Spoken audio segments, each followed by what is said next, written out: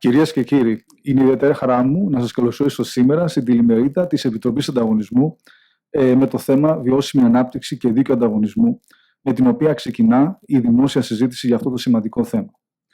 Ladies and gentlemen, I'm Ioannis Lianos, the President of the Hellenic Competition Commission.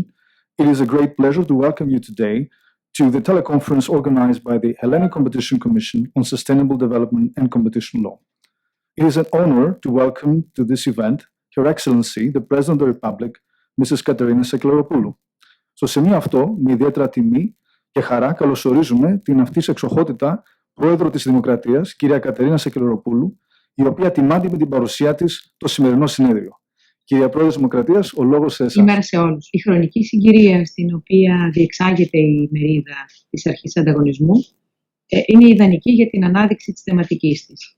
Πριν λίγες μέρες, στη Σύνοδο του Παγκόσμιου Οικονομικού Φόρουμ, ως κύριο αντικείμενο ετέθη η αξιολόγηση της πρόοδου των κρατών μελών σε σχέση με τους στόχους της βιώσιμης ανάπτυξης που έθεσε η Σύνοδος των Ηνωμένων Εθνών το 2015 και που είναι γνωστή ως Ατζέντα του 2030.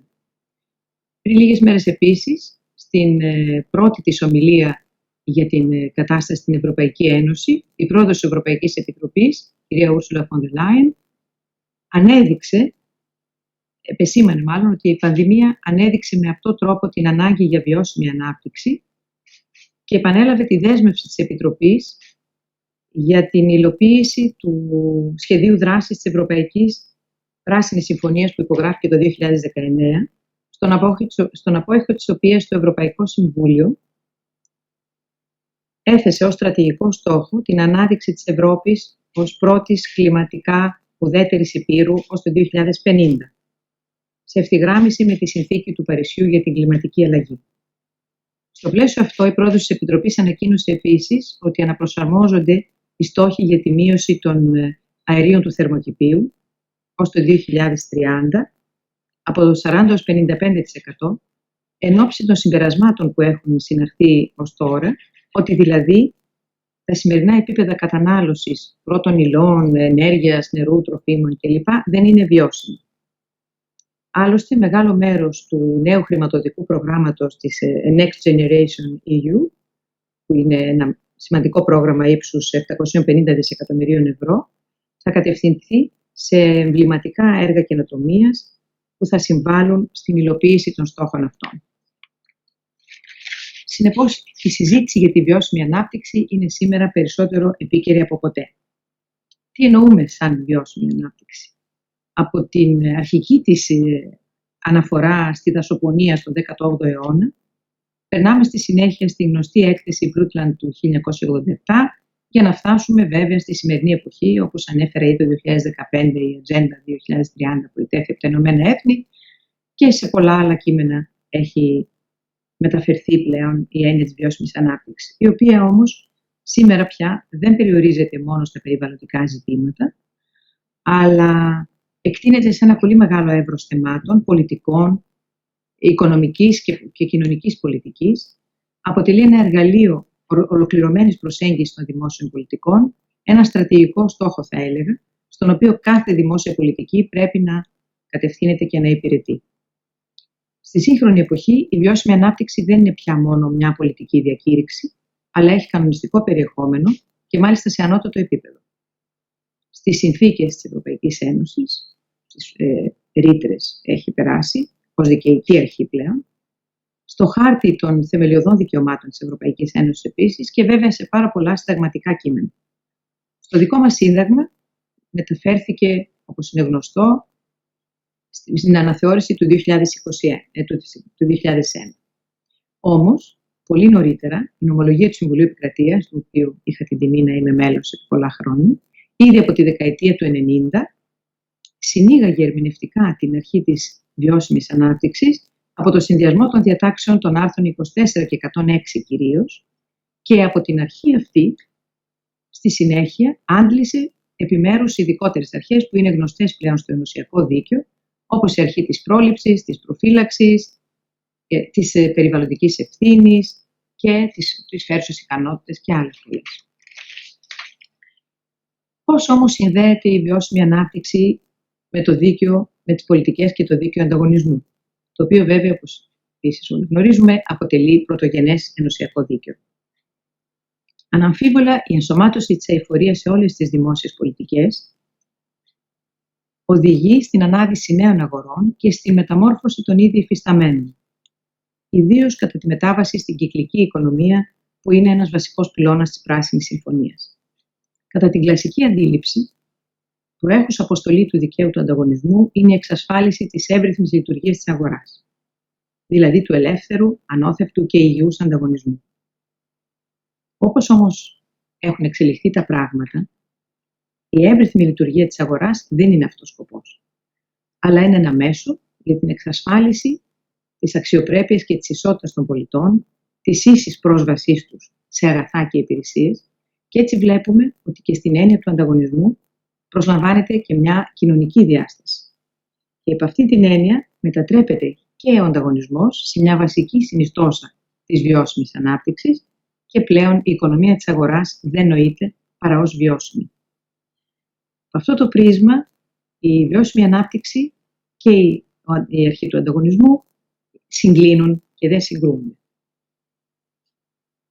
Έτσι, αυτό που αντιλαμβάνομαι και από τη θεματική της πολύ ενδιαφέρουσας ημερίδας που θα ακολουθήσει, όπως είδα, ότι ο προβληματισμός που αναπτύσσεται έχει να κάνει με την ενσωμάτωση παραμέτρων περιβαλλοντικών και κοινωνικών πέραν των οικονομικών στο δίκαιο του ανταγωνισμού, το οποίο πλέον πρέπει να ερμηνεύεται με αυτόν τον τρόπο, με νέες μεθοδολογικές και ενοιολογικές προσαρμογές και μετατοπίσεις ως προς τις έννοιες και του ενωσιακού δικαίου και αναθεώρηση ενδεχομένως στο μέτρο που θα χρειαστεί των αρχών του ανταγωνισμού. Αυτό πιστεύω ότι είναι το περιεχόμενο των, αν μπορώ να αντιληφθώ από το πρόγραμμα που είδα, των πολύ ενδιαφέρουσων εισηγήσεων που θα ακολουθήσουν. Χαιρετίζω αυτή την πρωτοβουλία της αρχής του ανταγωνισμού, ακριβώς σε ένα τόσο κρίσιμο σημείο να επιληφθεί αυτής της πολύ σημαντικής για το μέλλον θεματικής, και εύχομαι κάθε επιτυχία στις εργασίες της. Κύριε Πρόεδρε της Δημοκρατίας, ευχαριστούμε θερμά για την τιμή που μας κάνατε και τον πολύ ενδιαφέρον χαιρετισμό σας. Γνωρίζω στο επιστημονικό σας ενδιαφέρον για το αντικείμενο. Στο σημείο αυτό, η κυρία Πρόεδρος της Δημοκρατίας, λόγω του βεβαρημένου προγράμματός της, θα αποχωρήσει από το συνέδριο. Thank you very much, Your Excellency, for your opening remarks, which have set the framework for this discussion. Να πω εδώ ότι η τηλεμερίδα θα είναι κυρίως στα αγγλικά και θα ακολουθήσουν ελληνικοί υπότιτλοι στο Vimeo και YouTube, ιστότοπο της Επιτροπής Ανταγωνισμού. Unfortunately, the Minister of Development and Investments could not address live this web conference, but has sent instead a short video with his opening remarks. We would like to thank the Minister for his support in this initiative. As mentioned in the report, it is quite important for sustainability aims to be integrated in all dimensions of public action, and in particular development policies. The HCC's initiative enables the discussion to take place while ensuring that competition law is not considered as part of the problem, but as part of the solution to the problem. Mr. Minister. Αξιότιμη κυρία αυτού εξοχότητα, Πρόεδρε της Ελληνικής Δημοκρατίας. Κυρίες και κύριοι, καλημέρα σας. Είναι μεγάλη μου τιμή να είμαι σήμερα εδώ και να έχω την ευκαιρία να απευθυνθώ στη διεθνή ημερίδα που διοργάνωσε η Επιτροπή Ανταγωνισμού με τίτλο «Ζητήματα βιώσιμης ανάπτυξης και δίκαιο ανταγωνισμού προς μια κανονιστική όσμωση πράσινης ανάπτυξης». Είναι χαρά και τιμή μου για πολλούς λόγους. Επιτρέψτε να αναφερθώ για λόγους συντομίας του χρόνου σε δύο. Ο πρώτος αφορά στο σημαντικό έργο της Επιτροπής Ανταγωνισμού, παράδειγμα του οποίου αποτελεί και η σημερινή ημερίδα, η οποία συγκεντρώνει τους ειδικούς επί του θέματος, όχι μόνο στην Ελλάδα αλλά και παγκοσμίως. Όταν αποφασίζαμε την αλλαγή ηγεσίας στην Επιτροπή Ανταγωνισμού, ένα χρόνο περίπου πριν, θυμίζω, εν μέσω κάποιας μεγάλης πολιτικής αντιπαράθεσης, είχαμε πει στον ελληνικό λαό ότι η Επιτροπή Ανταγωνισμού, την οποία σκοπεύουμε να δημιουργήσουμε, θα είναι ένας θεσμός με κύρος, με διεθνή εμβέλεια, που θα κάνει πολύ έντονη την παρουσία της στα πράγματα εγχωρίως αλλά και διεθνώς. Καινούργια ηγεσία της Επιτροπής Ανταγωνισμού έχει καταφέρει σε αυτό το μόλις ένα χρόνο λοιπόν να αναδείξει την ελληνική αρχή ανταγωνισμού σε μια προοδευτική αρχή, η οποία είναι όχι μόνο ισότιμη με τους ομολόγους διεθνώς, αλλά είναι συχνά πρωτοπόρος σχετικά με τα πιο σημαντικά θέματα που απασχολούν το δίκαιο και την πολιτική του ανταγωνισμού. Απόδειξη, το εμπεριστατωμένο και ερευνητικά άρτιο discussion paper σε θέματα βιωσιμότητας και δίκαιο ανταγωνισμού που εξέδωσε η Επιτροπή, στο οποίο αναφέρθηκε και η κυρία Βεστάγκερ, Επίτροπος Ανταγωνισμού και Αντιπρόεδρος της Ευρωπαϊκής Ένωσης, σε πρόσφατη ομιλία της. Δεύτερον, είναι τιμή μου να συμμετέχω με την εναρκτήρια ομιλία μου σε μια διεθνή ημερίδα που αφορά τη βιώσιμη ανάπτυξη, μία από τις σημαντικότερες προκλήσεις της εποχής μας και μία από τις πιο μεγάλες προτεραιότητες κυβερνήσεώς μας. Όπως επεσήμανε και είχε επανειλημμένα τονίσει και ο κύριος Πρωθυπουργός στο παρελθόν, η ανάπτυξη θα είναι είτε βιώσιμη είτε δεν θα υπάρχει καθόλου. Στα πλαίσια λοιπόν των προτεραιοτήτων μας, η σημερινή ημερίδα της Επιτροπής Ανταγωνισμού δεν θα μπορούσε να είναι περισσότερο επίκαιρη. Το πρόγραμμα της ημέρας είναι πραγματικά εντυπωσιακό, καθώς οι δήμονες τόσο από την Ελλάδα όσο και από το εξωτερικό, σε 5 ξεχωριστές θεματικές ενότητες, θα καλύψουν ένα ευρύ φάσμα θεμάτων, από πιθανές συμφωνίες βιωσιμότητας μεταξύ επιχειρήσεων και τις πιθανές επιπτώσεις στον ανταγωνισμό, την πιθανή και ενδεδειγμένη αλλαγή της νομοθεσίας περί ανταγωνισμού προκειμένου να αντανακλά την περιβαλλοντική και κοινωνική βιωσιμότητα, μέχρι και την από πρακτικής άποψης πράσινη θεματολογία ανάπτυξη και τις ενδεχόμενες επιπτώσεις της στην οργάνωση της οικονομίας. Εν ώψη λοιπόν της σημερινής ημερίδας, αλλά και του συνολικού έργου της Επιτροπής Ανταγωνισμού, θα ήθελα να κλείσω συγχαίροντας την Επιτροπή Ανταγωνισμού για τις σημαντικές πρωτοβουλίες της και να ευχηθώ η σημερινή ημερίδα να μας βοηθήσει να αποκτήσουμε μια σφαιρικότερη κατανόηση των θεμάτων που μας απασχολούν. Η βιώσιμη ανάπτυξη είναι το μέλλον και οφείλουμε να είμαστε όλοι αρρωγοί προς αυτή την κατεύθυνση. Θερμά συγχαρητήρια λοιπόν και καλή επιτυχία στην ημερίδα.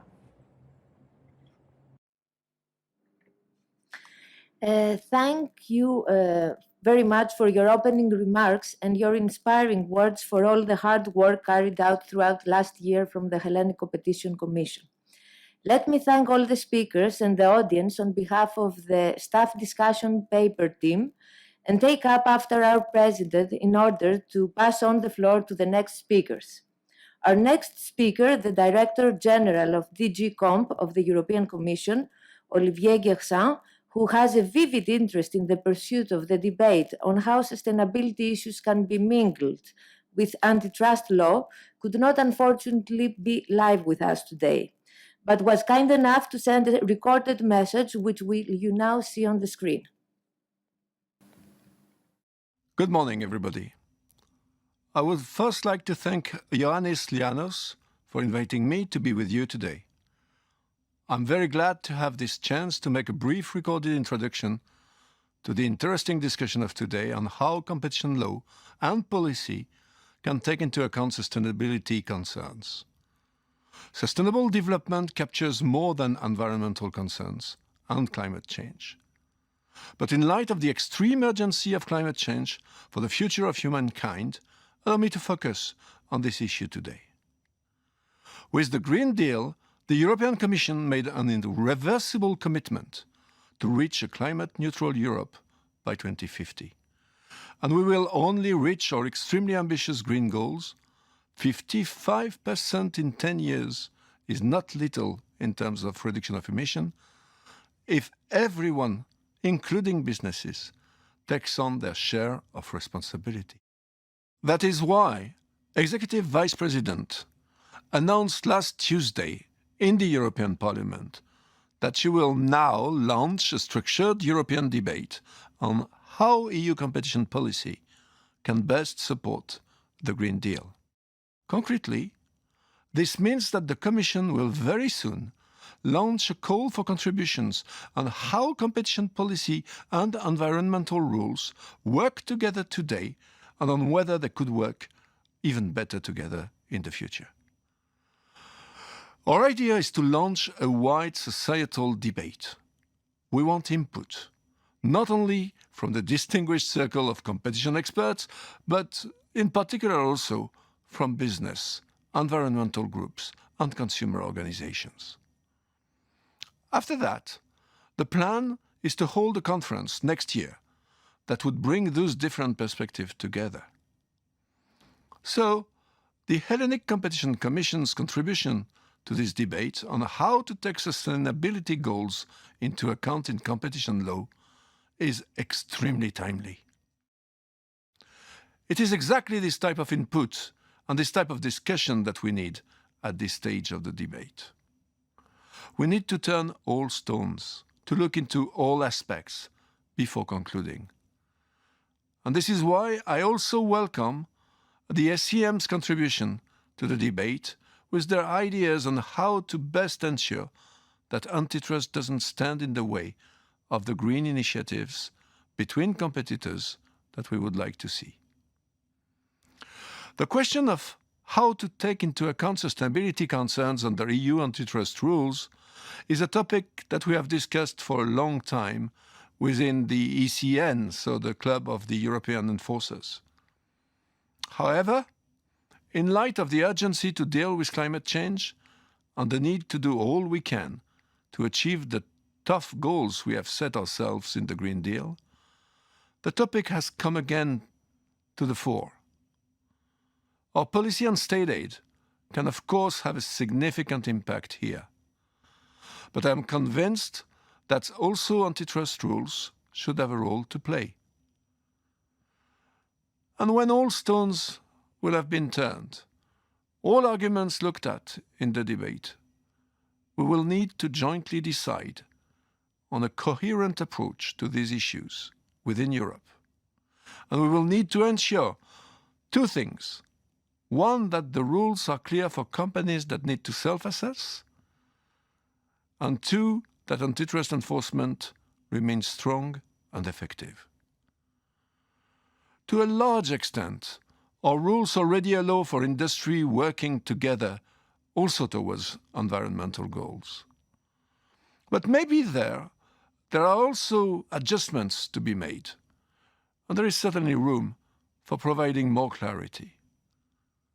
The discussion ahead of us will tell. One final point before I close. I want to stress that our Commissioner, Executive Vice President Vestager, stands ready to give guidance, in the right cases, on whether particular agreements are in line with the rules, which will give companies real-world examples they can rely on. But for this, we need industries and businesses to come forward with concrete examples of when antitrust rules put a stick in the wheel. It is a pity, and I deeply regret that I cannot be with you today. But DG Comp will be duly represented in the later discussion with more insights on the substance by two high-ranking officials.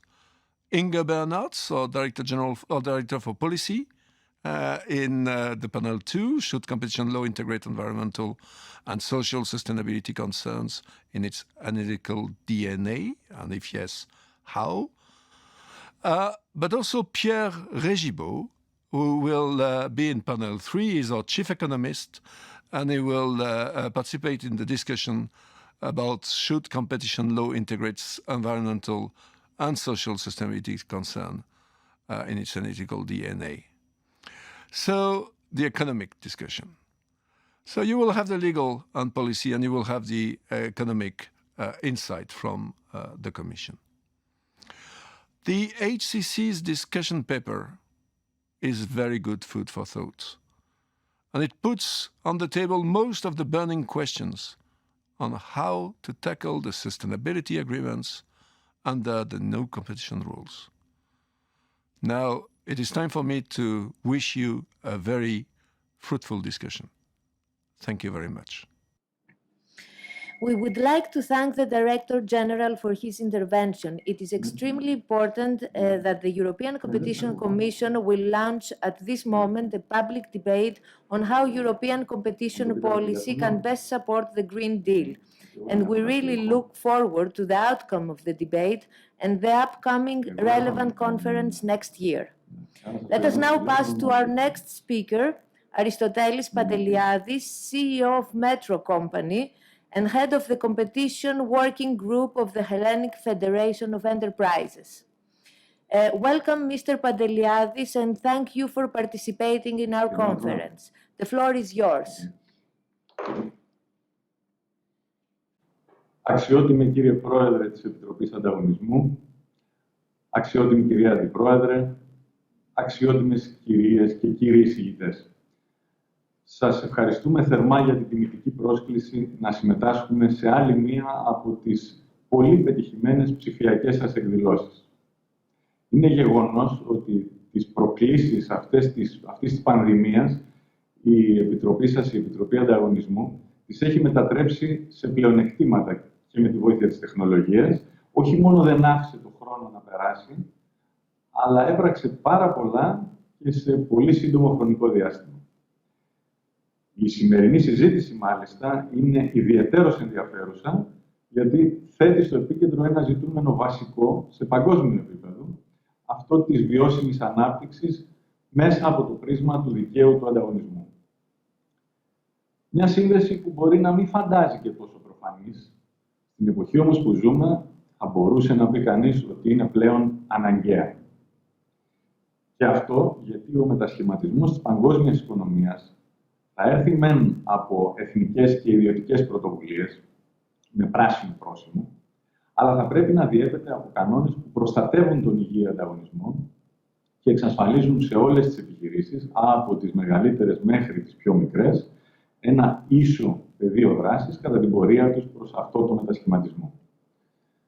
Ζητούμενο, επομένως, θα πρέπει να είναι η αρμονική συνύπαρξη και η λειτουργική διασύνδεση μεταξύ πολιτικών που χαρακτηρίζονται σε μεγάλο βαθμό από μεθοδολογικές αποκλίσεις και στηρίζονται σε διαφοροποιημένες παραδοχές. Αυτό το πρέπει γίνεται ακόμα πιο επιτακτικό, ειδικά αν λάβουμε υπόψη ότι οι πρωτοβουλίες αυτές έχουν αποδέκτες τις επιχειρήσεις που θα κληθούν να προβούν σε μια σειρά από απαραίτητες προσαρμογές σε λειτουργικό, διαρθρωτικό και επιχειρησιακό επίπεδο, διατηρώντας παράλληλα τη συμμόρφωσή τους με τους υφιστάμενους κανόνες. Γι' αυτό και θα χρειαστούν συνεκτικές στρατηγικές που θα επιτρέψουν την ομαλή, βιώσιμη και λειτουργική μετάβαση. Θα χρειαστεί δηλαδή χρόνος, αλλά και τα κατάλληλα κίνητρα και αντικίνητρα που θα αξιοποιηθούν ανάλογα με το παραγωγικό μοντέλο και τη δραστηριότητα κάθε επιχείρησης. Σήμερα, κανείς δεν διαφωνεί ότι η μετάβαση αυτή είναι ζήτημα ζωής και θανάτου για τις επιχειρήσεις. Απόδειξη του ότι μετράμε πάνω από 1.900 εθνικές πρωτοβουλίες για το κλίμα σε παγκόσμιο επίπεδο. Και θα έλεγα όχι μόνο για τις επιχειρήσεις, αλλά για την επιβίωσή μας. Δεν πρέπει όμως να ξεχνάμε ότι η μετάβαση σε παραγωγικά μοντέλα που υιοθετούν πράσινες και βιώσιμες πολιτικές δεν είχε πάντα τη μορφή μιας συντεταγμένης κεντρικής ευρωπαϊκής πολιτικής και στόχευσης, όπως ξεκινά να γίνεται τώρα. Οι επιχειρήσεις τώρα πια, με πρωτοπόρες τις ευρωπαϊκές επιχειρήσεις, στρέφονται σε στρατηγικές και συνεργασίες με πηξίδα το σεβασμό στα ανθρώπινα δικαιώματα και την παροχή των βέλτιστων συνθηκών εργασίας, την ανάγκη μείωσης του περιβαλλοντικού τους αποτυπώματος, στρέφονται στη βιοποικιλότητα, στρέφονται στην κοινωνία.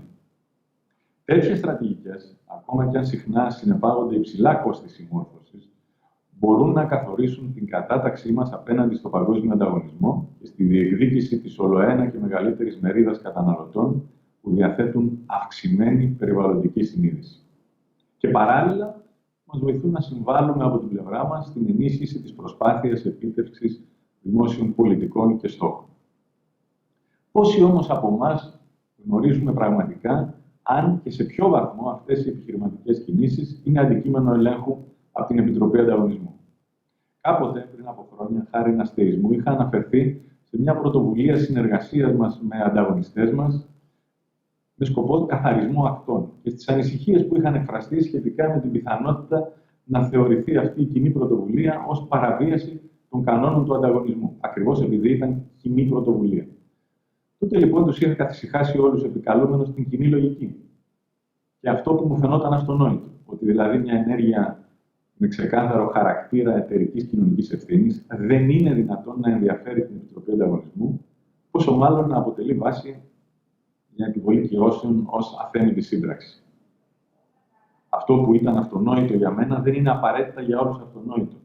Γι' αυτό και είναι ιδιαίτερα ενθαρρυντικό ότι η Επιτροπή επιβεβαιώνει αυτό το σημαντικό κενό, δηλαδή το πώς η υφιστάμενη πολιτική ανταγωνισμού θα υιοθετήσει μια ομοιόμορφη προσέγγιση ως προς τον τρόπο συμμόρφωσης των επιχειρήσεων με τους κανόνες του ανταγωνισμού υπό το πρίσμα της μετάβασης σε μια πιο πράσινη οικονομία. Σε ό,τι δεν αφορά συγκεκριμένα το υψηλής επιστημονικής ανάλυσης έγγραφο συζήτησης, βρίσκουμε απολύτως λογική την πρόταση για παροχή νομικής ασφάλειας προς τις επιχειρήσεις για πραγματοποίηση επενδύσεων που θα συμβάλλουν στην πραγμάτωση των εθνικών προγραμματικών στόχων για το περιβάλλον και για το κλίμα. Θα είχε δε ιδιαίτερη αξία να προβλεφθεί ρητά η δυνατότητα συνεισφοράς των επιχειρήσεων στην επιτυχία του εγχειρήματος για δημιουργία της συμβουλευτικής μονάδας, αλλά και στην ανάπτυξη sandboxes για την βιωσιμότητα στο πλαίσιο των κανόνων του ανταγωνισμού. Στον ΣΕΒ, εξάλλου, αγκαλιάσαμε και πιστέψαμε στη σπουδαιότητα διάχυσης της έννοιας και των αρχών της βιώσιμης ανάπτυξης και έχουμε ήδη διανύσει μια επιτυχημένη πορεία 12 χρόνων από την ίδρυση του Συμβουλίου του ΣΕΒ για τη βιώσιμη ανάπτυξη του ΔΙΑΝ. Θα είμαστε λοιπόν σύμμαχοι και συνοδοιπόροι με την Επιτροπή στη νέα της αυτή προσπάθεια, γιατί πιστεύουμε ότι είναι επιτακτική ανάγκη να μετατρέψει η χώρα μας τις προκλήσεις της Ευρωπαϊκής Πράσινης Συμφωνίας σε ευκαιρίες ουσιαστικής μετάβασης στην πράσινη οικονομία και στην ψηφιοποίηση με τρόπο που θα ενισχύει την ανταγωνιστικότητα και θα προωθεί τη βιώσιμη ανάπτυξη. Γνωρίζουμε φυσικά ότι θα απαιτηθεί να καταβάλουν από κοινού ο δημόσιος με τον ιδιωτικό τομέα μια επίπονη και συντεταγμένη προσπάθεια, στην οποία ο ΣΕΒ είναι έτοιμος να συμβάλλει. Το επιβάλλουν οι προκλήσεις του σήμερα, αλλά και το χρέος να αφήσουμε τις επόμενες γενιές αυτή τη σημαντική παρακαταθήκη. Με αυτά ολοκληρώνω τον εισαγωγικό μου χαιρετισμό και εύχομαι και σε αυτή την ημερίδα σας καλή επιτυχία. Mr. Panteliadis, thank you very much for sharing the initiatives of the Hellenic Federation of Enterprises with us. And we really welcome the exchange of ideas that will follow between the authority and your federation. Let me now pass the floor to the President of the Hellenic Competition Commission, Mr. Ioannis Lianos, who will say a few words on how this initiative was triggered off and will present the main conclusions of the staff discussion paper on sustainability issues and competition law. President, the floor is yours. Thank you, Katerina. It becomes clearer by the day that we face a climate emergency and important social challenges that will certainly result from this development. Business as usual is not an option, and the transition to an economy that is environmentally and socially sustainable is key. Systemic resilience becomes a goal for public action. I'm convinced that sustainability-oriented policies will benefit the well-being of citizens and consumers, but maybe also be a means of acquiring a competitive advantage for undertakings in Europe, thus serving a broader European industrial policy agenda, as this has been put forward by some member states. The front-end costs of efficiency improvement and renewable energy use are indeed high, and financing of investment is key to realizing potential benefits. Even if we implement these goals in time, it is not, however, certain that we will not face a climate change problem. Hence, with the benefit side subject to larger uncertainty than the uncertainty facing the cost side, the prospect of financing a transition to green economy may not be good, in particular with European governments struggling to regain economic strength during and after the coronavirus pandemic. Furthermore, with regard to public funding, an assessment of net benefits between climate investment and non-climate investment should be made in order to decide the allocation of scarce public funds among competing sustainable goal investments. Hence, there are choices to be made and opportunity costs to be assessed. In view of the funds required, this transition to a sustainable economy will be successful if it's supported both by private actors and public funding. Hence, for the green transition to work, some net saving sectors should indeed become in the next few years net investing sectors. However, business faces financial market instability. Climate disruption risks may indeed potentially depreciate the assets of banks and other financial institutions. However, with stricter regulation and higher CO2 emission pricing, there's also a risk that the legacy investments of financial institutions in the fossil fuel sectors will be devaluated. A regulatory intervention approach for the green transition at the EU level may not be possible for political reasons, and the policy space that each national government has depends on a number of factors, in particular budgetary constraints.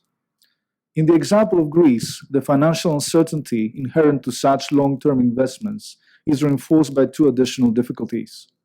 First, most of the Greek businesses are of small size and will need to scale up in order to achieve the efficiencies needed so as to be competitive at the global scale and thus produce high returns on the investments made. This can be done either with various processes of M&A or through the constitution of business and public-private ecosystems. Second, differences in financing capacity are enormous among EU member states, despite the significant effort done for public EU funding. In particular in Greece, in view of the important economic and financial crisis during the last decade, the funding gap may be severe. Hence, an important effort needs to be made in order to limit uncertainty, such as regulatory uncertainty, and provide incentives to banks and institutional investors to make the necessary investment for this green growth change, although one need also be careful of the first mover risk in completely new, innovative, and unknown areas of business. Business requires some legal certainty, but also a complex system of nudges and incentives in order to integrate sustainability objectives in their business strategies. Of course, governments need to develop overall strategies for the green transition and use a mix of policies, such as innovation support for green energy, fiscal policies, etc. Competition authorities should also facilitate this transition to a green economy. First, they should make efforts to enforce competition law in a way that does not only jeopardize private and public sustainability strategies, but also promotes them. Let's be clear, this is not about authorizing what some have called green cartels, but to adopt a similarly hospital approach to what we have for the time being for R&D horizontal agreements and agreements promoting innovation. Hence, we should be careful not to greenwash cartels, although we can be more relaxed on the fact that the consumers that may be affected by possibly higher prices are those that have the lowest appreciation for the public good and therefore are the hardest to compensate. This is morally acceptable in the context of a transformational effort to also shift consumer preferences towards more sustainable products under the guidance of the polluter pays principle. Of course, one needs to keep an eye for distributional implications, as these consumers may also be among the poorest in society. For this reason, combining environmental and social sustainability is key. Second, competition authorities should make the necessary investments in redefining their role and objective function in a broader context that takes into account various sorts of externalities and their intergeneration effects, rather than focusing on the simple price effects of market power. The assumptions on which theories of harm to competition are based must also encompass some notion of long-term sustainability effects. Competition law should break its insularity and, in accordance with the principle of consistency and that of policy coherence, become more synchronized with the broader constitutional values and programmatic aims regarding sustainability at the international, EU, and national levels. This could take place with the integration of complex adaptive systems thinking in competition law, and that takes into account the nonlinearity of the processes under examination. We suggest that in view of the legal uncertainty and the recognized need for a rapid transition to the green economy, more efforts should be made in order to provide undertakings with the legal certainty they need in order to make the necessary investments. This also requires more targeted competition law interventions that provide a clear set of rules to follow. This may require close collaboration with other regulatory authorities, in particular through discussions in the suggested National Regulatory Network for Competition and Regulatory Policy, which has been recently suggested in the revision of Greek Law 3959/2011, in light of the collaboration between the Competition Authority and sector-specific regulators in other jurisdictions as well. Eventually, a common advice unit formed by personnel from a variety of regulatory authorities may be formed in order to provide informal steers on proposed sustainability-related innovations across all fields of regulatory activity, to enable more direct communication between firms, the government, and other stakeholders. And I insist other stakeholders are also important to be part of that discussion. This may help establish, if need be, bespoke regulatory frameworks that will promote investments for green growth following a process of public engagement with all stakeholders, including representative citizens groups, civil society, and NGOs. This process may be facilitated with the development of a competition law sustainability sandbox in order for the industry to experiment with new business formats that aim to realize more quickly and efficiently sustainability goals, and which involve cooperation between competing undertakings or even more permanent changes in market structure in order to be accomplished. This could be done under the condition of some form of time-constrained authorization, under periodical targeted supervision by the competition authority, after balancing the possible anti-competitive effects with the need to provide incentives for the sustainability investment, and following a process of public participation, as is best practice for environmental infrastructure projects. Another avenue could be for national competition authorities to issue general guidelines to clarify under which conditions the private sector may take cooperative action to promote the attainment of sustainability objectives and what form of public accountability mechanisms should be put in place, including the enforcement of competition law. We salute in particular the effort accomplished in the Netherlands with the issuance of insightful sustainability guidelines by the ACM. These initiatives at the national level may provide interesting spaces of experimentation in EU competition law and policy. To the extent that the cases involve an effect on EU trade, ultimately, if they could be moved from the national level to the Court of Justice of the EU, that may be useful for setting legal precedents for the future. Ladies and gentlemen, we run out of time. It is a responsibility of our generation to think outside the box and speed up the process of green transition, which could also be an opportunity for citizens, workers, and ultimately consumers to benefit from the dividends of innovation, creativity, green growth, and of course, a more sustainable environment and society in accordance to the European preference for a social market economy. We need to embrace this democratic approach in competition law, which focuses on citizens' preferences for a sustainable and circular economy and implement a high standard of environmental and social protection that could preserve adequate resources and quality of life for future generations. Thank you. Thank you, President. Professor Lianos, as our new president during the last year, has managed to set his footprint in the goals and initiatives of the Hellenic Competition Commission. I would like to thank him on behalf of all the hard-working staff of the authority for inspiring our work and taking us a step further. Let me now present you the team behind the staff discussion paper. The next speakers, Ms. Kyriaki, Pitti, and Ms. Myrto Prigouri, along with Ms. Hellenic, who is currently seconded in the European Competition Commission, and myself, have made this effort to compile the theory and practice on sustainability issues and competition. Ms. Pitti and Ms. Prigouri will briefly present the main key points of the HCC Staff Discussion Paper on sustainability issues and competition law. We thank all the reviewers for their comments, and we hope that you will find it as interesting as the Commissioner, Executive Vice President Ms. Vestager found it. Ms. Pitti will speak about Article 101 TFEU, paragraphs 1 and 3, and Ms. Prigouri will take over to speak about Article 102 and mergers regulation. Let me say that the whole web conference, including the welcoming video and all the graphics, is an in-house production made possible from our dedicated and talented IT colleague Kostas Kourloumenos. The floor is yours, Kyriaki. Good afternoon, ladies and gentlemen. I will first examine the various possibilities we have at our disposal to address sustainability issues under Article 101 of TFEU and the equivalent Article 1 of the National Competition Law 3959/2011. The EU and its member states actively promote the attainment of sustainability development goals through different means, such as direct regulation and incentive regulation with the use of taxes and/or charges, both of which fall beyond the scope of competition law, and the following three issues: the promotion of self-regulation by undertakings, mixed interventions such as bilateral commitments between the authorities and industry, and intercompany agreements which can be addressed by Article 101 TFEU.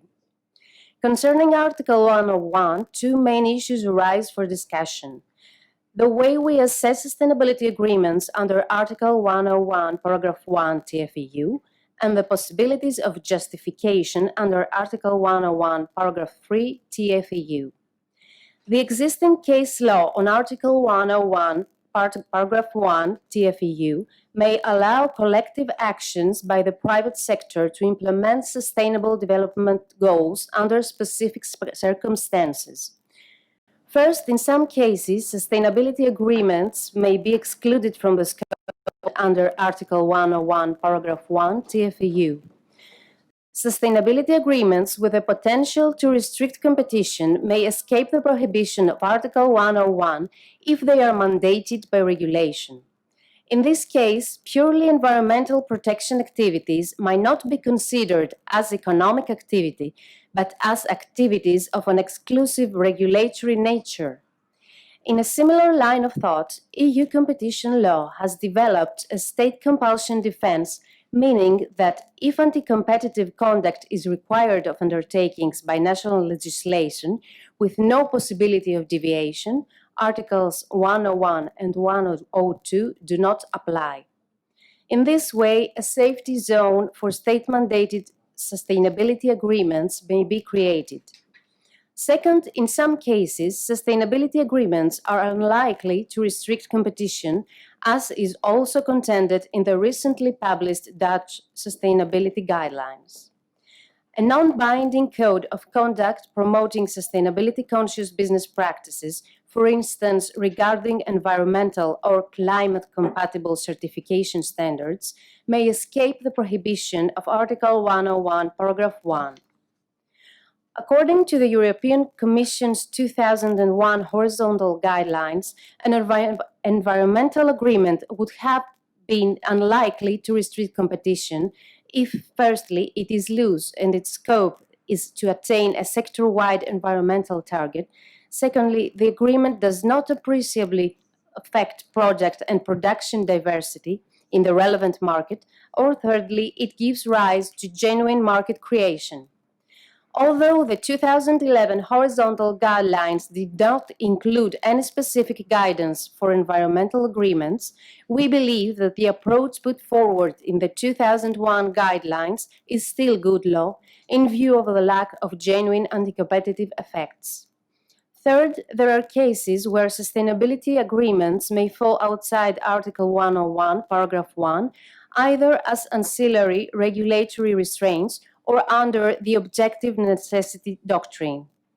In the Albany case, the Court of Justice of the EU held that Article 101, Paragraph 1 is not applicable for restrictive practices as long as there is a legitimate objective pursued, which is aiming at protecting a public good, given that such an agreement does not impose restrictions on dynamic competition.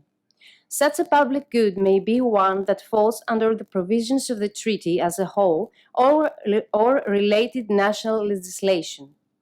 Another possibility to overcome unnecessary scrutiny under Article 101 is to frame the sustainability agreement as a standardization agreement. A recent example of a business seeking to address climate change through the use of standards is the private agreement between 4 car makers, Ford, Honda, BMW, and Volkswagen, and the state of California to adhere to higher standards for exhaust pipe emissions than those favored by the US government. This is a classic example of the first mover disadvantage, since no one of the above-mentioned car makers would have unilaterally reduced its exhaust emission, thus being in a competitive disadvantage against its competitors. Although the intuitive balancing test under Article 101, Paragraph 1 TFEU may be conceived broadly enough to encompass sustainability concerns, Article 101, Paragraph 3 TFEU imposes more rigid criteria. Articles 101, Paragraph 3 TFEU and the equivalent article of the National Competition Law require an agreement to meet cumulatively 4 conditions in order to be exempted. The first condition is economic progress and efficiency gains, which may include environmental benefits. For the accommodation of environmental and sustainability objectives, it is critical to have a toolbox on how to monetize these and what weights should be placed on each of these, and to take a broad view of economic benefits that would also include collective economic benefits. The second condition, which is the most tricky one, is the provision of a fair share of the resulting benefits to consumers. Who are the relevant consumers, users, for this purpose, and what constitutes a fair share of the resulting benefits? The assessment under Article 101, Paragraph 3 of benefits flowing from restrictive agreements is usually confined to a specific relevant market. A fair share implies in general that efficiencies generated by the restrictive agreement must be sufficient to outweigh the anti-competitive effects produced by the agreements. In the MasterCard case, the court has, however, allowed for the possibility that each group of consumers in its relevant market should enjoy appreciable objective advantages, even if these are not to the same extent. As sustainability agreements are often wide in scope, it should be necessary for the group of customers affected by the restriction and that group benefiting from the efficiency gains to be substantially the same, as long as they at least overlap. The concept of consumers should not also be understood as referring only to the present customers, but also to subsequent purchasers. The Commission's 101 paragraph 3 guidelines stipulate the method to encounter for future consumers. The Commission has also, in other contexts, taken into account out-of-market efficiencies that could outweigh negative effects in a different relevant market. Hence, taking a broader consideration of the concept of user is not impossible under the case law. The third condition is that an agreement should be no more restrictive than necessary. In this case, undertakings need to demonstrate that their proposed sustainability agreement is necessary to achieve the relevant sustainability benefits. This would avoid the situations in which the sustainability aims may be achieved by less restrictive to competition alternatives. The last condition is no elimination of competition in the relevant market. In this context, it would be important to ensure that the companies participating to an environmental or other sustainability agreement are still able to compete on important parameters of competition in the specific market. There is an outer limit in the restriction of competition that may be accepted when this is indispensable in order to achieve sustainability effects. Thank you, Kyriaki, for pointing to the key issues arising with regard to the application of Article 101 TFEU, both paragraphs 1 and 3, in accommodating environmental and other sustainability issues in competition law. Let me now pass the floor to Ms. Myrto Prigouri, who will present Article 102 and the issues arising for sustainability and competition law and the merger regulation as well. The floor is yours, Myrto. Thank you. Good afternoon, ladies and gentlemen. We will now pass to the application of Article 102 of the TFEU and the equivalent Article 2 of the National Competition Law for the assessment of a dominant firm's conduct relating to sustainability issues. Sustainability considerations may arise when examining an abuse of a dominant position under Article 102 of the TFEU. Firstly, according to the Commission's priority guidance on exclusionary abuses, a dominant firm may justify its conduct, leading to foreclosure on the grounds of efficiencies or objective justifications. In cases where a dominant undertaking engages in behavior that contributes to the promotion of sustainability concerns and there are no other less restrictive to competition alternatives, a prima facie restriction of competition may be justified. Such assessment should also take into account the horizontal integration of EU clauses and in particular Article 11 of the TFEU, according to which environmental protection objectives must be integrated into all EU policies and activities. An example of such behavior may be the setting of a higher price, without this being found excessive, in order to cover environmental and broader sustainability costs or in order to reinvest in environmental protection. In cases when there are explicit state measures promoting public interest objectives, a dominant undertaking could possibly argue sustainability concerns by, for instance, refusing to supply undertakings that do not comply with SDGs. It rests to the Commission, NCAs, and courts to assess the evidence provided by the undertaking and whether the conduct concerned is likely to result in permanent consumer harm. Thank you, Myrto, for your speech. Let me say that in the past, just before 2011, when the law was amended, there was a provision in our law to provide clearance to agreements between competitors, and at that time we had given some clearance based on, I wouldn't say environmental issues, but like for the AE, which is a public power cooperation, we had granted clearance for an agreement for 15 years, thus taking into account the discount rates that should be taken into account for environmental reasons and to so that the project matures. So there are tools that we can use for allowing for environmental concerns for future generations. As Myrto said, that in merger regulation, there are companies who come up with arguments on sustainability issues. We haven't taken them into consideration during the assessment of the mergers, but we can do that in the future. And we are here as an authority to assist and to cooperate with the companies who have issues that they want to discuss with us. I don't know, are we ready for the next panel? No. Let me just say, okay, we are ready. Let me present the next panel. The moderator of the next panel is Judge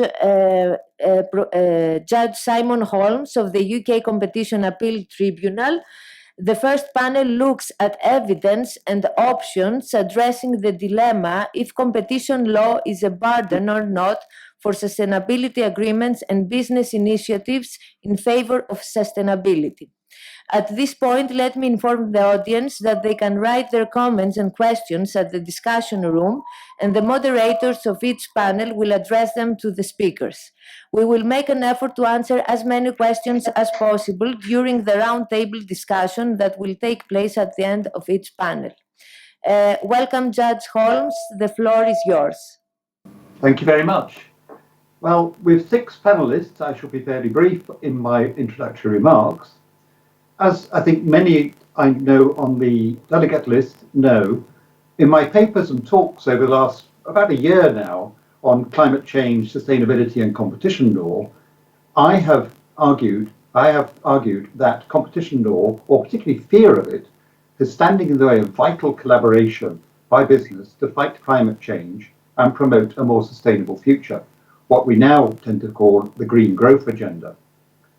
I've argued, however, that that need not be the case, particularly if we look afresh at the law itself, and I mean in particular in a European context, Article 101 and the constitutional provisions of the European treaties.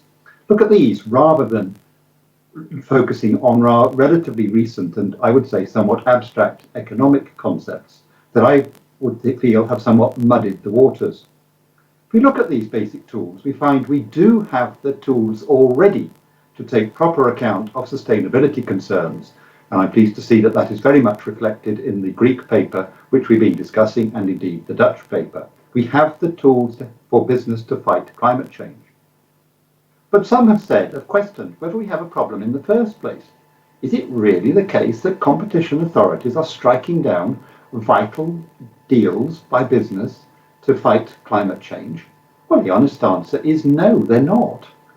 The problem is they're not really been taking decisions at all, either way in this case.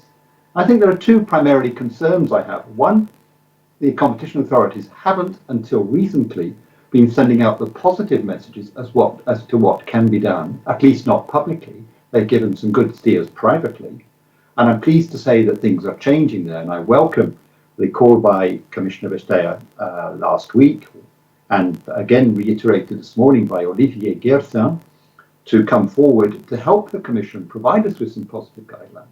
But the second concern is that the narrow approach to competition law, the unhelpful approach, I would suggest, has led to a fear that competition law might hinder the action that business wants and needs to take if we are going to achieve our objectives under the green growth agenda.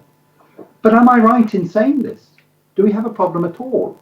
And here's where I'm going to turn to my panelist. Is competition law a burden for sustainability? My first panelists will particularly focus on this with, I think, differing views. We have Professor Maarten Pieter Schinkel from Amsterdam University. We have Nicole Kar of Linklaters. They will be the first two speakers.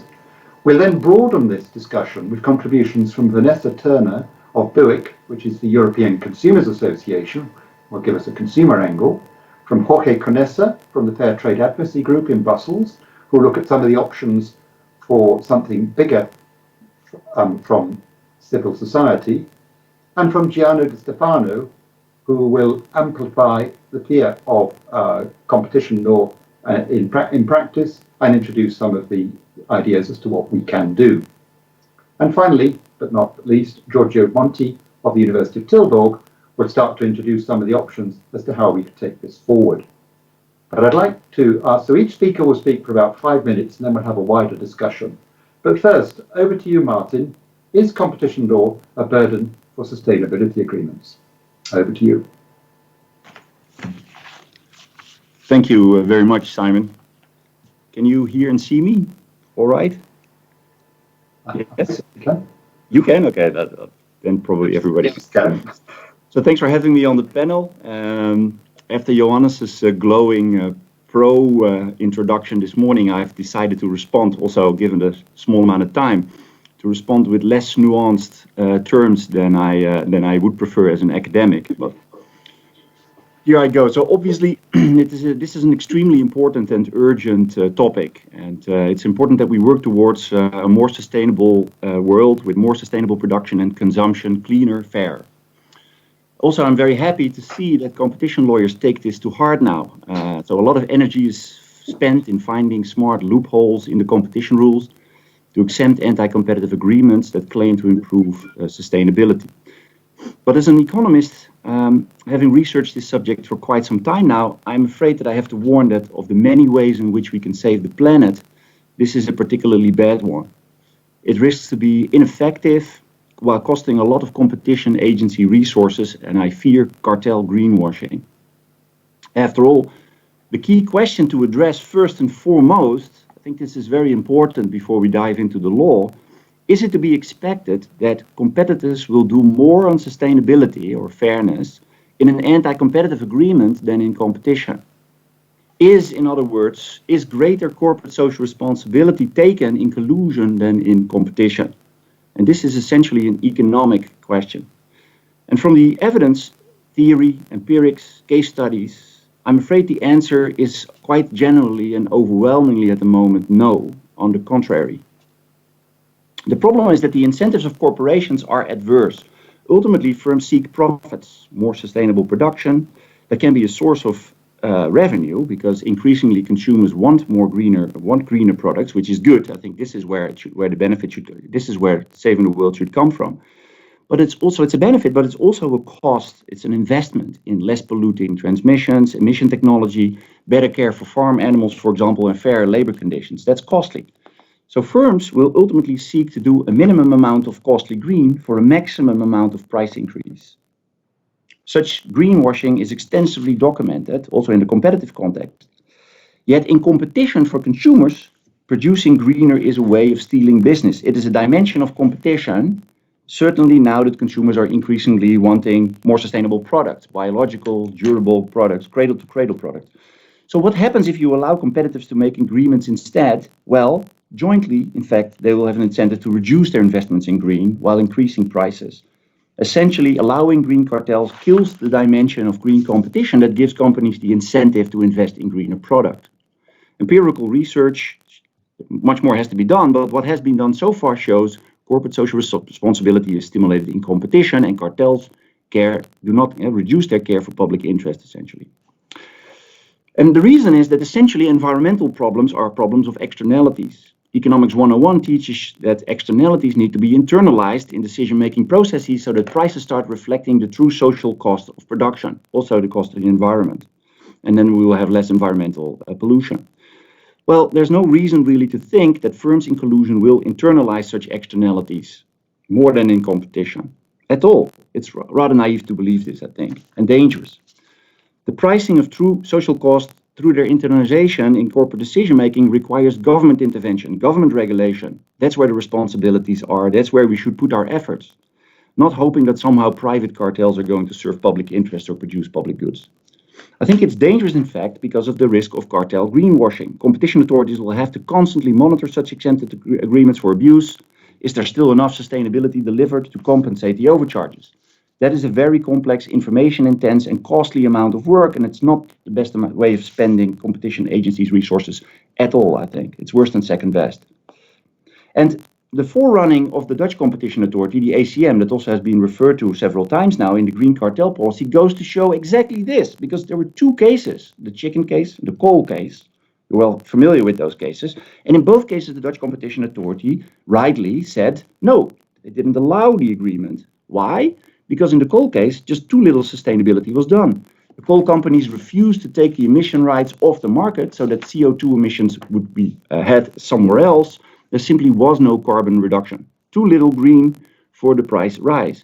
And the same in the chicken case. In the poultry farmers just offered a minuscule cage increase only for Dutch consumption chicken, by the way, not for the export chicken. And the ACM denied it, and rightly so. So why want to say yes to such poor initiatives? Why stretch the compensation criterion? Well, I have no time to go into that now, but maybe we can discuss that in the panel. I think that is a dangerous route. It's watering down the greenwashing. I conclude. The tension between competition and environment, which is a very real tension, and it's very worrying. Externalities are a huge problem for the world, but it's not solved by let's allow collusion. On the contrary, competitors' coordination will rather do less greening competition. They will instead coordinate on more watery greenwashing. And directly to the question of the panel, the competition laws are not a burden in this regard.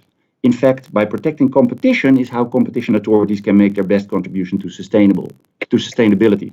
Think of trucks, recycling automotive batteries, German car manufacturing. The green cartel exemption policy risks rather leading to less than more sustainability. So I would call for a very deep law and economics discussion to have that first before we go and rush further ahead in this direction, and ideally face-to-face and not broadcast in this way. Thank you very much.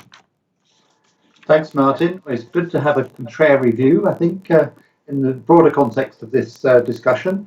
But I'd like to pass on to Nicole Kar to see what evidence she has come across in relation to businesses' concerns or otherwise about competition law when they want to fight sustainability, where they want to fight, climate change and pursue sustainable initiatives. So, Nicole, over to you. Thanks very much, Simon. I'm very pleased to join the panel this morning, so thanks very much for having me. I guess what we see as advisors to corporates is probably two things. One is, from the point of view of a company, there's a significant issue with sustainability objectives, or some of them at least, around first mover disadvantages. So if you want to produce a green product, but that involves a higher cost, then your price might make you uncompetitive relative to your peers, or shutting down a particularly polluting form of production capacity might make you uncompetitive relative to your peers if your peers don't do the same thing. So that's the first consideration for many companies. The second is if you've done a lot of competition law training over the years, and all of us in the private sector are responsible for this, then you have an acute sense of caution around what competition law permits you to do with competitors. And you know that there are various quite narrow things you can do in relation to R&D, in relation to specialization, if you can limbo under a particular market share threshold. But your starting position is a fair degree of caution. And I think, as advisors, if we are advising companies on sustainability objectives, we do what all good lawyers do. We turn up the horizontal guidelines, we look at 101, and we see that actually the exemption criteria can be pretty rigid and have been pretty rigidly interpreted by the case law to date. There aren't really good examples that you can point to of sustainability objectives being found to give a fair share to customers in the future. So this intergenerational issue that we face with sustainability, it may involve a higher price for customers today, but a better outcome for generations in the future. And if you think about some of the cases, chicken of tomorrow, coal-fired power stations, you see this balancing exercise means prices today have won out as a negative over the benefit of transitioning to a more sustainable production source or to the generation of power. So all that means, I think, translates as a perception that competition law is an obstacle to achieving sustainability initiatives. So like any good agency would do, my colleagues and I decided to check what companies really thought by doing a survey, a consumer survey. And we surveyed 200 sustainability leaders at large corporates in the UK, US, France, Germany, and the Netherlands. And that research showed that an overwhelming number of businesses, 93% of businesses that we interviewed, 200 to be exact, want to work closely with their peers to achieve sustainability goals. And they told us that collaboration would help them come up with better solutions. They thought that they could help slow the pace of global warming. They thought they could develop sector-wide initiatives to reduce CO2 emissions or pollution levels. 57% of our survey cohort thought that. They believed they could innovate, 49%, which would accelerate if they could join forces and share new ideas to address industry challenges. But I guess that the crux of the survey was that 57%, so more than half, said that they had not pursued concrete sustainability projects because they felt the competition risk was too high. And I think, for us, the statistics in the survey were pretty compelling. Companies, rightly or wrongly, we can ask whether it's a perception problem or a reality problem, but they see competition law as a key barrier to progress in this space. And I think, others will talk about this too. COVID, one of the silver linings of the COVID crisis, has shown us that almost 15 years after the modernisation regulation and self-assessment requirements, agencies are prepared to give comfort letters to talk about their enforcement priorities not being in relation to bona fide sustainability initiatives. And I think that's all for the good. We can talk a little bit more about what COVID exemptions have really meant and whether they've been overly cautious. But I think that, the lesson is that crisis, and climate change has no bigger crisis, I'd suggest, can find expression in agencies offering an olive branch in terms of their enforcement priorities or in terms of softer comfort for companies who do genuinely want to collaborate. And I'd like to finish my opening remarks with a plea, really, and that's for companies to respond to the encouragement that the Dutch, the Greek authorities, and recently Commissioner Vestager in her speech of the 22nd of September have given companies in relation to bona fide green initiatives, and a plea really for us as a community of advisors to be a little bolder given this encouragement in advising on collaboration to achieve sustainability initiatives. I think, we can talk about what the law says, and I'm not saying misrepresent the law, but I think there's a lot of encouragement that agencies have now given in terms of what they will enforce against and not, that should embolden us a little more as a community of practitioners. Thank you very much, Simon. Thanks very much, Nicole. And just before I pass on to our next speaker, I can't resist giving a quick plug to the contribution that Unilever made to the European Commission's consultation on the horizontal guidelines. I mention that because that sets out so many examples of the sort of things that business is looking to do and which risks being inhibited by fear of competition law, the sort of things that I think Nicole was talking about. But another business, I'd like to now pass on to an old friend, Vanessa Turner of Buick, to give us a consumer perspective, consumers being at the heart of all this. Vanessa. Thank you, Simon. So thank you also for the invitation to join this panel. BEUC, the European Consumer Organisation, fully supports the idea of ensuring that competition law does not unnecessarily get in the way of business initiatives which are genuinely in favour of sustainability. in light of this, we very much welcome the recent thinking by NCAs, today's excellent event, and also the thought-provoking staff discussion paper of the Hellenic Competition Authority. However, when competition authorities decide on their sustainability policy, it is vital that they balance all market participants' interests. Outsourcing the formulation and pursuit of public policy initiatives to the private sector can be problematic, as companies naturally need to act in their self-interest, and there is thus the very real risk of greenwashing. Therefore, when considering how best to deal with the joint initiatives that we've been discussing under competition law, this must not sacrifice consumer interests, leading to the weakest in European society paying disproportionately for the much-needed sustainability change. For us, this means that in promoting sustainability and giving companies the legal certainty they need to proceed, we must also be careful not to undermine the fundamentals of competition law, which in our view is perfectly possible. So let me now unpack that a bit more and say what we think this means in terms of Article 101 as we're focusing on agreements. So many good arguments have been made as to why sustainability agreements can fall outside of 101 altogether, and some were listed before, such as agreements that have no appreciable effects on competition, non-binding agreements, agreements on targets without obligations how to achieve them, agreements creating new markets, and so on. So here competition law is clearly not a burden for joint sustainability initiatives.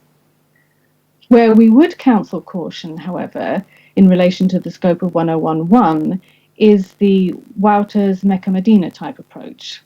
There is a significant difference between setting limited specific rules for particular professions and the vast scope of companies interpreting public interest notions of sustainability in potentially unlimited ways as legitimate objectives.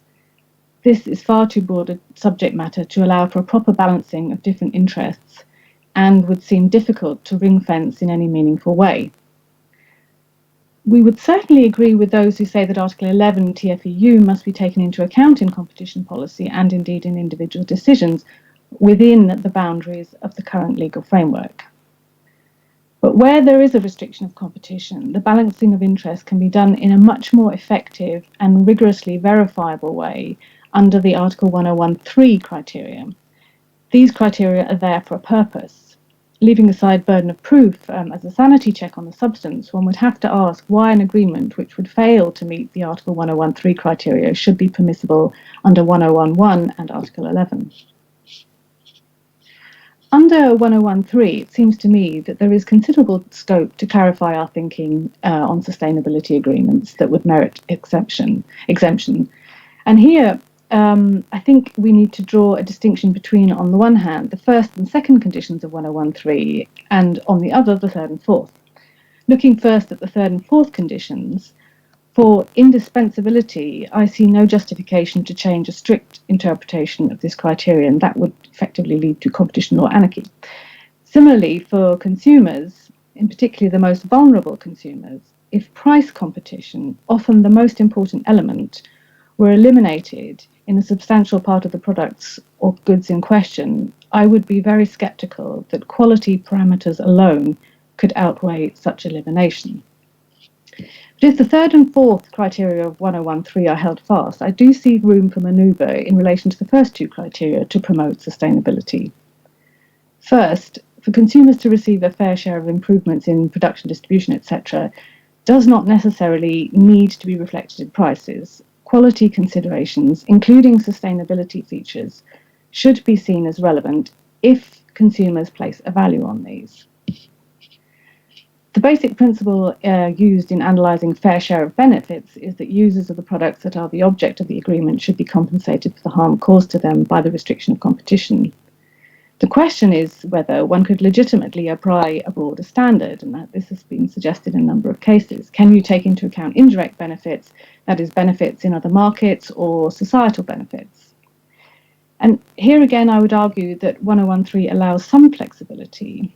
As regards benefits in other markets, we know from some case law that the fair share criterion can be fulfilled in some cases.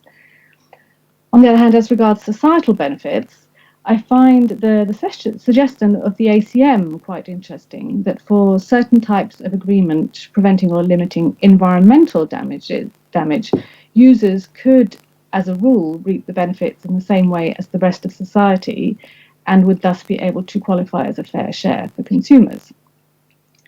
Now, such agreements would not necessarily fully compensate users of the products affected, but arguably this is not required by the term fair. Specifically in relation to environmental damage, such an approach would factor in negative externalities, which would be fairer perhaps for users and non-users of the affected products. But even if you accept this reasoning, it's difficult to see how it can hold for all sustainability issues. The limit of Article 1013 is reached if the agreement results only in societal benefits. If no benefits can be established for the group of consumers affected by the agreement, this would, in our view, be stretching the law too far from the consumer welfare standard into a citizen's welfare standard.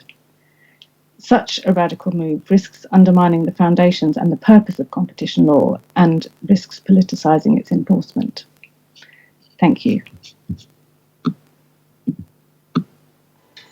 Thanks very much, Vanessa. And on your point about compensating the consumers, and you referred to the Dutch paper, an aspect of that that particularly struck me is the insight that it can be fair not to compensate users fully for the harm that an agreement causes, because it's their demand for products, the products in question, that has created a problem for which society has been asked to pay the price or to find the solutions. To put that graphically, if I put petrol in my car, I'm the one responsible for that pollution, not just the people who'd happened to dig that oil out of the ground some years ago. But anyway, I shall resist the temptation to comment further. You referred, quite rightly, to outsourcing to the private sector carrying risks. And I'm sure that's a concern or aspect to which civil society is very conscious. And on that note, I'd like to pass on to Jorge Conesa of the Fair Trade Advocacy Group in Brussels. Jorge, over to you. Thanks a lot, Simon. And thanks a lot to the Hellenic Competition Commission for organizing this event and for giving a voice to the fair trade movement in the debate.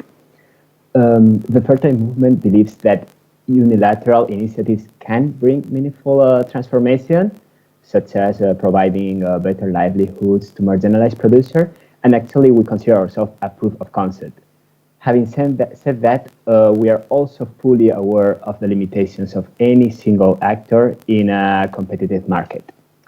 We know that no matter how much you try, if a market is competitive, there is a need for upscaling any initiative.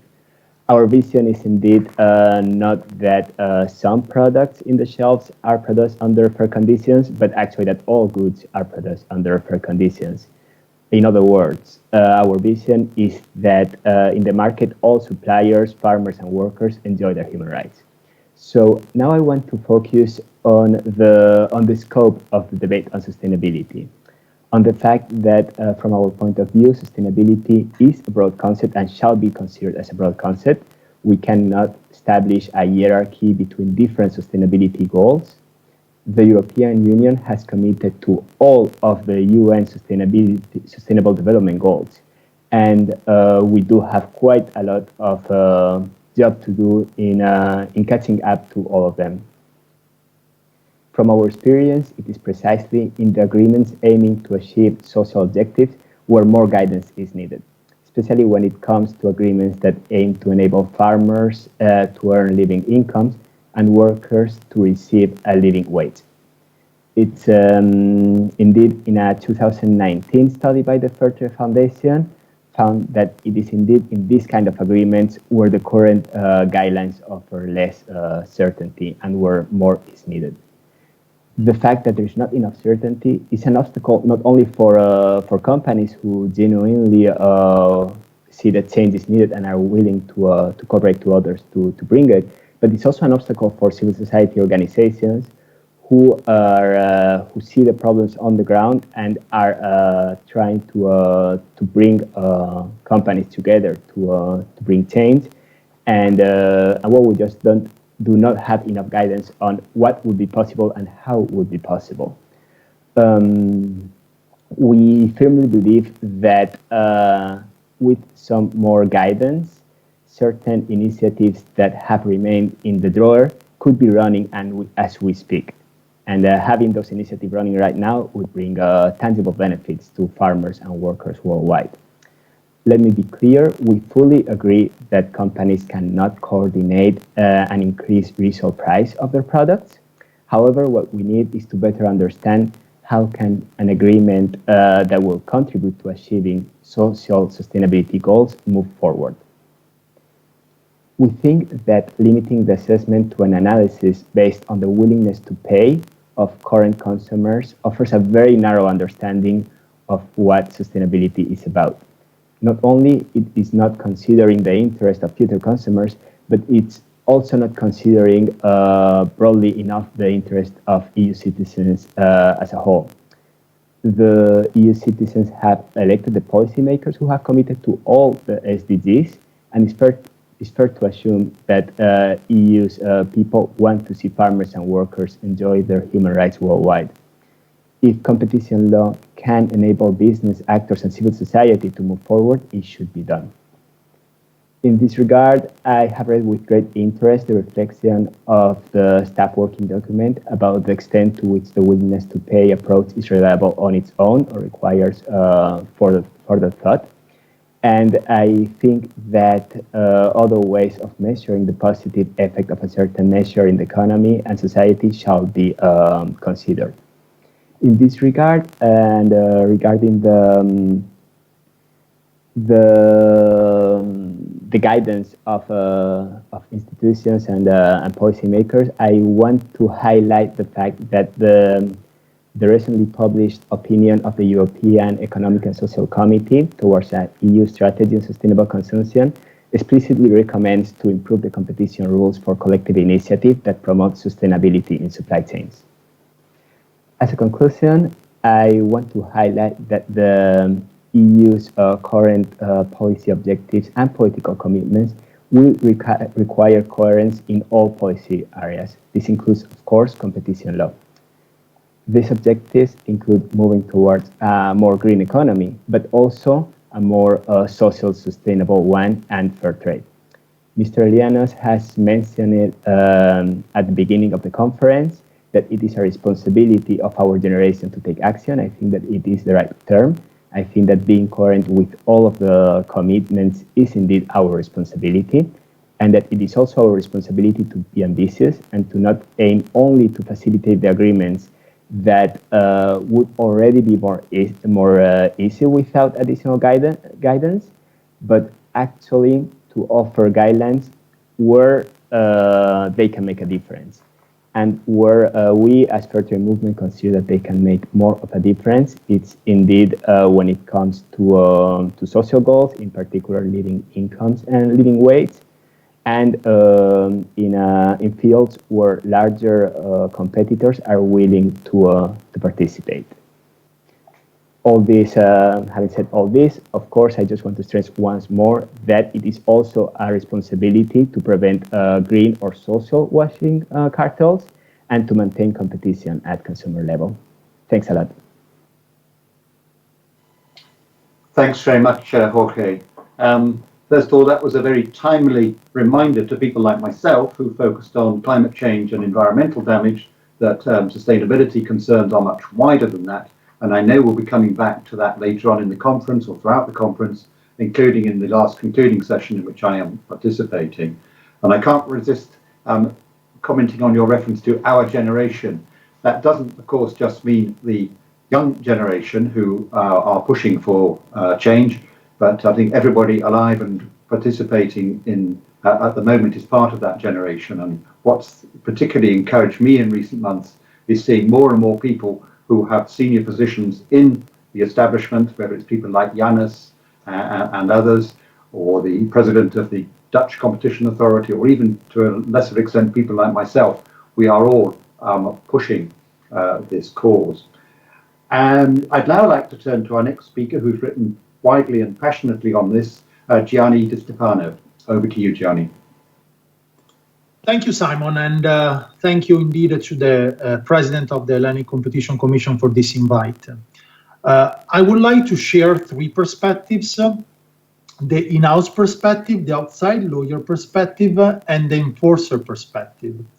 So now, starting with inside the boardroom, and I should clarify that I'm speaking on a personal capacity. After having heard the statistics that Nicole mentioned, I think that we are in presence of a green corporation paradox. The discrepancy between the company's declaration that they would like to cooperate with their peers and how they actually behave. Because if one looks at the annual reports, for example, of the Fortune 500 companies, and I did that and I can share the data with those interested, we can see that the desire of cooperation among peers is limited. In fact, we can see that sustainability is a parameter of competition. So it's like the company telling their customer, dear customer, choose me because I am more sustainable than my competitor. So one wonders why. I think because, to respond to the question of Nicole before, because of the cultural framework, because of the perception. Cooperation is not even considered as a possibility. So what can we do? And here I focus on the second perspective, outside the boardroom. What can lawyers do? Now, I do not see as much of a sustainability gap as some of my colleagues, but I do think that advisors should do more and be braver. I think that we already have quite some tools. DG Comp has already authorized agreements to pursue sustainability goals. Sure, those examples are from the late 90s or early 2000s, because from 2004, we do not have anymore a notification system. But from now on, DG Comp committed to issue and publish comfort letters. So there you go, you have a tool for the future. Now, regarding the sustainability agreement, the revised horizontal cooperation guidelines will reintroduce a chapter that will likely take into consideration that the victims, the consumers of anti-competitive effects, and the beneficiaries in the long term of environmental positive effects may be the same constituencies. I think that we had some DG Comp leaders pointing to that. And then even beyond, I'm referring to what Jorge was saying, the environment-related sustainability. We have, for example, DG Comp that is now leading, or at least is involved in the farm-to-fork strategy, supporting collective initiatives to promote sustainability in the supply chain. And more generally, I think that we have, and that was confirmed recently by the Court of Justice, the fact that you need to contextualize, even by object restrictions can be contextualized. And I refer to what Vanessa was saying, do the job, actually consider whether the context allows that. And I'm referring to case law such as Budapest Bank or UK generics.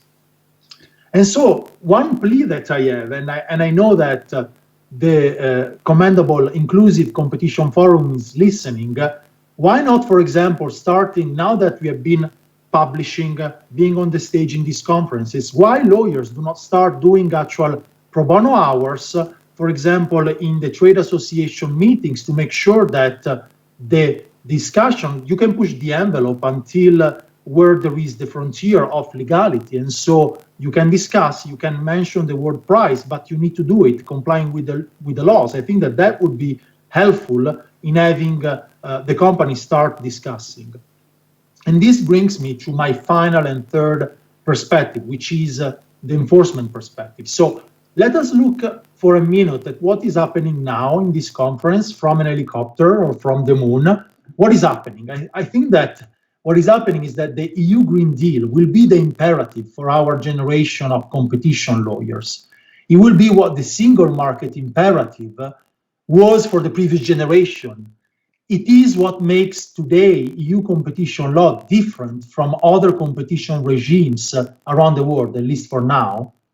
So I said that I see no sustainability gap, but I think that enforcers can build bridges. And I think that we had the Dutch authority that started with their guidelines of July, a very fine reading, example of soft law. I think that the Hellenic discussion paper of this month is an example of innovation.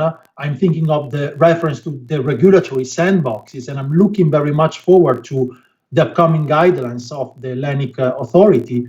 What about the EU? I think that last week our commissioner declared that competition policy cannot replace the essential role of regulation.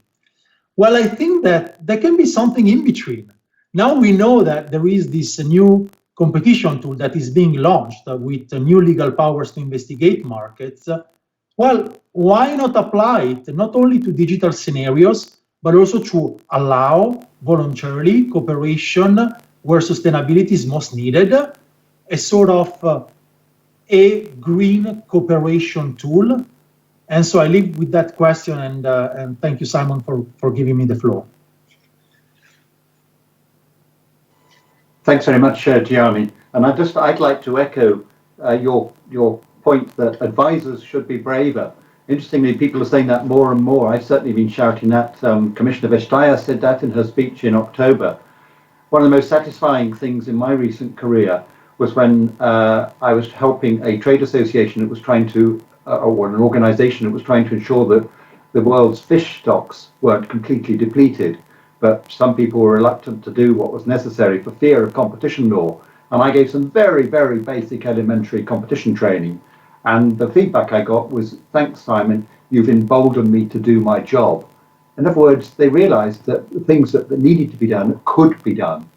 And I hope that was a small contribution there. But I think it's incumbent on us all here either to be more bold and to encourage our colleagues to be more bold, or I would say simply to be more realistic about the real life risks when you're looking at genuine sustainability initiatives.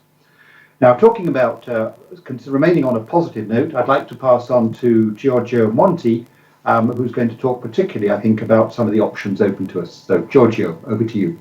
Okay. Thank you very much, Simon, and thank you very much to the President of the Hellenic Competition Commission for inviting me to this conference. I'm going to make 4 fairly high-level points in my brief intervention today.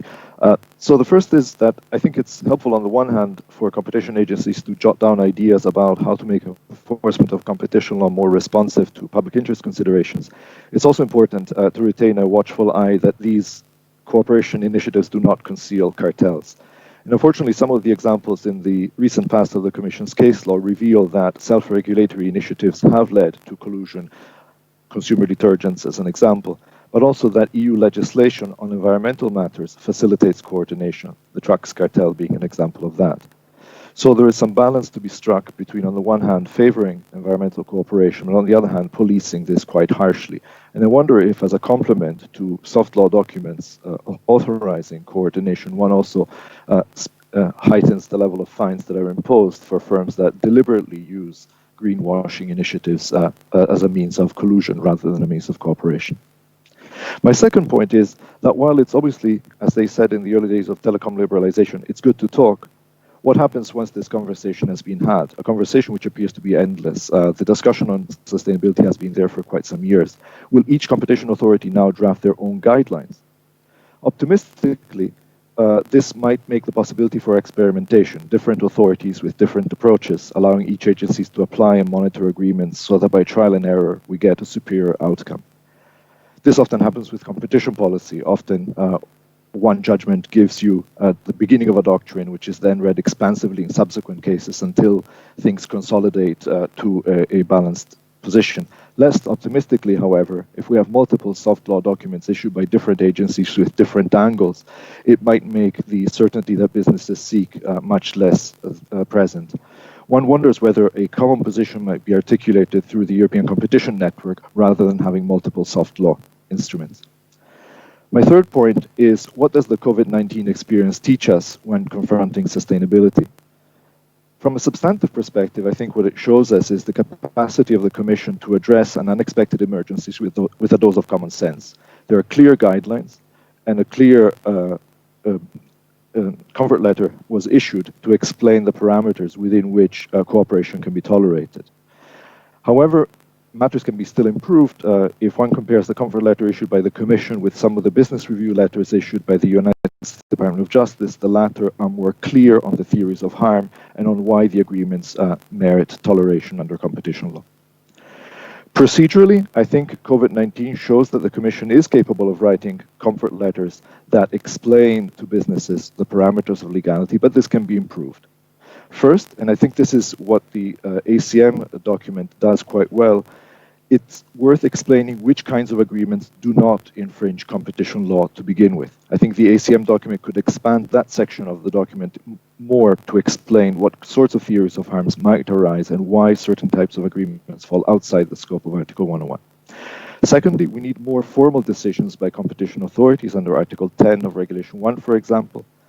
Third, these decisions should be unequivocally clear about how Article 101.3 is interpreted. For decades, people have given different interpretations on, for example, the CECED decision as to what that means in terms of the role of sustainability considerations. And finally, and I draw on the Hellenic Competition Commission's report, the idea of a regulatory sandbox is worth pursuing. A scenario where certain cooperation is tolerated, the firms are not afraid of a fine, and the competition authority can monitor the implementation of this agreement and perhaps even impose conditions as the agreement develops to avoid the harmful impacts. We go back in a sense to the world of notification and exemptions which under Article 85.3 were time limited and with conditions. And my fourth general point is the need for focus. I think as we move forward, we can have a broader definition of sustainability going beyond climate change. But my sense is that for competition authorities, it may be best to focus on climate change agreements and explain how these agreements are assessed under 101.1 and 101.3 first, to do a good job on that before moving forward to consider other sustainability considerations. Thank you, Simon. Thanks very much, Giorgio, and I would certainly echo the last point, but then I think it's well known that my first and primary concern in this issue is indeed climate change. I'd also like to comment on your concern that we shouldn't have, or that we might have multiple positions across Europe. Of course, that is a concern, but pragmatically, I think the initiatives from people like the Dutch and the Greek are fantastic as a way of pushing things forward. I think they're extremely constructive, and I think it's helping the European Commission, it's galvanized the European Commission.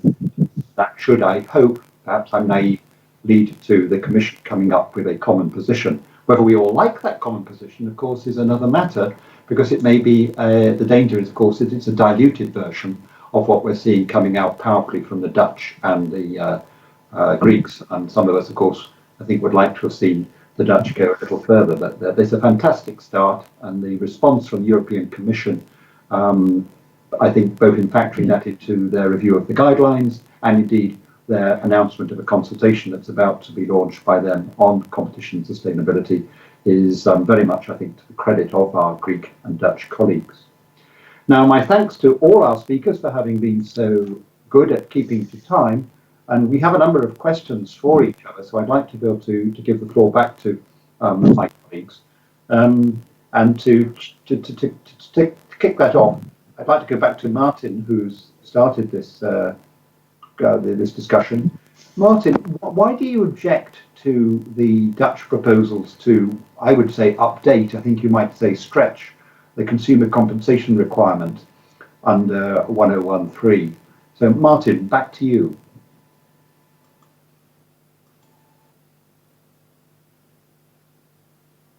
I still see Giorgio. Can you hear me? Hi. Just now, yes. Over to you. All right. Yeah, thanks. So the temptation is to actually respond to some of the speakers and also to you, Simon. So it seems pretty clear to me that you have also answered the question to the panel with a firm yes. And of course, you've done so in your writing before. But okay, to your particular question on the stretching, so what ACM has done is it said no in those two cases, chicken and coal, for the reason that there was too little sustainability offered by the companies. And they were given a chance because the coal companies were asked to please take the CO2 emission rights off the market so that there would indeed be a reduction of the emissions. But they refused to do that because they thought it was too expensive, which is entirely consistent with what economics would teach us would be the answer in these cases, quite often, if not always. Now, what the ACM now tries to do is, essentially, it wants to say yes. And so by increasing the benefit side, including everybody in the Netherlands, as far as I understand now, but maybe also people abroad, I don't yet know that. The balancing that's not too clear yet. But let's say everybody in the Netherlands, the balancing now is that, so take the chicken case, and I recognize the Dutch Competition Authority is trying to reduce everything back to environmental issues, which I think, by the way, is a good recommendation that Giorgio makes, but in terms of externalities, it's not so obvious how to do that. I think when you start introducing externalities, having an eye for externalities, then that will also include externalities such as disutility from cruelty to animals, or fair wages for that matter, or child labor that you disapprove of. So as soon as you introduce the benefits that others that do not buy the product are feeling for these for a reduction of these externalities, which, you know, all of it is, of course, that's in principle is a good thing, but what it does in the balancing of the competition authority is that it makes it very, very hard to say no now, because there's so much on the benefit side. The costs are only on the consumers, the actual buyers of the product, but the benefits count very heavily of everybody. So you only need a few vegetarians that feel extremely powerfully about the cruelty to animals, and then the balance will tip for any agreement with very little bit of benefits to these animals. So what that means is that of the greenwashing that I was already fearing, what we will get is even less green for the same price increase. And that's why I object against that stretch. I think it is great to have a critical, to have a strict consumer welfare standard, if we must go this route, and at least to be able to be tough and ask sufficient and a lot of green from the companies if we're going to exempt them for horizontal anti-competitive agreements. Thanks, Maarten. And you'll be surprised to know that I think, I very much agree with you, I think, on the chicken case. And actually, I think the Dutch Competition Authority would. It's interesting that they're trying to make it clear that this isn't a sort of open door for everything to be approved. The example 6 in the Dutch paper is similar to the chicken of tomorrow case, where they look at green features for pork. And it's interesting that that example was an example that the ACM in their new guidelines specifically say would fail to meet approval. So the idea of focusing things, we can disagree on it, but I think the idea of focusing things with the more liberal approach on the environmental area makes this less contentious than it might otherwise be. But Simon, we really need to have a discussion on, we all agree green is extremely important, but we really need to have a discussion on whether this is the right means. Don't you see that this is risking actually to deflect attention, for example, from the real solution, which is government regulation? I don't think anybody who is advocating a more realistic approach on the competition law side is suggesting that in any way this is a substitute for either regulation nor individual action by companies to compete on sustainability criteria. Where they can do that, then cooperation would not be justified. The chicken of tomorrow case is a clear example because the government didn't want to regulate it, okay? Because then they would have to regulate also the cruelty to animals for export purposes, and that the farmers didn't accept in the Netherlands, right? So that's why it wasn't regulated, and then they made up this sort of self-regulation excuse that luckily was stopped by the ACM. I'd like to park the chicken of tomorrow case because I don't think it's a good example, and also I'm conscious that that Maarten Schnuck will be speaking later, and if he wants to take the forward, I'm sure he will do so. And also because I need to give a few moments to our other colleagues on this. I'll mute. Apologies, Maarten. I'll pass on to others. Nicole, you talked about the feedback you got from business. Do you think your statistics are just reflecting a perception problem, or do you think there's a real competition law hurdle to sustainability objectives, or perhaps a mixture? Thanks, Simon. Yeah, I mean, I think as with so many things, it's not susceptible to the binary fallacy of it's either absolutely true or absolutely false. I think with some companies, there is a perception that competition law gets in the way when it actually doesn't. And that's why I think the Dutch paper is so valuable, because you must start with the premise, I think, am I even in the Article 101 box to start with? And I have advised on some standards, voluntary standards in this context, and it's very clear to me that there's quite some acceptance. They are not caught by Article 101, they're outside Article 101. So some companies do have a false perception, but that's also because we've done an excellent job as competition lawyers over 30 years, terrifying companies about 10% global fines. So, you know, well done to us, but now we have to moderate that message a little bit. And I thought it was interesting what you said about, you know, enabling companies to do business. You know, we talk now about competing with confidence. Training is about competing with confidence, understanding where the barrier is, but also understanding how you can maximize productivity and efficiency working with competition law rather than assuming it's stopping you doing what you want to do.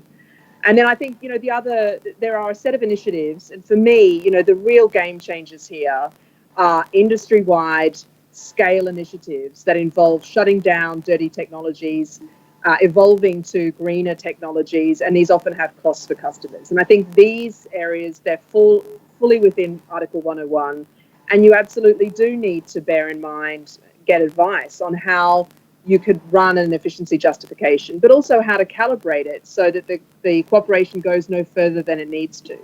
And that's the area, I think, where, you know, the Dutch authority saying, if you have this bona fide, legitimate efficiency, green initiative, you've come to us, you've spoken to us, even if we later change our mind, we won't fine you for this. This is hugely significant for companies, because if we really want to combat climate change, it's the big initiatives, industry-wide scale initiatives that will make the difference. And I think, you know, the last observation I'd make is, you know, the COVID crisis is interesting in the sense that, you know, the feedback I've had from companies is we've forgotten how to collaborate. Actually, in the face of a real crisis, we've worked out how much better it is, how much more efficient, how much productivity we can achieve via collaboration. This is about getting food on shelves in supermarkets. Yeah.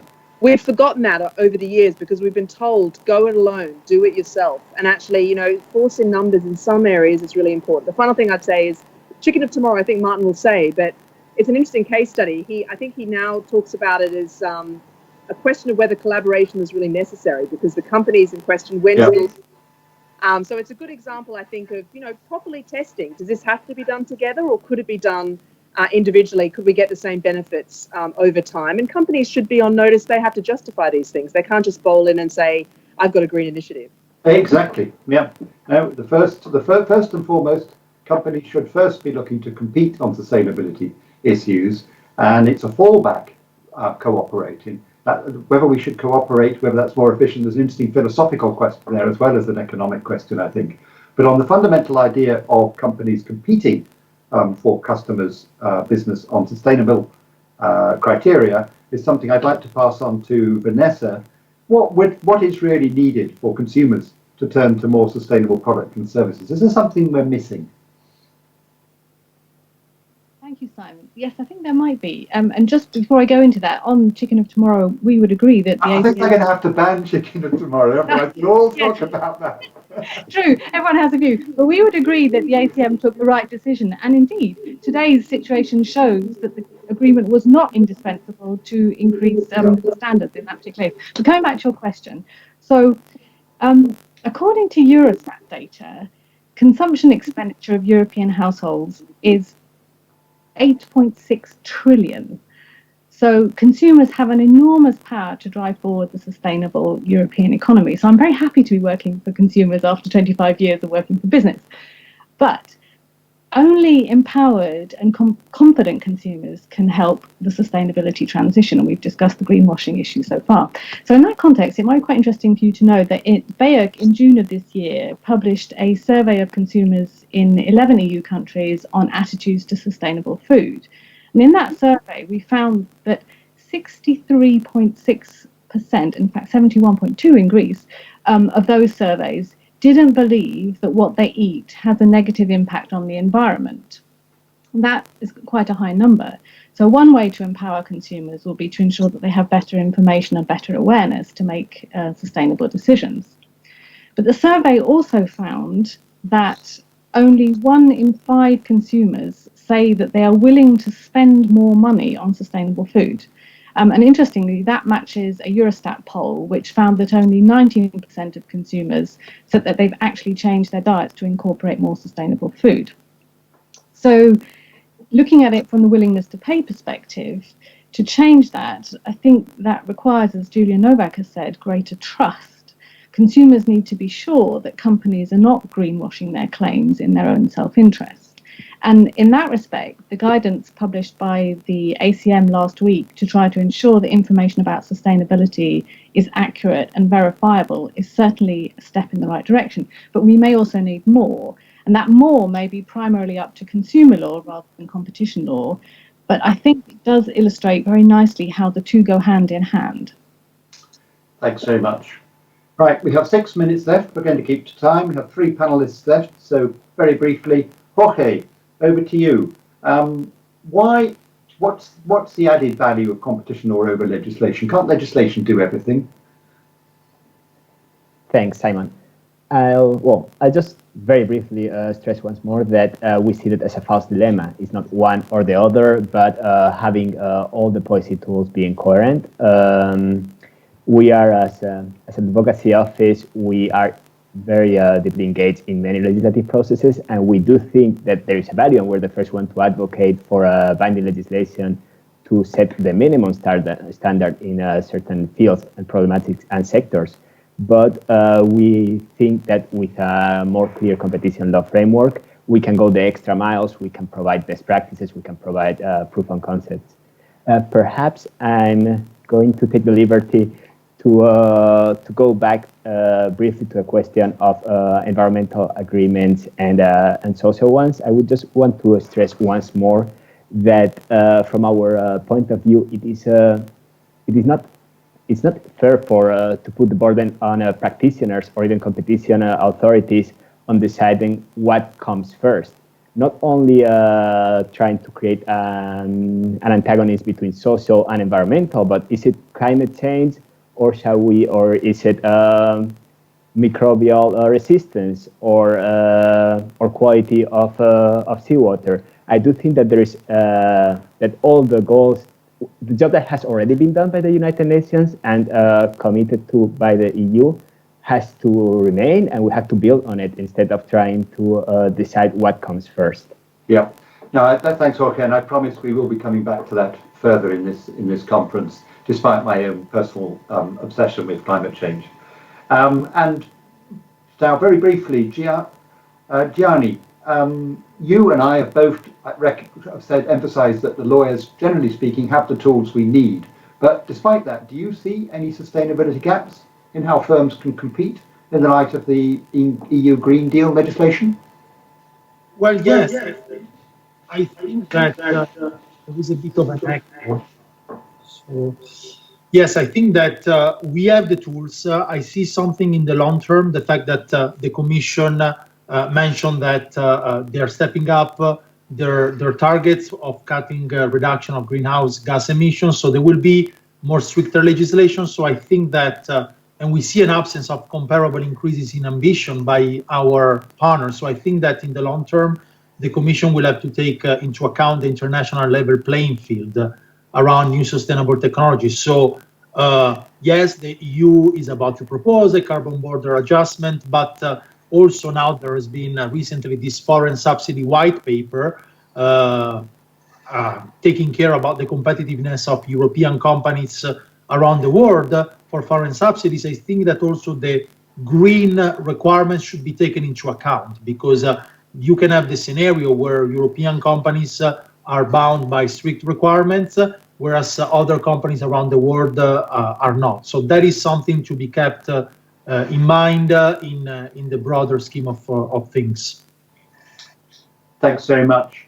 Now, finally, in my writing, I've emphasised that the approach that I've been advocating and others isn't a less economic approach, isn't undermined by the desire to have a more economic approach. Indeed, in many respects, I think our approach, looking at externalities and so forth, is what I might call a more economic approach. So, Gianni, a last word from you. What should be the role of environmental economics in competition law analysis?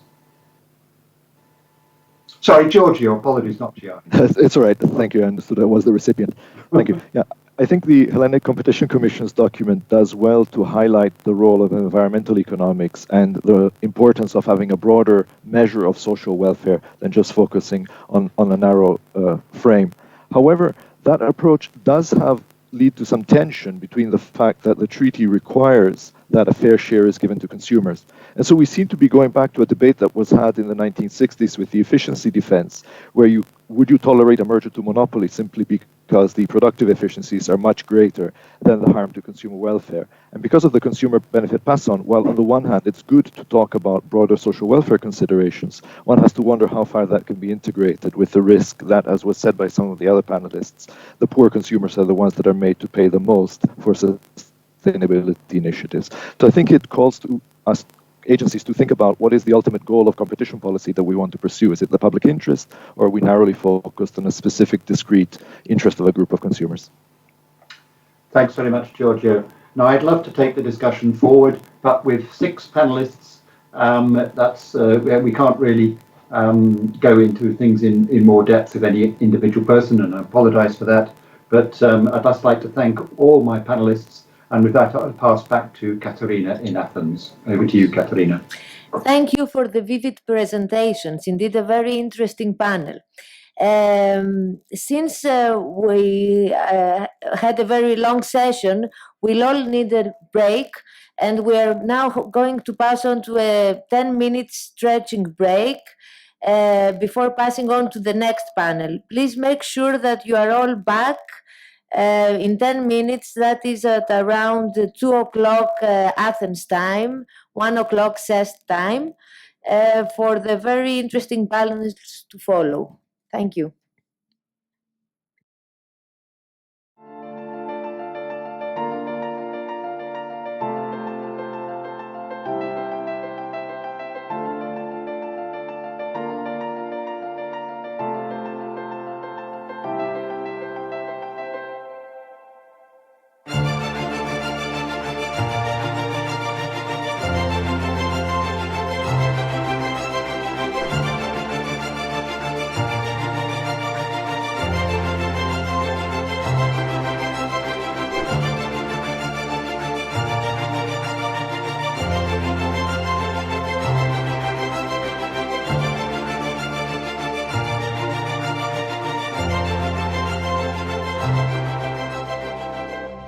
Hello.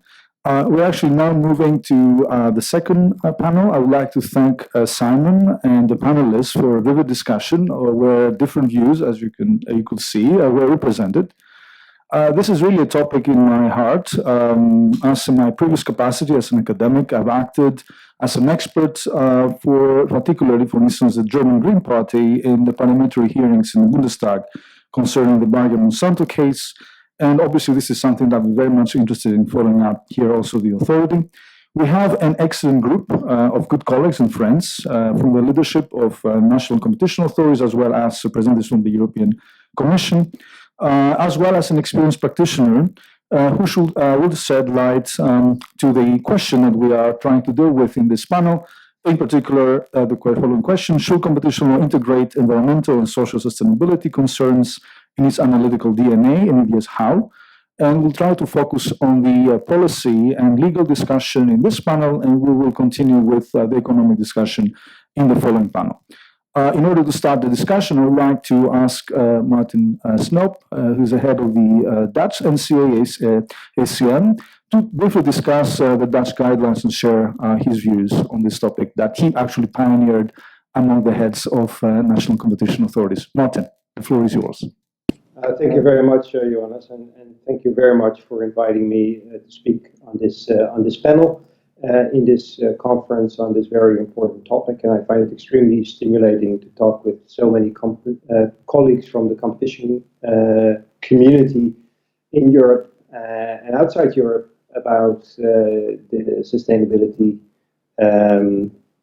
sustainability policy within competition law.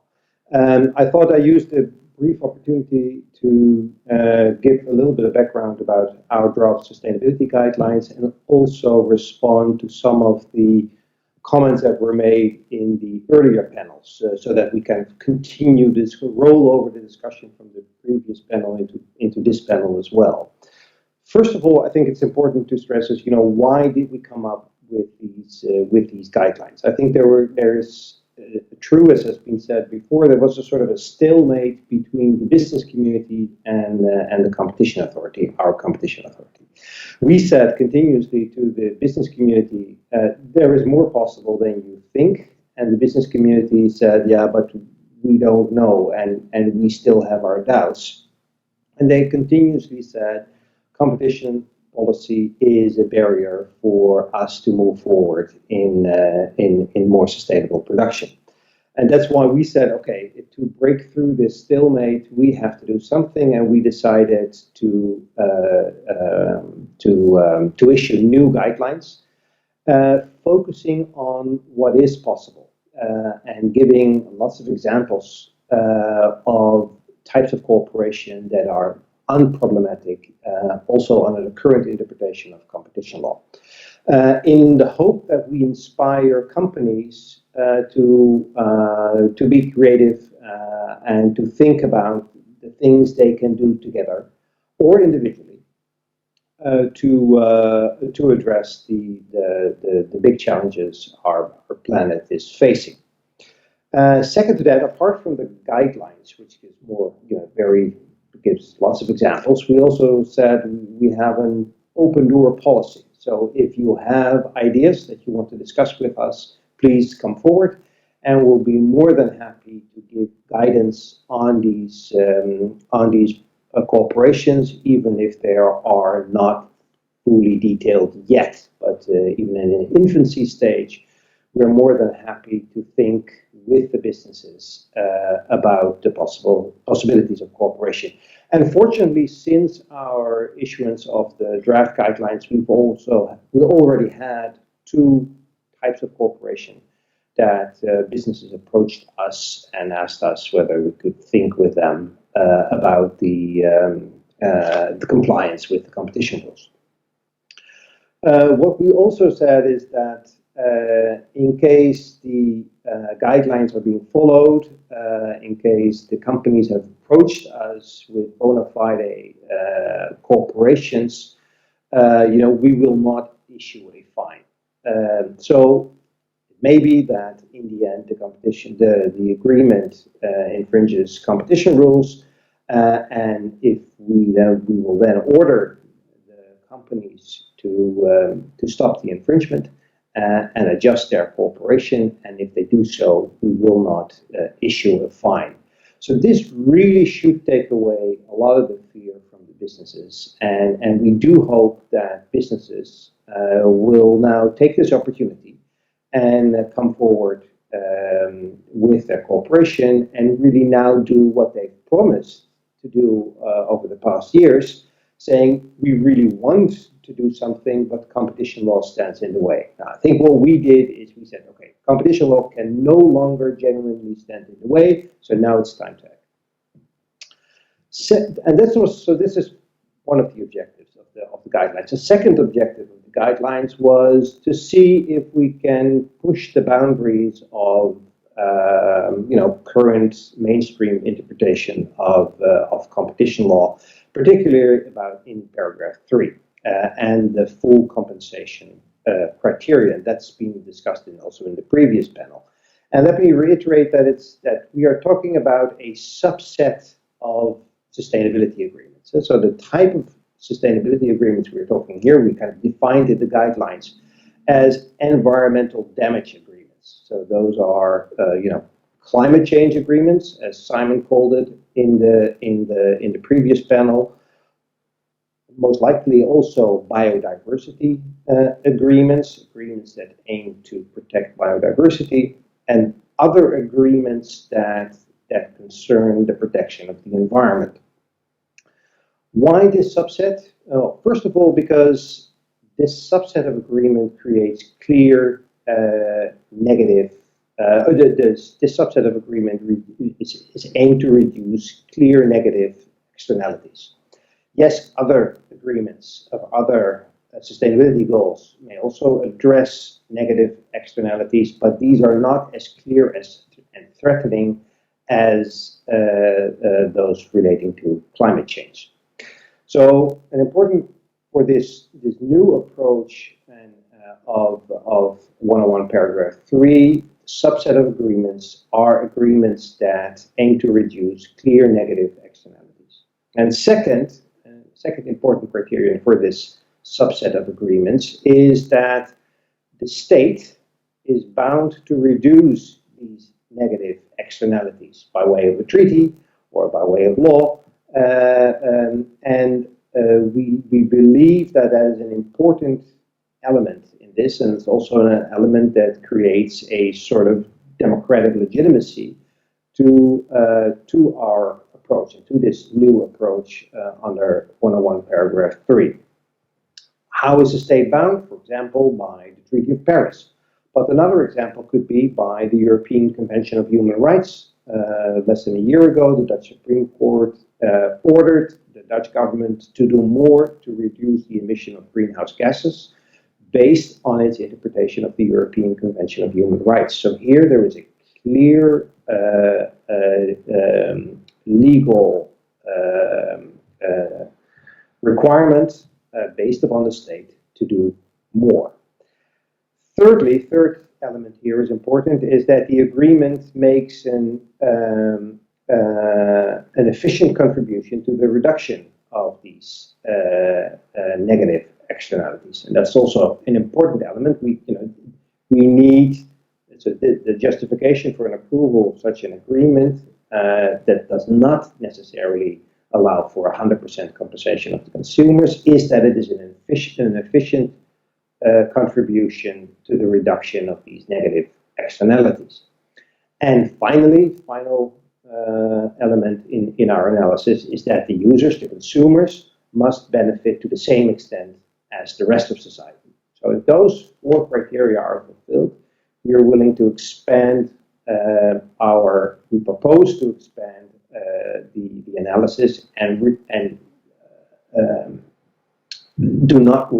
not require a full compensation of the consumers for the harm, mostly price increase done by the sustainability agreement.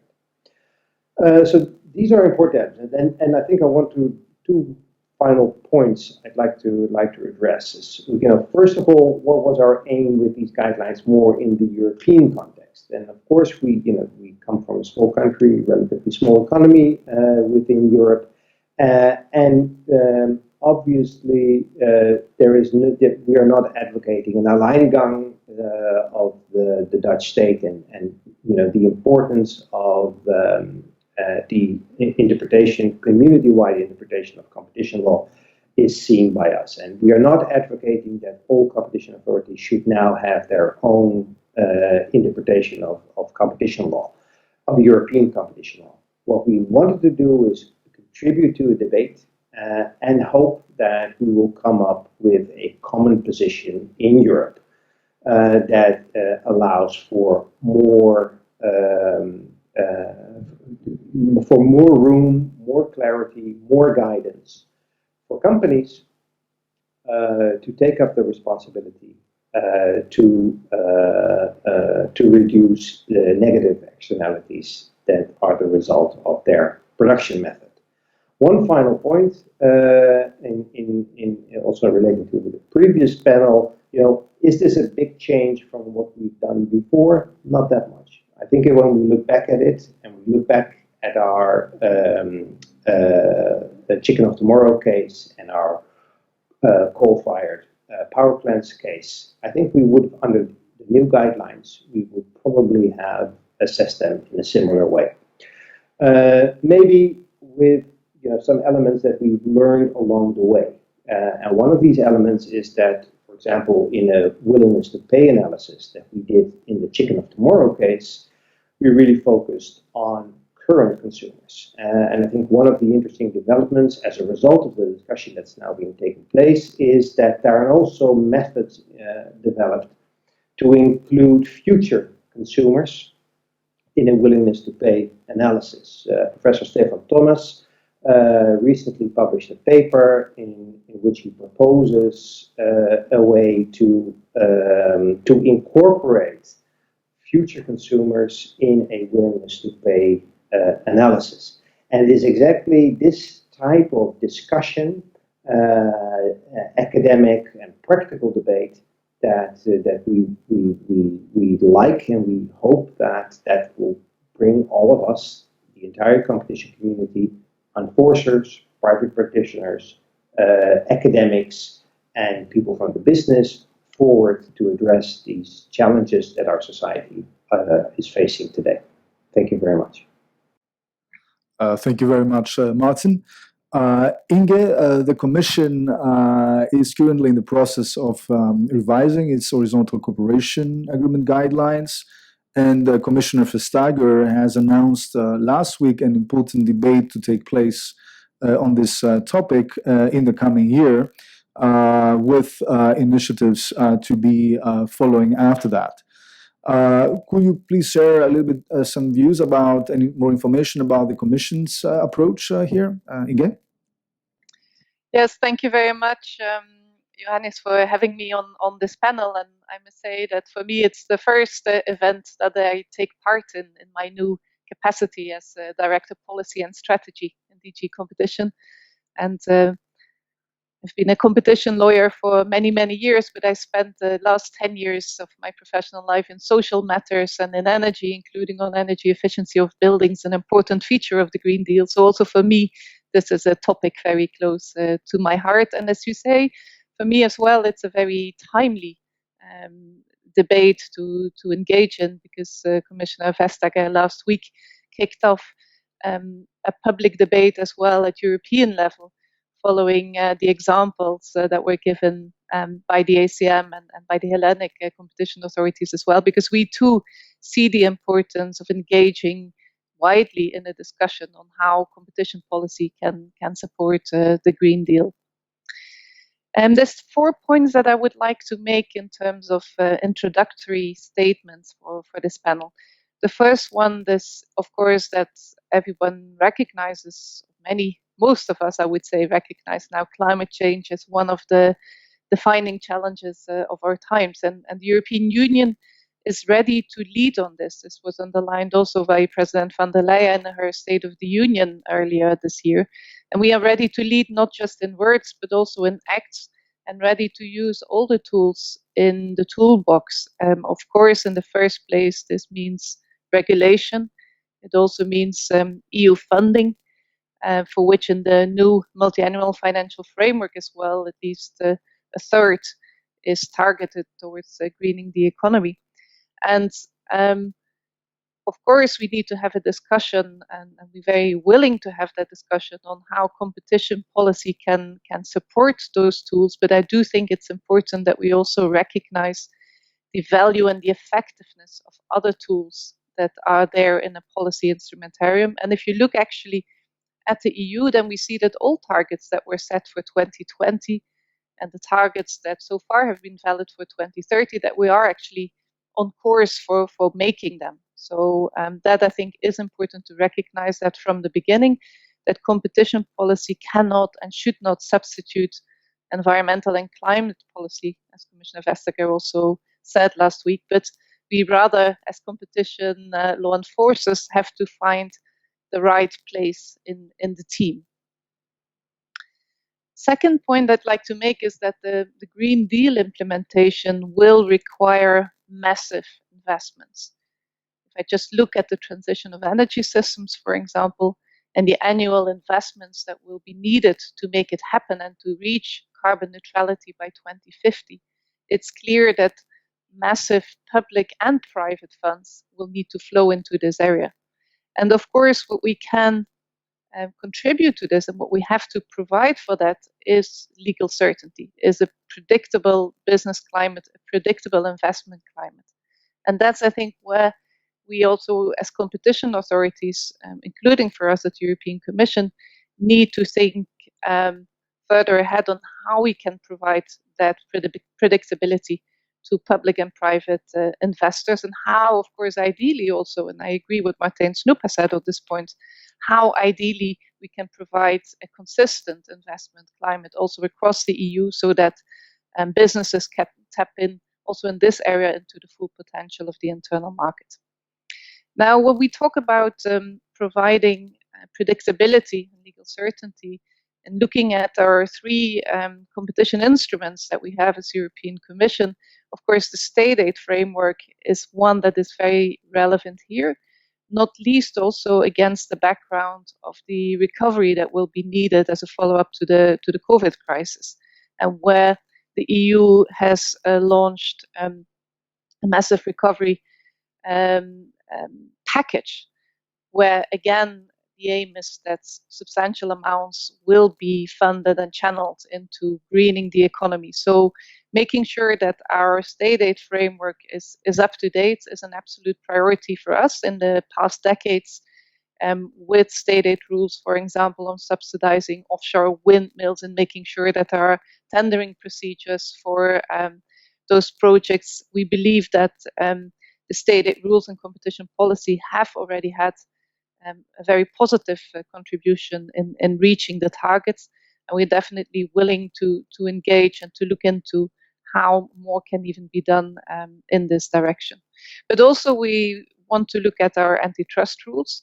It's true, and it was said in previous panels, that of course since the modernization of Regulation 1, we don't have the benefit anymore of the comfort letters and the exemption decisions, where often in detail, if I think about waste management agreements of the 90s, detailed guidance was given through those decisions. That's a tool which we don't have to the same extent anymore, but the Commission has also here flagged its willingness, if the right cases are presented to us, to consider giving comfort letters, making use of Article 10 in appropriate cases on a case-by-case basis. And on top of that, we're of course looking into the horizontal block exemption regulation, the guidelines, and that too is, I think, a very adequate framework to have a further discussion on where we collectively feel sufficiently comfortable to give guidance that either certain agreements are not caught by 101 or should be exempted on the basis of 101(3). That takes me to my third point, that these provisions of competition policy 101(1), 101(3), 102 have, of course, a lot of inbuilt flexibility. And I think that one of the core issues for us collectively will be to explore together how we can make best use of that flexibility. And best use in competition terms always means not standing in the way of positive agreements that do not restrict competition, but at the same time also preventing that such agreements restrict competition more than necessary. So here too, we're willing to look into building on the case law that exists in the context of inherent restrictions, what type of sustainability agreements could be altogether considered not to fall under 101. If I may make a slight sidestep also to social sustainability, you know that we are consulting on collective bargaining by vulnerable self-employed. I think this too is an issue where we will be discussing further measures to be taken, and where we will be looking into this question. But secondly, also the efficiency defense under 101(3 leaves a lot of flexibility to bring sustainability arguments to the fore. Of course, they will have to be well substantiated, and here I think the guidelines of the ACM are very, very useful, and we need to discuss this further, as Martijn Snoep just also said, how we should actually do that balancing exercise, which consumers to take into account, current versus future, which benefits exactly. Are we limiting this to benefits for climate, as was suggested in an earlier panel, or do we look at sustainability benefits, or do we need to then take into account a much wider scale of benefits? I think that will be a very important question to discuss. Also, to what extent should those benefits be quantified? Can they always be quantified? What do we do with conflicting interests, and so on? So a lot of questions at this point in time, but we're definitely willing to engage in finding also the answers and to the solutions. And when we will launch our call for contributions, I would imagine that this is a particular point that we will want to pay attention to. My last point then is to say that, of course, that discussion will have to take place within also certain limits. There are some goal points, or some goalposts rather, which I think cannot be moved. And in the first place, those are, of course, the treaty provisions. And there was an interesting judgment in the state aid field last week related to the Hinkley Point decision of the Commission, where the court also touched upon this point and actually ruled that the Commission in the balancing exercise is not required to go into environmental legislation, because the court held in that context of state aid that whilst environmental policy is of course part of the treaty, it's as such not part of internal market policy. So we'll have to operate within the limits of the treaty provisions. Second important goalpost for us is that enforcement must remain effective. The rules must remain enforceable, not just by us as competition law enforcers, but also by national courts and also by companies if they have to do self-assessment and for their advisors. And final point is, of course, that it should not lead to greenwashing. It was a point made in earlier panels as well, that sustainability agreements should not be used as a cover-up for cartels. And that will also be an important limiting factor, I think, in what we can further explore and discuss. So those 4 points as introduction. First, with competition policy, finding our right place in the team when it comes to promoting the Green Deal and sustainability.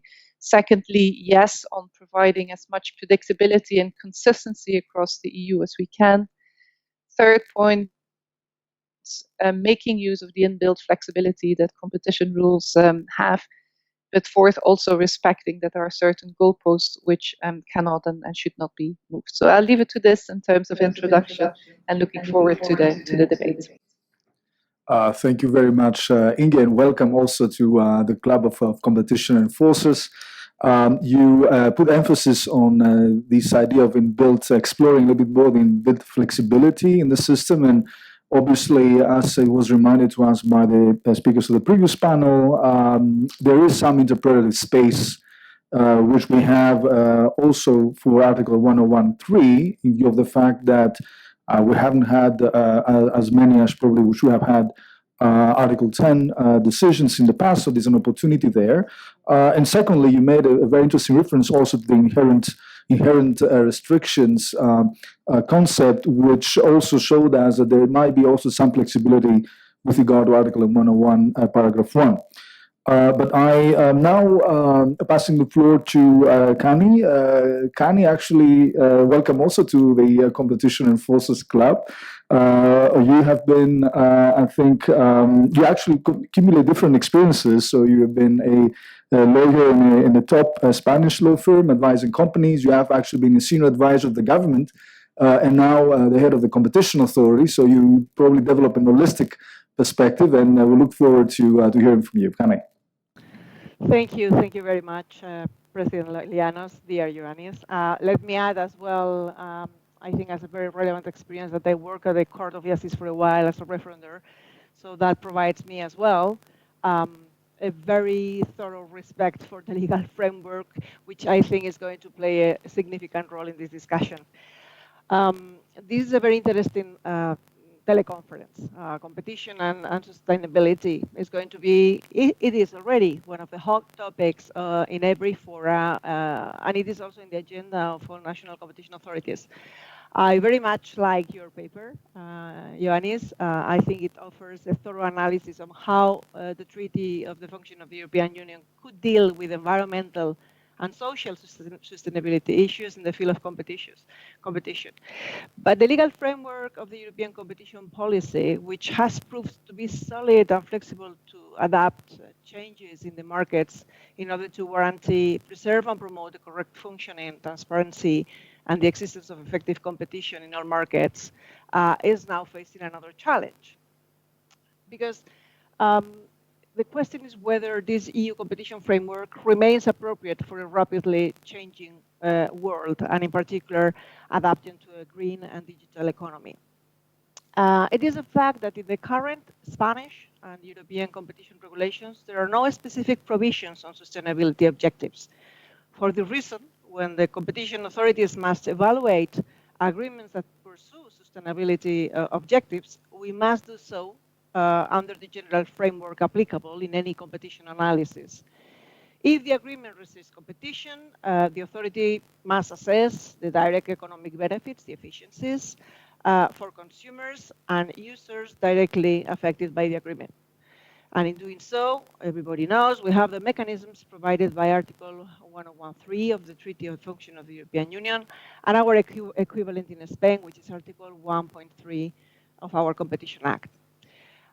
Additionally, the Spanish Competition Act establishes the possibility for the government to apply this exemption to other agreements when they do not affect trade between member states, or even to specific conducts when the public interest, and we could consider environmental issues, sustainability issues into the public interest, so requires. And I say this because in particular, Article 10 of our Competition Act, which refers to the substantive criteria of economic concentrations, includes a series of cases in which the Council of Ministers may assess economic concentrations according to criteria of general interest, other than defense of competition. And in the list, among others, there is a specific reference to the protection of the environment or public health, which would clearly be related to the Sustainable Development Goals. But for us, competition authorities, we're not the government, we are competition authorities, the legal framework under which we must analyze the sustainability agreements is that provided by Article 1013 of the treaty and 1.3 of the Spanish Competition Act and related case law. It could be considered whether this current legal framework, even without expressly having provisions regarding sustainability objectives, can embrace them, for example, taking into account efficiencies that conduct aim at achieving such objectives, sustainability may entail, as long as they compensate the restrictions to competition that may arise from such conduct. We would conclude that, well, total welfare is there, and therefore we could consider that. And we are now facing a debate, we've seen it, in which certain authorities begin to position themselves in favor of clear guidelines that allow progress in this direction. However, if I might say, the legal question is by no means simple, and it is not automatic that it can be overcome through guidelines or guidance. Indeed, the exemption provided for in Article 1013 of the treaty, and the equivalent in Spanish, and its implementing regulations, have been consistently interpreted as requiring a direct link between the efficiencies or advantages of the conduct and the consumers or end users affected directly by it. This is, in fact, in my view, not a very good approach, because many of the alleged deficiencies, for example, in terms of environmental sustainability, benefit society as a whole, and not necessarily or only consumers directly affected by the conduct investigated. And those are efficiencies as well. Is it possible in these cases to assess whether the efficiencies on society as a whole and not on the consumers directly affected by the conduct compensate for the restriction generated? Is it worthy of exemption in that case? Again, to answer this question, the national and EU case law is inconclusive, and it is, I would say, more balanced into the non, because it is this direct link that is so far been the one that has been always considered to be the right one. It is true that some authorities defend the broader interpretation of Article 1013, which includes the concept of fair share that does not require full compensation for the specific consumers affected by the conduct, but rather for the society as a whole, which benefits from the measures adopted in a proportion that exceeds the negative effect on direct consumers. That is, they defend the consideration of the positive externalities that benefit many and would compensate for the restrictions suffered by a few. These may be long-term macroeconomic externalities, for example, the reduction of CO2 emissions, that must offset direct effects on certain affected consumers in the short term. Well, this is a very interesting debate where we have a variety of positions from everybody. What it's clear, and there is consensus in one issue, is that sustainability objectives can never be an excuse to whitewash cartels. Inge was already saying that, and that's the limit that also Maarten was putting forward, and we all agree with that. Then we have a huge debate, but to sum up, I think in order to be realistic, we have to departure from the current situation. And I will sum it up in my view. We don't have an express reference to sustainability agreements in general, nor to environmental agreements in particular, in our current legal framework. In particular, where they should be, where there should be this reference in the block exemption regulation and guidelines for horizontal cooperation agreements. In accordance with the existing doctrine and case law, an interpretation of Article 1013 of the treaty has been based essentially on economic criteria, which makes difficult for sustainability agreements to meet the conditions. This is already the case of the requirement relating to the improvement of production, trading and distribution, or to promote technical and economic progress, which also have externalities, but they have to be measurable, even if they entail these positive externalities for society as a whole, and they have to be measured and compared with the specific restrictions of competition that the affected group of consumers may suffer. And this requirement of equitable participation of consumers is, in my view, probably the most difficult barrier for the interpretation of total welfare, because it has been interpreted so strictly that there is no way that, so far, with the interpretation we have, we could accept efficiencies that are not directly linked with these restrictions of competition. So, as the situation stands now, I believe that the best way to provide some legal certainty regarding sustainability agreements and their compatibility with competition law would be incorporating a specific provision to this end in the Commission's block exemption regulation and guidelines on cooperation agreements that are being reviewed right now. At least this would be probably the most immediate solution, although we can discuss later on in the debate. I very much welcome the public consultation launched by Vice President Vestager, and I think, for example, the Spanish Competition Authority, which has this double hat of regulator and competition authority, as the Dutch Competition Authority has too, could specifically benefit from the outcome of this public consultation. With no more, I give the floor to Ioannis, and we will go for the debate later. Thank you very much, Kani, for this very rich discussion. Gabriela, Kani reminded us that as national competition authorities, we have to grapple with a broader set of goals, objectives, and hence we may not face the problem of the attributed competences of the EU that Inge referred to before. But I look forward to your views on the topic more generally. Gabriela, we may pass to our next speaker and waiting for the system to work.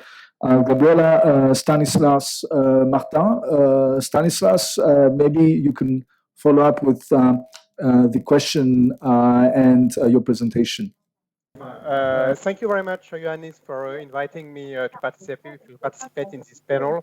And as the previous speaker said, this is a very timely event because sustainability issue became paramount in the public debate And at the beginning of the year, the French Competition Authority published, along with other French regulators, telecom regulator, broadcasting regulator, financial regulator, a joint document on what we as regulators could do at our level to contribute to the environmental objectives of the Paris Treaty.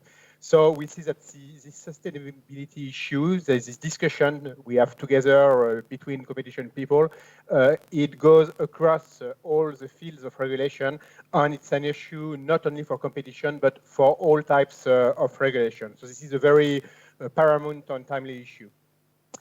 In the meantime, we have seen that this environment issue became a business parameter for companies. And this issue is fully part of their global strategy. This means also that sustainability has an economic value and became a competition parameter, which has, in my view, two consequences. Firstly, being a competition parameter, it may become a field for anti-competitive agreements or anti-competitive practices. We identified and sanctioned such anti-competitive behaviors 2 years ago in a case concerning floor tiles, plastic floor tiles you put in hospitals, schools, whatever.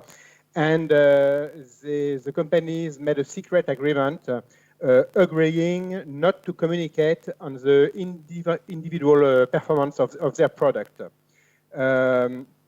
So by this, they agreed not to compete on one of the competition parameter, which is environmental performance, and they neutralized the competition on this parameter, and they lowered the incentive to invest and to innovate for greener products. We also have other ongoing cases. Hopefully, we'll have 2 cases next year, if everything goes well, with the same kind of scenario, actions of company to prevent environmental performance from becoming a source of differentiation between them and from becoming a source of competition, or to prevent the development of products that are more virtuous in terms of their environmental impact. So we already have cases, which is cases of how anti-competitive practices negatively affect sustainability. This we have it fully under scope. Secondly, the fact that it became a competition parameter helps to answer the question of legitimacy. Why would a competition authority get involved in this subject? Is it our role? And it's been stressed out in the previous roundtable. And I think that the fact that it is an important issue for society as a whole may not be enough, but the fact that it has a competitive impact, positive or negative, and it has an impact on consumer welfare, clearly makes sustainability, in some cases at least, an issue which falls within the scope of competition law. This being said, we still face a couple or more than a couple of tricky questions, and all the president's speakers spoke very well about it, which are how to economically translate the gain or cost to society of a practice affecting sustainability, on how do we take into account or not externalities which are out of the market. At the French competition, we in order to better address sustainability issues, we set up a year ago an internal network, because as many, I think, competition authority, we are organized by sectors, whereas sustainability issues are cross-sector.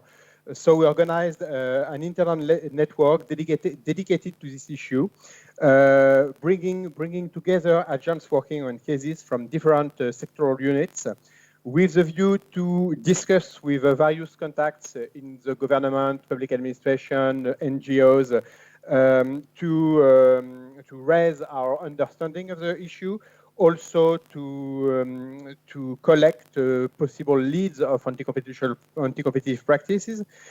Internally, we had a long discussion on thinking about the legal issues that may arise from agreements which are pro-sustainability but anti-competitive. So it's been already discussed, but we had a démarche which maybe alike our Dutch colleague did, but we are several clicks ahead behind our Dutch colleagues. So far, we have internal documents, working paper, but we are not yet ready to release guidelines. But we are following with great interest what is done on this aspect elsewhere in Europe.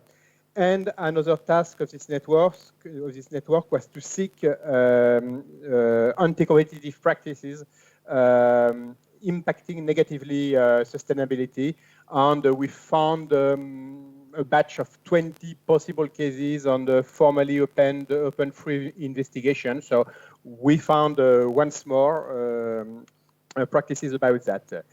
Now the message we are trying to send through our action, either contentious or communication action, is twofold. We want to tell the business community that the French authority intends to punish companies implementing anti-competitive practices that have a negative impact on sustainability.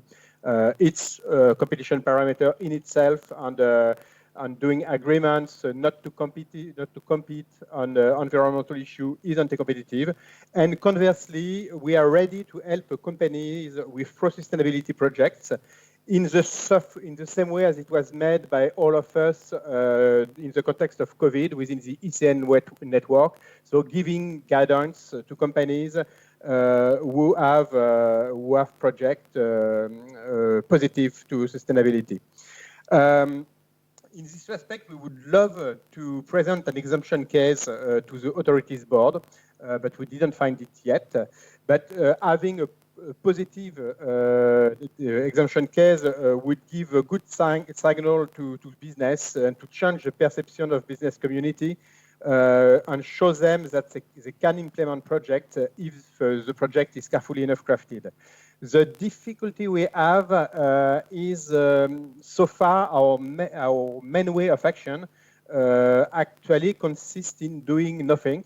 I explain myself. We found a case in France in the candy sector, candy producers, and they made an agreement collectively deciding to no longer use titanium dioxide, which is something, given the name, which must not be very good for kids or even adults. So they decided to stop using this titanium dioxide. So potentially, this could be a competition case. I mean, not using titanium dioxide may be a way of differentiating. It may be a parameter of competition. On the other hand, all agreeing to remove this is probably positive for environment and public health. So we decided not to open the case. We decided not to act. And for instance, it's a bit like the case in the US where the DOJ opened the case against the car manufacturers who agreed to reduce the emissions of their vehicles. So in this case, the DOJ decided to act in a case which is akin to this US case. We decided not to act. The difficulty in that instance is that we actually took the positive impact on environment and public health, but our sole decision was not to proceed to a case opening. So it was left unknown to the general public or the business community. So this is the issue we have at this moment. I think we would need cases to build up in experience, to test the limits of the case law, but it's not very obvious to find cases, and drafting guidelines from scratch is a difficult exercise, even though the Dutch did it in a very interesting way. Thank you very much, Ioannis. Thank you very much, Stanislav, for this very insightful discussion. And what I found quite interesting is, the concrete example of cases you mentioned, the fact that we might only see the tip of the iceberg because obviously the competition authorities might not have pursued some case because of the sustainability concerns. And secondly, quite interesting also to remind us that sustainability can not only be a shield, but it could also be used as a sword in particular concerning anti-competitive practices that impact negatively on sustainability. We now hopefully move again to Gabriela, and I don't know if Gabriela, you could switch on your mic and camera so as to contribute in the discussion. Gabriela? Thank you, Ioannis, and I am sorry for the inconvenience. First of all, I would like to thank the Hellenic Competition Commission for publishing this paper, organizing this conference, and asking the Italian Competition Authority to join it. The Italian Competition Authority is aware of the current debate on competition law and sustainable development. We are all living in a time of profound disruption, which will impact our countries economically and socially. I see 5 main factors of disruption. The rapid development of the digital economy, the current health emergency situation due to COVID-19, which has boosted the digital economy, the worsening of the global environmental situation, the economic crisis, and the possible shift in geopolitical equilibria. Hence, national competition authorities may find themselves in a situation where they must rethink the consumer welfare standard by taking into account new elements not necessarily linked to prices and quantities, such as quality, innovation, and fairness. All in all, the Italian Competition Authority is favorable to consider new elements in its assessment. However, we should be careful not to excessively burden the scope of competition law. Indeed, this could lead to systemic risks, such as undermining the independence of national competition authorities. And now some comments on the discussion paper on sustainability issues and competition law. I am grateful to Ioannis and the Hellenic Competition Commission for sharing their discussion paper on sustainability and competition law. And I would like to congratulate the Hellenic Competition Commission. The paper tackles the topic exhaustively and is very enlightening on several issues. I have only a few brief comments on each point. As regards, I am quoting, redefining the role and objective function of the NCAs in a broader context that takes into account various sorts of externalities and their intergeneration effects rather than focusing on the simple price effects of market power. As I said before, the Italian Competition Authority is sensitive to this topic. Indeed, our authority has publicly affirmed in its guidelines and policy recommendation of big data that no price and quantity related elements should be taken into account.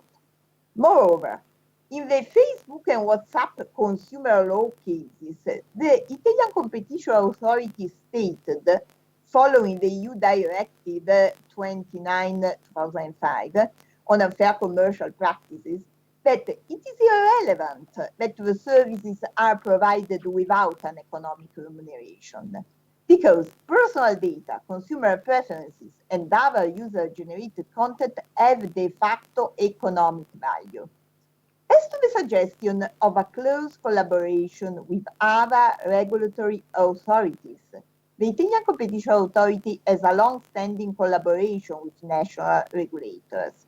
Indeed, we have signed a memorandum of understanding with several authorities, the Authority for the Communication Guarantees, the Italian Insurance Supervisory Authority, the Bank of Italy, the Transport Authority, the Authority for Electricity, Gas and Water Supply, the National Anti-Corruption Authority. Moreover, the Italian Competition Authority has carried out the joint sector inquiry on broadband with the Authority for the Communication Guarantees, and with the DACTAR and with the Authority for the Protection of Personal Data, The Italian Competition Authority has also carried out a sector inquiry on big data. Then, as far as the idea of developing a competition law sustainability sandbox in the discussion paper, the Italian Competition Authority has not yet contemplated it. In my opinion, we should consider the feasibility of such idea, especially considering its effects. A few open issues. For instance, should sandboxes be initially considered at EU level in order to avoid no homogeneous case law which may have side effects on the EU internal market? Moreover, should we start with temporary agreements in order to avoid permanent repercussions on EU markets? Finally, as for systemic post-implementation reviews that would integrate both competition and sustainability assessment of mergers and/or antitrust infringement cases, this kind of analysis, in my opinion, could, first of all, theoretically be as time and resource consuming as a new proceeding. It is very unlikely that the authorities would have sufficient resources to conduct a systematic impact evaluation of its decision.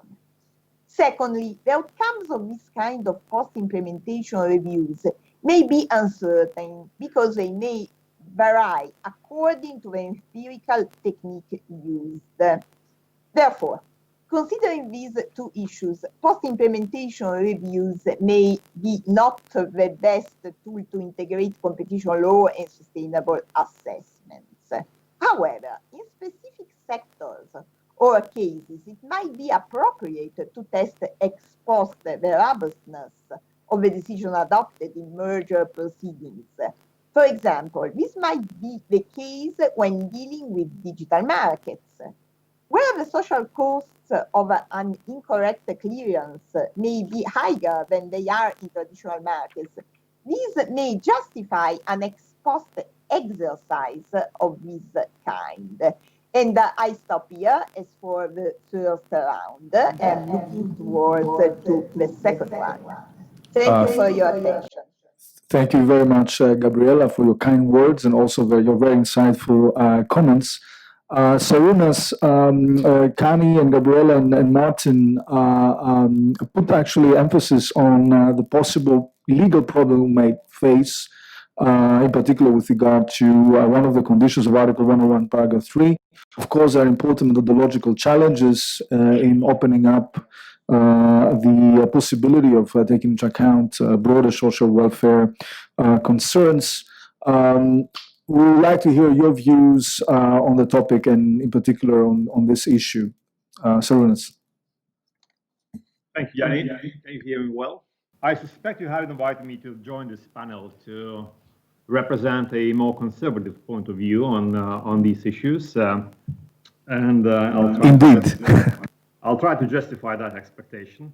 And moving aside for a bit, for starters, from the technical issues, from the legal details, many panelists before me have already spoken about that.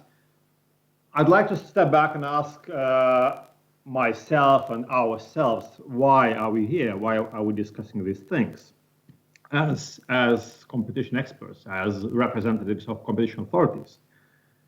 And I think, as trivial as that may sound, we're here because the world is changing and we're trying to find our role in this changing world, our role as competition experts. And there are so many issues, so many challenges in this new world. Sustainability in all of its 17 varieties is one, a very serious one. But there are many others, personal data protection in the digital world, gender equality, many others that can be mentioned. And I understand the temptation for us on a personal level to accept the challenge and to contribute to solving the problems facing our societies. I would also like to know that on a personal level, I also understand a certain degree of vanity that we all have. And I start with myself because,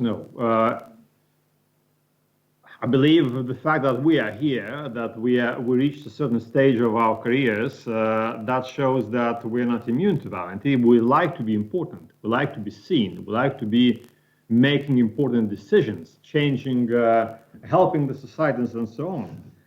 And for many years, for us, being in the field of competition, we were more or less in the center of the action, because competition, if you look 20, 30 years ago, was the center point for the EU integration and at the national level too for many countries. Nowadays, with new challenges coming, I think we're already seeing that competition is losing its importance. And that's why we're trying to find our new role. And as I said, the temptation is to accept all these challenges and to say, yeah, we can integrate sustainability concerns into our antitrust analysis. Yeah, why not? We could integrate other concerns too. Fine, but will that be better, A, for competition, B, for all these societal values that are so important, for the sustainability itself, for example? I think by integrating more factors into our assessments, we are facing very important risks.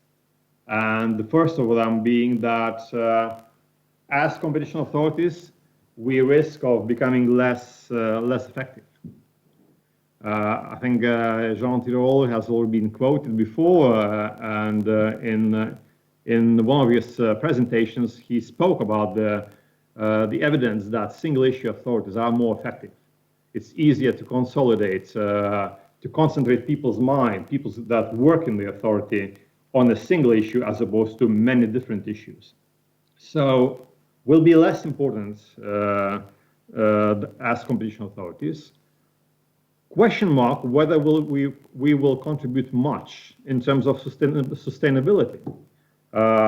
I doubt. And if time allows, I have some examples, some practical examples from case law, not on sustainability, but on related issues, that will demonstrate the dangers of such attempt to integrate sustainability analysis or any other sort of non-economic goal analysis into our work. I think also we are risking of losing transparency in our decision making and legal certainty, and that will not help our reputations as competition authorities. So there are so many risks attached to expanding our portfolio, the factors that we take into consideration when carrying our competition assessment, that I simply believe it's not worth it.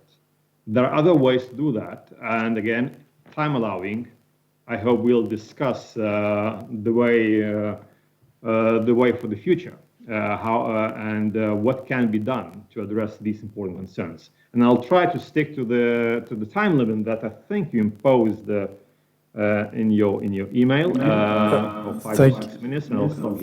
Thank you very much, Sir Ioannis, for presenting brilliantly. I use your term, the conservative perspective, but also being quite open on the future. Let's use this first round of discussion with Maurice Dolmans, who presents a practitioner's perspective on this topic, and with his important experience might shed light on what he thinks could be the interesting issues to develop in the second round of the discussion. Maurice. Yes, can you hear me? I think my camera is on and my... Excellent, we can see you and hear you very well, okay. So the floor is yours. Thank you. As a competition lawyer, I will put myself in the shoes of my client, let's say a responsible entrepreneur. What do I want? I want 3 things. First, I want to be part of the solution. Former Unilever CEO Paul Polman said that companies that lead on the environmental front will be the most successful of the 21st century. Second, When seeking sustainability, I want to make sure I benefit, or at least that I don't get punished. Third, I need legal certainty.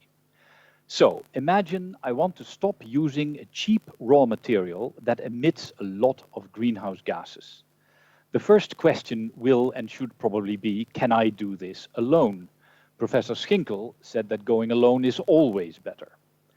There may well be markets where consumers may be willing to pay for this. They may see my sustainable production as a quality improvement. In such markets where the willingness to pay is greater than the social cost of carbon, which can be quantified, cooperation between competitors may not be efficient. In those markets, I innovate, I compete on being greener than my rival, and all I need is a common objective label to avoid misleading advertising. But the alternative to the cheap polluting raw material that is clean, let's imagine that it is very expensive. Contrary to Professor Schinkel's view, coordination may be needed in such intermediary market, where consumers may not be willing to pay for the cost their consumption imposes on the environment or on the climate. In other words, where the willingness to pay is less than the social cost of carbon. Remember Vanessa Turner saying that only 20% of consumers are willing to pay for sustainability of food. Now, in this market, my raw material market, is rife with market failures. There are negative price externalities. If I am a hard-nosed entrepreneur, my decision to produce is not influenced by the costs that I impose on others and on society. And these others bear those costs without the ability to influence my decision. Also, there is a collective action problem. If I want to switch to the clean input, I worry that polluting rivals will undercut me or free ride on my investment. So the only way to solve these type of market failures is through coordination. Now, Professor Schinkel says the best tools for coordination are regulation, carbon taxation, an efficient and effective emission trading scheme. But this should have been done decades ago. For instance, the current emission trading scheme covers only a small part of the economy. And the 25 euro price of a ton of carbon emission rights is much lower than the social cost of carbon, which is about 50 to 125 euros per ton, depending on which study you look at. And the challenge has increased. Professor Miles Allen of Oxford explains that if we want to meet the Paris Agreement goals, we don't just need full decarbonization by 2050. We also need a permanent recapture of more than 100% of CO2 emissions to get back to the CO2 level of about 50 years ago. And price increases through taxes or emission trading rights systems lead to substitution at the margin only. So we need all hands on deck. Nicole Kar explained that 2/3 of businesses realize that business needs to play its part. They will want to work together to pool resources and know how to innovate to lower CO2 emissions. But as Gianni De Stefano explained, I know competition authorities are suspicious of cooperation between competitors. So I won't even consider cooperation with my rivals unless I get two things. First, a permissive environment. That means a broad interpretation of the Wouters or the Albany case law that allows cooperation that is necessary and proportionate to pursue a public good.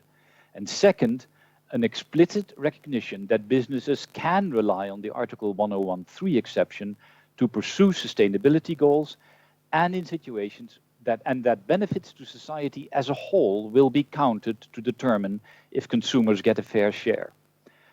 And that is, Second, I need legal certainty. Guidelines from national competition authorities are necessary, but not enough. Fortunately, Commissioner Vestager has indicated the Commission will consider this in the review of the horizontal guidelines. Consistency in the EU is crucial. We may also get some legal certainty by references to the European Court of Justice for preliminary rulings or Article 10 decisions. I may come back later in the next round on the European Court case law. Finally, and this is really important, we need cooperation with authorities elsewhere. We need the US and China, India, Canada, Brazil, and Australia to be on board too. The ECN, OECD, and ICN are proper frameworks for this. If I can't switch to my more expensive but cleaner alternative raw material without cooperation, and if such cooperation is going to be punished outside Europe, even when it's allowed inside Europe, I will probably not going to do it because the US will put me in jail. We are in any event very grateful to the authorities like Greece and the Netherlands for taking the lead in this, and look forward also to the European Commission consultation. Thank you. Thank you very much, Maurice. Actually, we have some questions coming from the audience before moving to the second round. Actually, merging it with the second round because of time constraints. So one question that might probably go more to Inge, which could take the floor immediately after, from the audience, is that indeed the person says regulatory investor certainty and predictability are of utmost importance, particularly as regards long-term capital-intensive investment. Is a revision of the entire set of rules on 2030 clean energy package agreed upon just over a year also aligned with this principle? For instance, the Emissions Trading Systems Directive and the Red Renewable Energy Directive, the announcement of a revision of the Energy Taxation Directive, coupled with new tools such as the Sustainable Finance Taxonomy Framework and the Carbon Border Adjustment mechanism. So this actually question, I think, raises the issue of that we'd like to discuss a little bit more in the second round, which is that, well, you know, is this more of a perceived problem? We heard the view that that might be a real problem there with regards to, for instance, the interpretation of Article 101, Paragraph 3. And if there is a real problem, how can we move towards a broader perspective, and in particular, if that perspective on, for instance, social well-being could fit the current consumer welfare model? And in order to merge the two discussions together, I would say that the second possible question one might have is, in case we want to move forward and act, and in this case, we have the example of some jurisdictions like the Dutch that put forward their guidelines. Is this really any added value in having more experimentation at the national level? Is the situation of all EU countries similar? Is the funding gap problem the same in the Netherlands, France, Germany, or in Greece? I mean, at the level, obviously, of legal certainty that business might need. These are two questions that I would like to ask the audience, so the speaker, sorry, and I think we pass to Inge, who could possibly give us some insights on the question, but also if she has time, she could possibly also select one or two of these questions that I previously asked. So please keep your intervention to no more than 3 to 4 minutes per speaker, so as to be able to finish at 22. Inge. Yes, Johannes, thank you. Predictability, indeed, and the question whether that's also something taken into account by the Commission when it comes to the regulatory agenda. Absolutely, it is. Huh? That's the goal of enshrining the 2050 carbon neutrality objective in EU law is precisely to bring that long-term trajectory in the open and have it enshrined in law, to bring stability to the regulatory framework and to the investment climate. And yes, you are right to point out that there is an entire set of EU legislation, starting with the ETS framework, but also other areas of EU regulation, which are going to be revised and sharpened where needed. So it will be important that we as competition enforcers keep our eyes also on that and adjust in our enforcement to make sure that we maximally exploit this complementarity of regulation, taxation, and competition tools that I think, if I heard my co-panelists correctly, there is large consensus about. In terms of experimentation, and what role it can play in this context, and whether there is a risk of undermining a consistent regulatory framework across the EU. I must say I'm in two minds. I think on the one hand, when we are in novel territory where we do see new types of agreements emerging, there is something to be said in terms of having a limited scope, I would say, for some experiments, provided, of course, that there are, again, some goalposts, and I would like to come back to this idea, which remain as core principles. And the one is, of course, that the institutional setup is being respected in the experimentation. So when it comes to declaring that agreements are not contrary to EU competition law, that is something to be kept in mind. Secondly, the point was also made, I think, by Gabriela, that we should think about the time frame for such experimentation and foresee sufficient moments to be able to intervene, and also ask ourselves the question what it means in terms of practical role for competition authorities and what it means in terms of resources, whether it's possible and justified at times where often our resources remain also stretched to spend them then on one element. I think also here, and the Lithuanian president of the competition authority was very right to say you have to make the assessment whether the cost-benefit analysis of it is positive. So I wouldn't say any categorical exclusion of the room to experiment. I think it could be really interesting, but it would have to be within certain parameters and limited in time. But the general indication and safeguarding of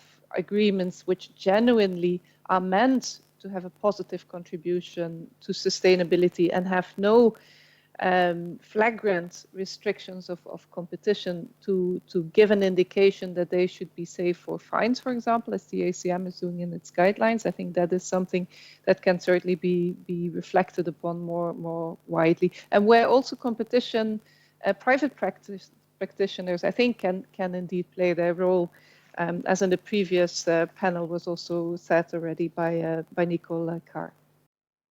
So I leave it to that for now. Thank you, Jan. Thank you very much, Inge.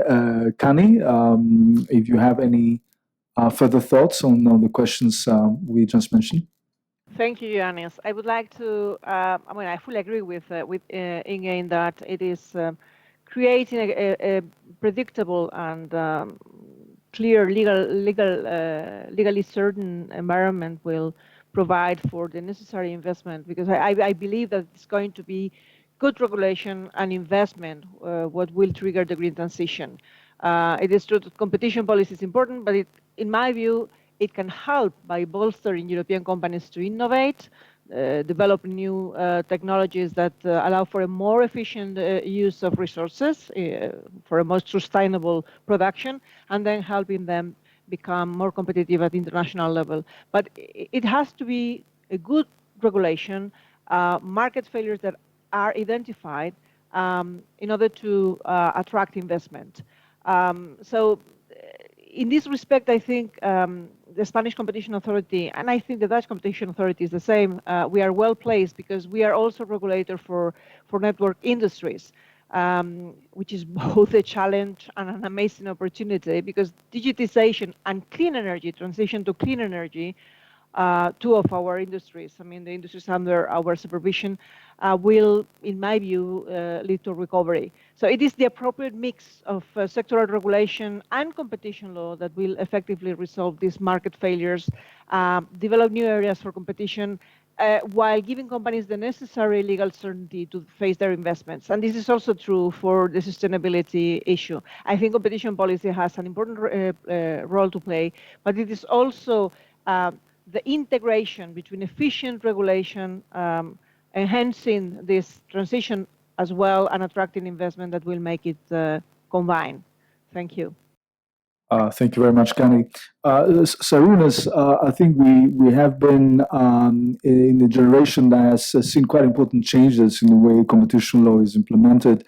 We had the digital revolution, the network effects, learning effects, nonlinearity of digital markets to deal with. Now, the COVID crisis has led us to be inspired by epidemiological type of studies on cascade effects, etc.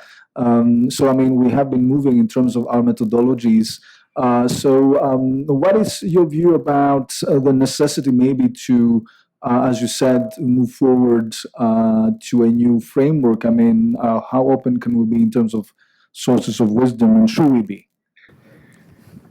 In 2 minutes. Thank you, Yanni. I think we started our professional experience in times when competition was the king, and now we're experiencing huge changes, as you mentioned, digital and others. To what extent can we be open to sources of wisdom? Well, with care and with caution, I believe. I already noted and pointed out the risks related to expanding the portfolio of our objectives and the factors that we consider in our antitrust analysis.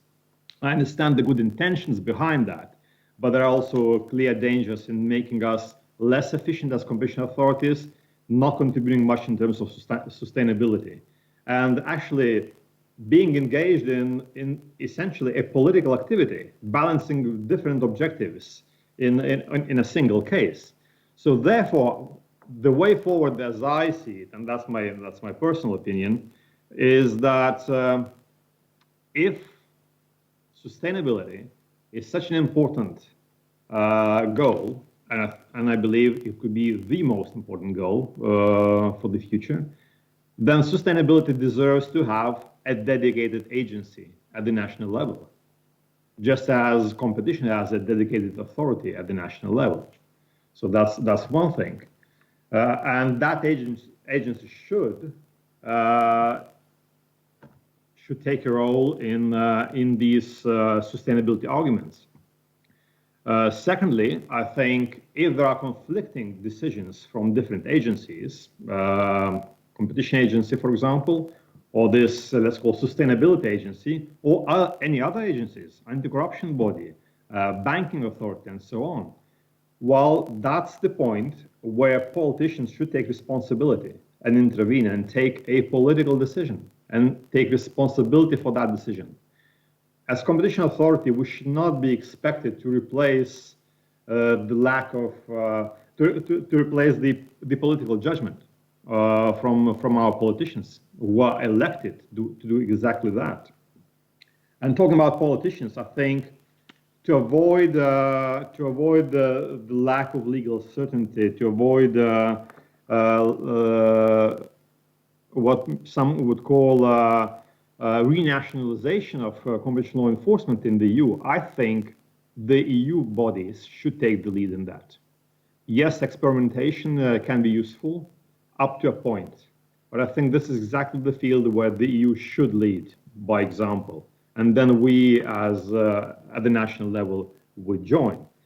And just to finish my point, my intervention is, I think it would be also time for us as competition authorities, as experts working in the competition authorities, to accept that the role of competition may be changing and may become lesser.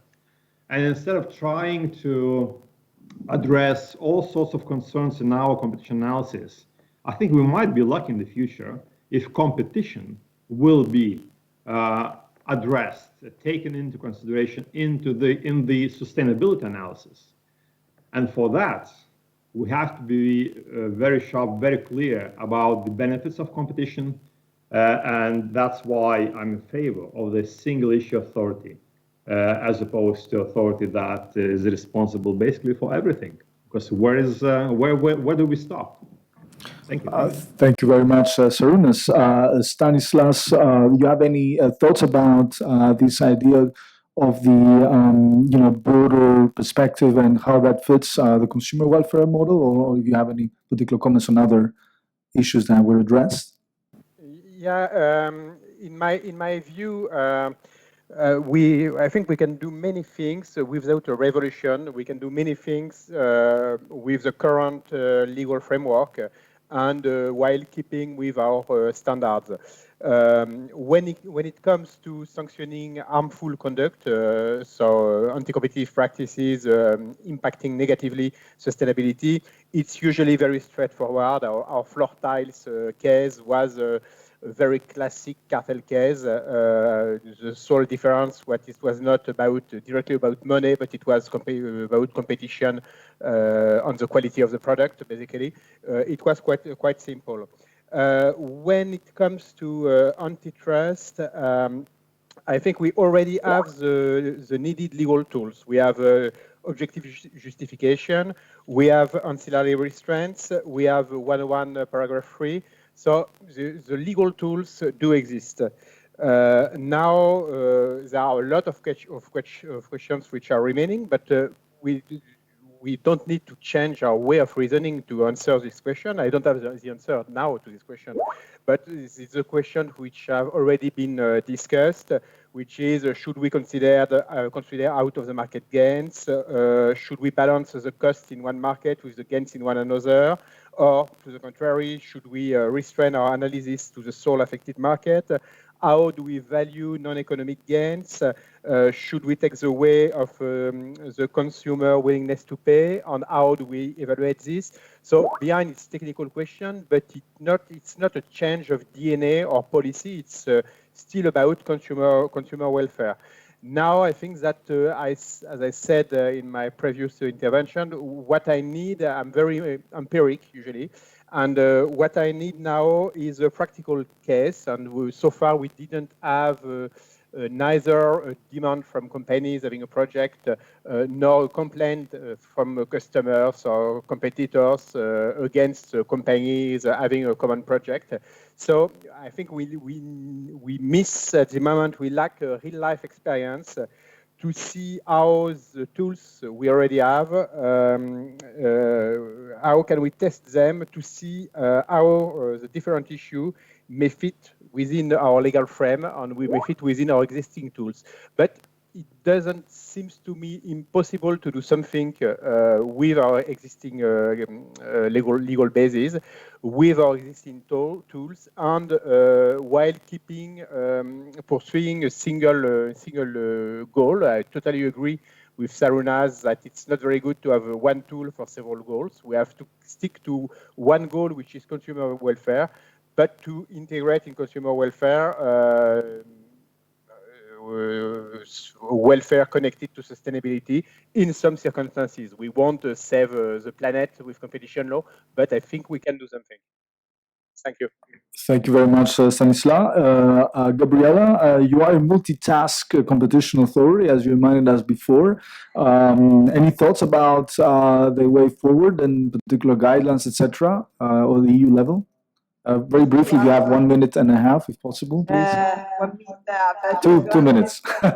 Thank you. 2 minutes and a half. The current global issues, the digital economy, the COVID-19, the environment, the economic crisis, and geopolitics have triggered a conflict between competition policies and industrial politics. For instance, governments may decide to pursue short to medium-term goals by adopting measures which may be asymmetric or which may not necessarily follow a market logic. A tool is therefore needed that can make decision makers, such as NCAs, to interact with policymakers in a virtuous and pro-competitive manner. The Italian Competition Authority, like many others NCAs, has an important tool, advocacy.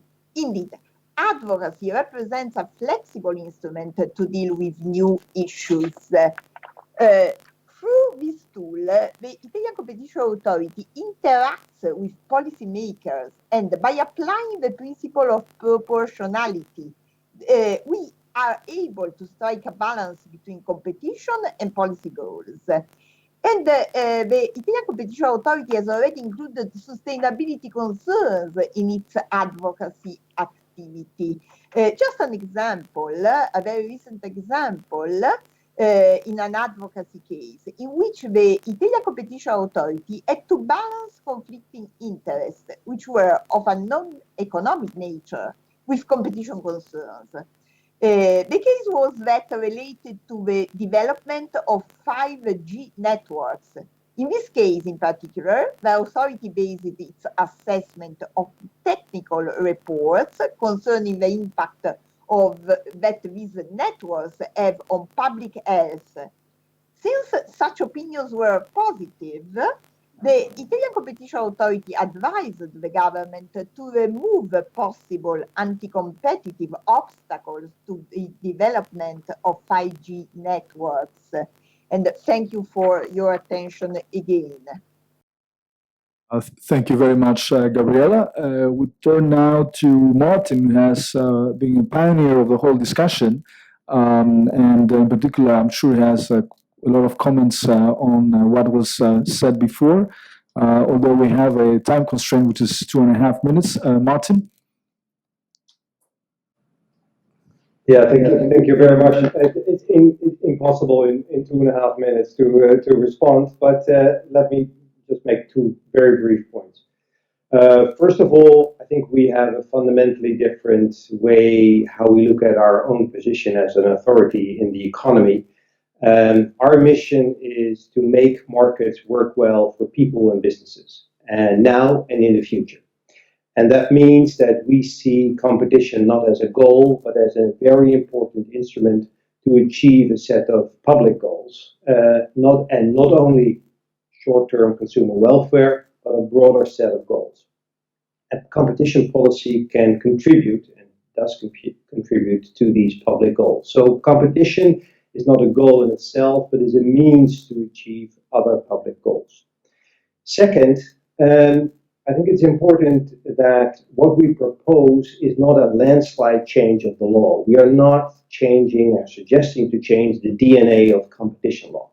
What we are proposing is a slight change, a next step into the interpretation of paragraph 3, and in particular, what is a fair share for the users.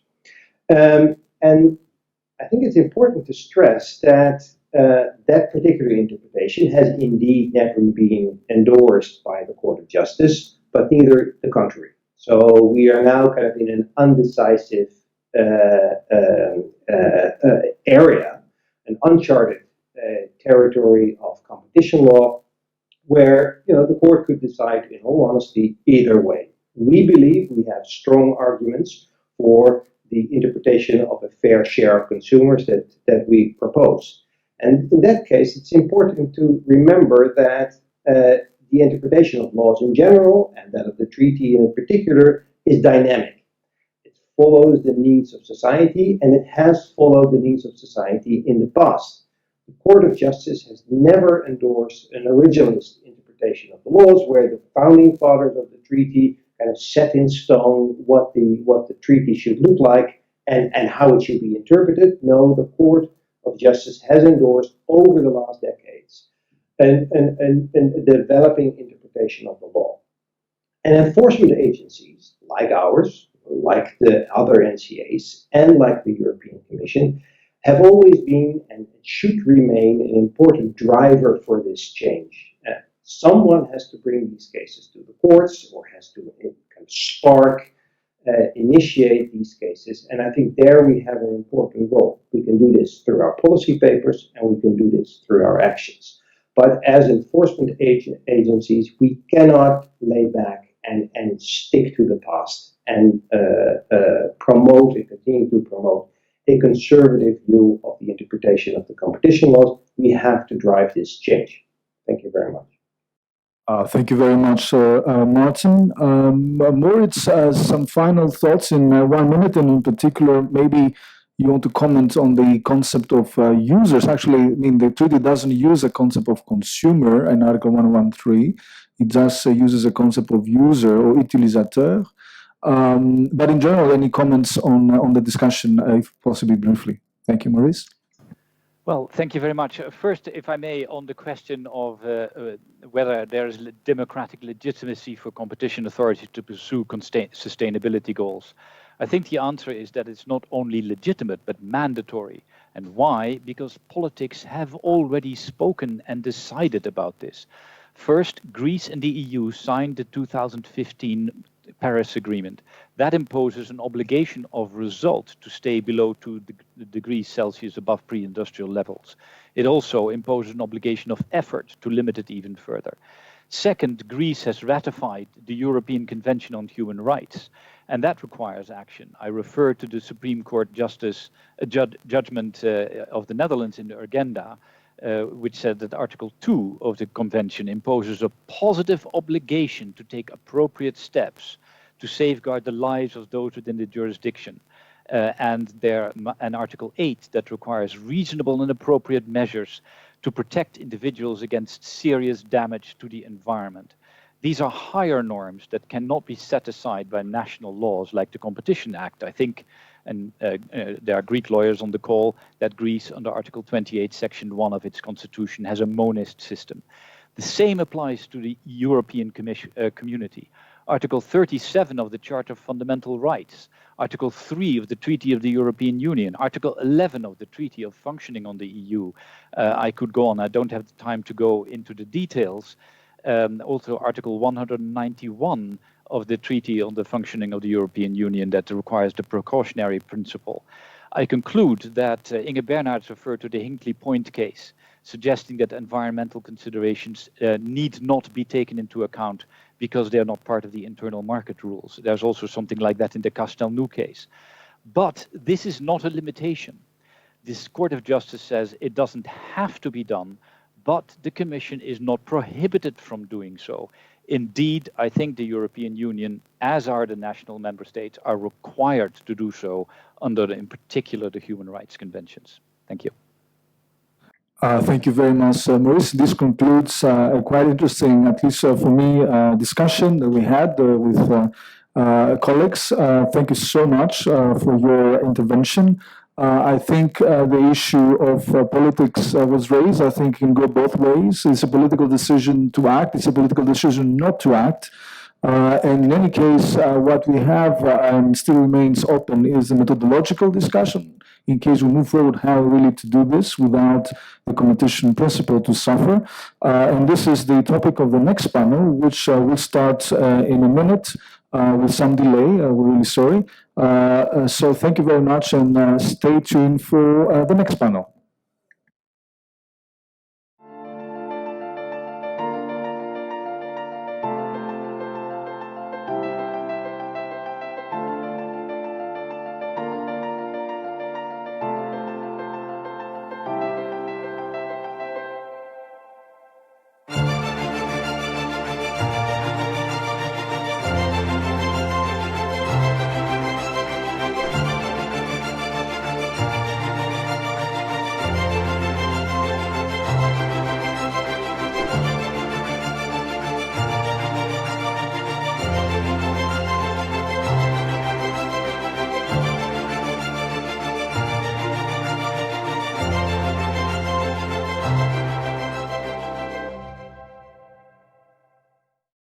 So, ladies and gentlemen, thank you very much for joining us. And it's a real pleasure to be in a panel with such distinguished company. I hasten to add, I feel that I am probably by far the least equipped to address this interesting dual challenge that we have been asked to consider, which is the intersection of competition law, antitrust more broadly, and sustainability. So in terms of our panel, what we have is a great set of participants who brings a complementary perspective of that in helping us understand the beast. So in order to address some of the big ticket questions, like the ones that we heard in the end of the previous panel, saying, well, if competition law is important, but if the environment is even more important, should we make competition law tackle the environmental issues, or should we dedicate particular resources to that? Well, I think that we'll be able to think about the way in which these two meet by people who are going to give us a complementary perspective. We will start with Frédéric Genet, who chairs the competition panel in the OECD and who has been for many years a prominent student of not only competition law, but also competition practice. and he will provide us with a bit of an overview from someone whose objective it is to think about how competition should be structured.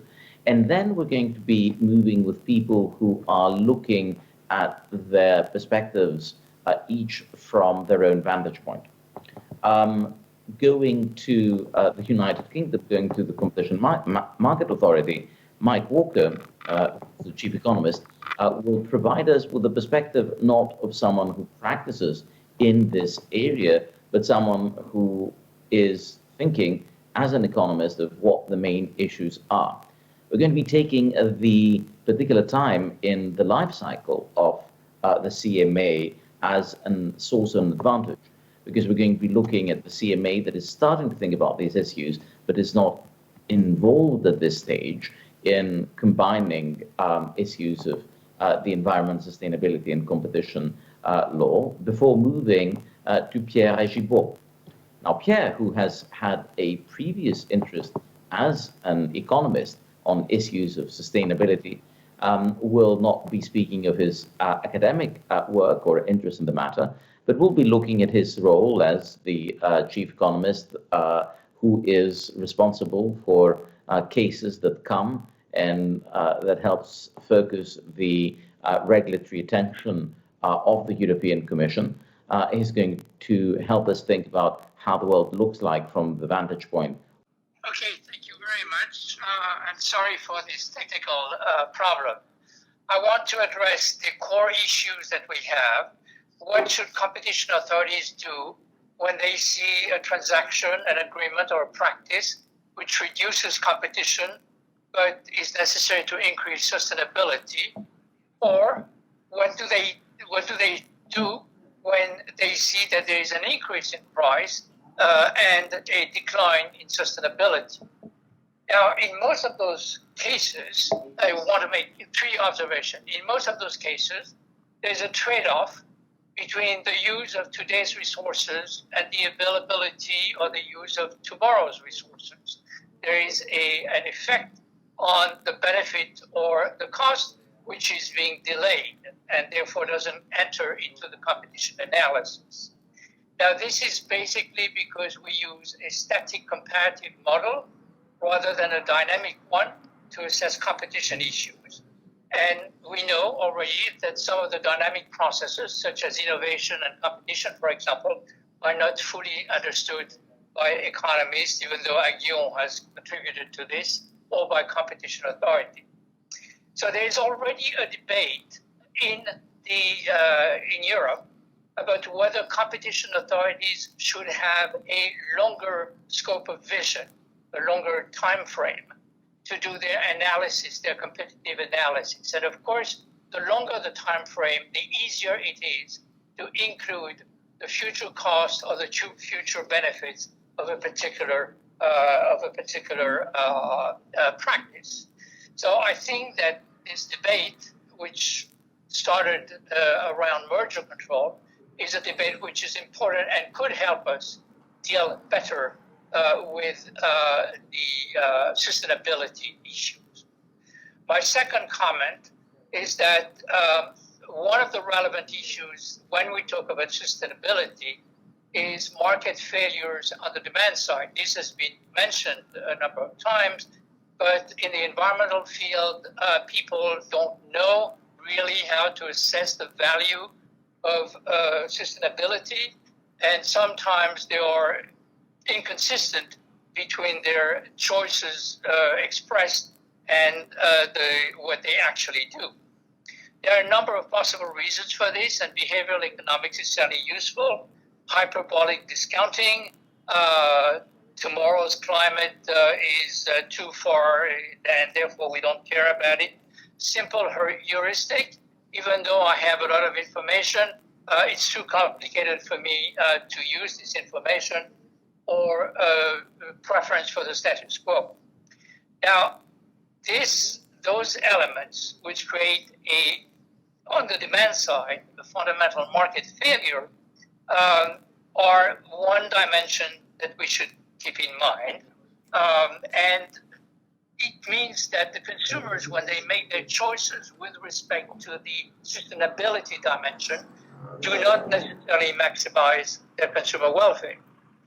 Okay, this idea, interestingly enough, is closely related to another debate we have, which is on data and privacy, where we have exactly the same issue, that people have preferences on privacy, but their behavior doesn't match their preferences, and therefore there's a market failure. They cannot appreciate the cost.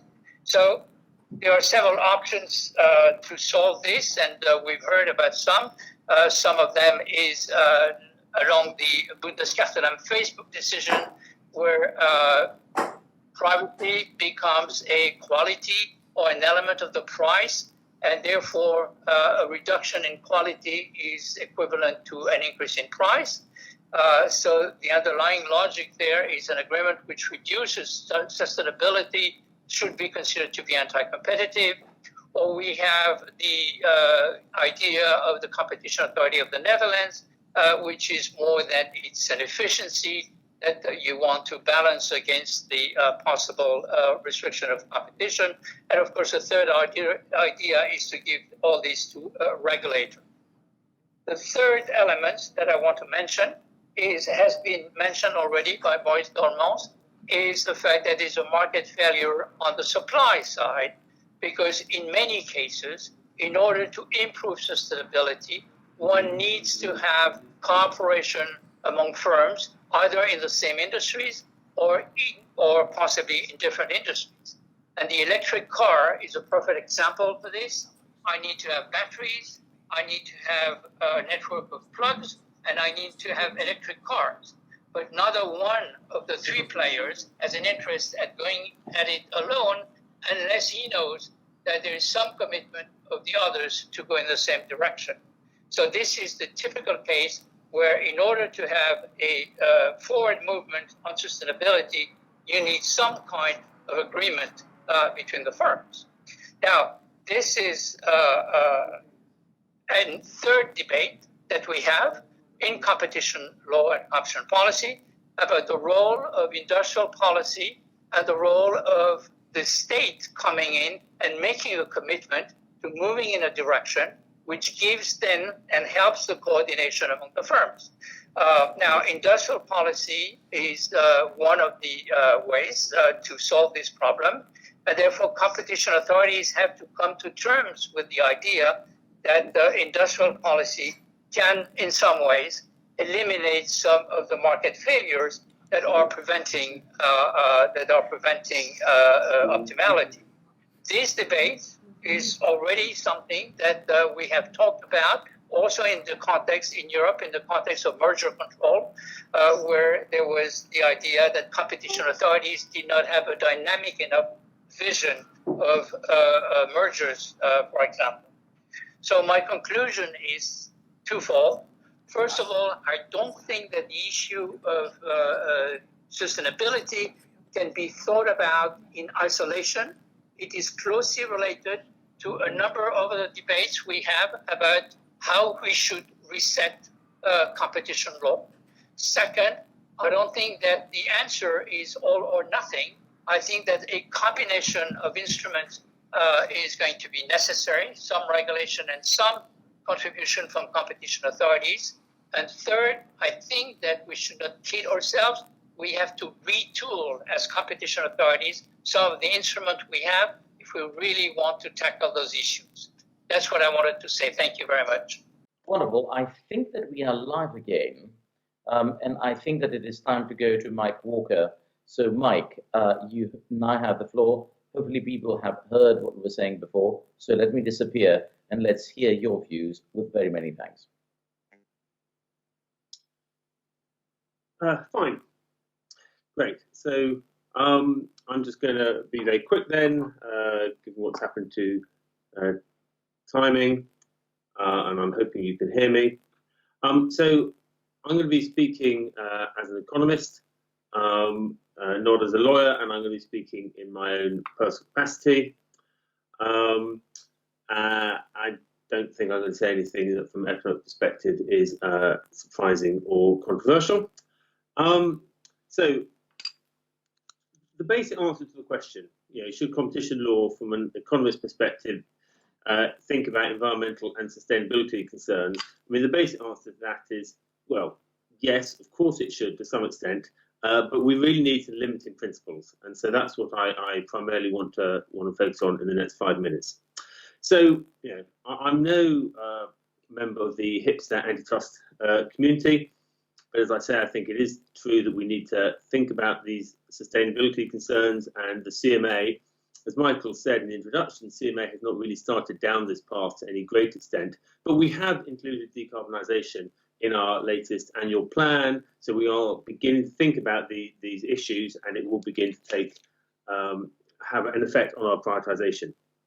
So, look, to an economist, competition law is all about protecting consumer welfare, okay? And it is entirely standard that consumer welfare includes more than price effects, and this is an accusation that's often made of economists that you just think about short-run price effects. Yeah, that's clearly not true. And competition policy is about consumer welfare, and that includes not just price effects, but also other issues such as innovation effects, quality effects, increasingly national security concerns. Certainly in the UK, sometimes we have to take into account national security concerns. So, given that, why should we restrict consumer welfare to just that set of issues? Clearly, sustainable production, decarbonisation, environmental concerns, clearly those are all relevant to the welfare of consumers. So far, I think, as an economist, very simple. But we do need some limiting principles. So what exactly is it that consumer welfare should include? If we're happy to say it's more than just price and innovation, fine, but where do we stop? I actually don't think that is really a question for competition authorities on their own to answer, certainly not for an economist. I think it depends really what society wants. Do they want competition authority when they're thinking about consumer welfare in a particular case? Should we be taking account of clean air, distribution of quality, whether firms have political power?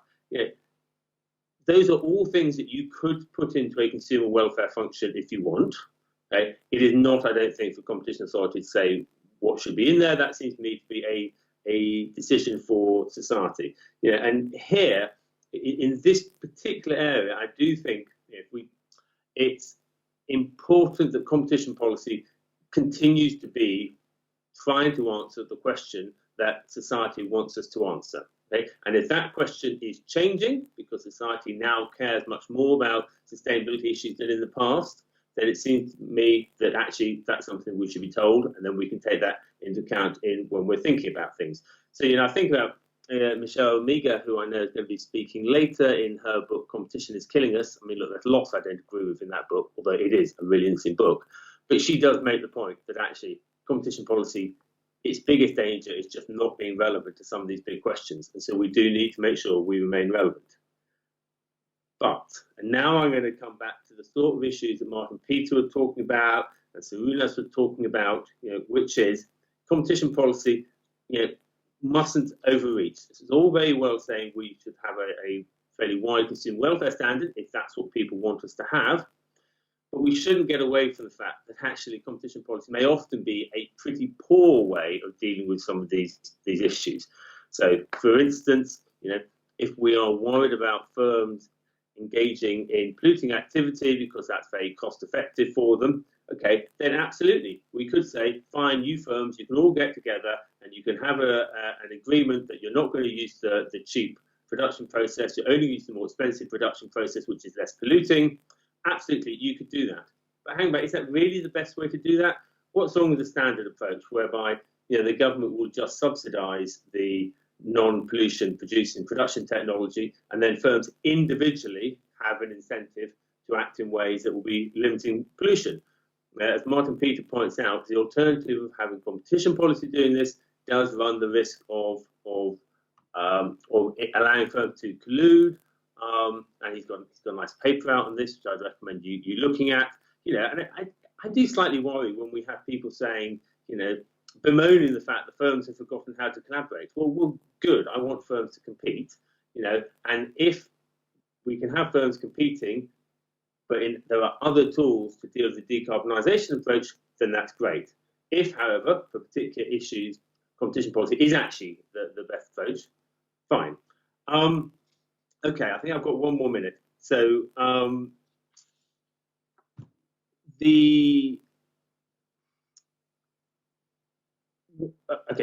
specific thing in my final minute. One of the things that we see in the case law is that we can only take account of consumer welfare effects or efficiencies that actually relate to the particular market of interest. To an economist, that clearly makes no sense, and I think this is the Dutch authorities' paper on this is quite good in this. Of course, we should take account of efficiencies that are beyond the particular market we're looking in, if those contribute to consumer welfare, and we should look at efficiencies that are long-term, so they operate into the future, even though that might be a different set of consumers. And to an economist, this doesn't seem controversial, whatever the case law might say. Okay, in the interest of time, since I've used my 6 minutes, I'm actually going to stop now, and then if we have further discussion later, I can join back in there. Thank you. Okay, so I'm going to use my 6 minutes to give you an idea of what are my personal view about the issues, but also trying to give you an idea of what things are being considered, broadly speaking, at DG COM. Now, from the point of view of the Commission, clearly sustainability fits into the Green Deal, which is a big deal. However, you've got to understand that the Green Deal is both broader and narrower than sustainability. Broader because it deals with things like just direct pollution, its effect on health. More narrow because when it comes to sustainability, which is the ability of maintaining a standard of living without exhausting any resources, it really looks at green sustainability, not in things like social sustainability that might be defined the same way with the notion of social capital, but no. The Commission right now looks at the green sustainability, and I will therefore limit myself to the green issue. I will start with the very important point on debate by my colleagues, that however important we think those issues are, competition policy is by far not the best instrument to deal with most of the issues. Think about where you would want to invest your energy at this time. Realize, for example, that if you look at the main international agreements, those agreements, most of them, do not include any firm commitment, any enforcement mechanism, any punishment, any link to the WTO, so that there might be enforcement to trade. Well, clearly, if as a politician you're going to invest in trying to make the world a better place, sustainability, investment in trying to have a set of international agreements that are stronger than we have now, is probably much more important than worrying about the detail of competition policy. And as Michael has said, there are also loads of other instruments from subsidy, taxation, help to R&D, investment, creating markets for emissions, and so on, that generally speaking are much more appropriate to deal with sustainability and the environment in general than competition policy is. That, of course, doesn't mean that we should not first make sure we don't interfere with that, and second, do what we can in our little kind of nick of the woods. So let's have a very quick review of the different instruments that we have. And an important competition policy instrument from this point, which is not the one people usually talk about, is state aid. And in terms of state aid, there's something which is interesting to realize. If you look at a pie chart that gives you the proportion of CO2 emission starting in the EEA, you have less than 10%. So why is this interesting? It's interesting because it tells you that, yes, we can do a lot of things so that our companies decrease their emissions, but that only gets you so far, just 10%. On the other hand, what we can do in order to encourage green technology progress that can then spread across the world, that is where I see that we can have the greatest impact. So to the extent that competition policy can have an impact on this, I would see its impact on innovation and on green innovation as being paramount. From the point of view, a nice tool is the IPCI, this important project of common European interest, that allow for the financing and some collaboration linkages between companies for specific investment to advanced technology. So that fits very well because digitization is innovation. That fits very well as well because IPCI deals with market where there's market failures that is readily identified. And clearly, markets for environment are such market where the market on its own doesn't work very well, so we don't have to work very hard to identify a market failure. There are also dimensions that are less subtle. For example, we do encourage states to have green policies. And one thing you can do is tax people who use a lot of electricity, for example. But that runs into other economic concern, like if I tax them too much, they're gonna go.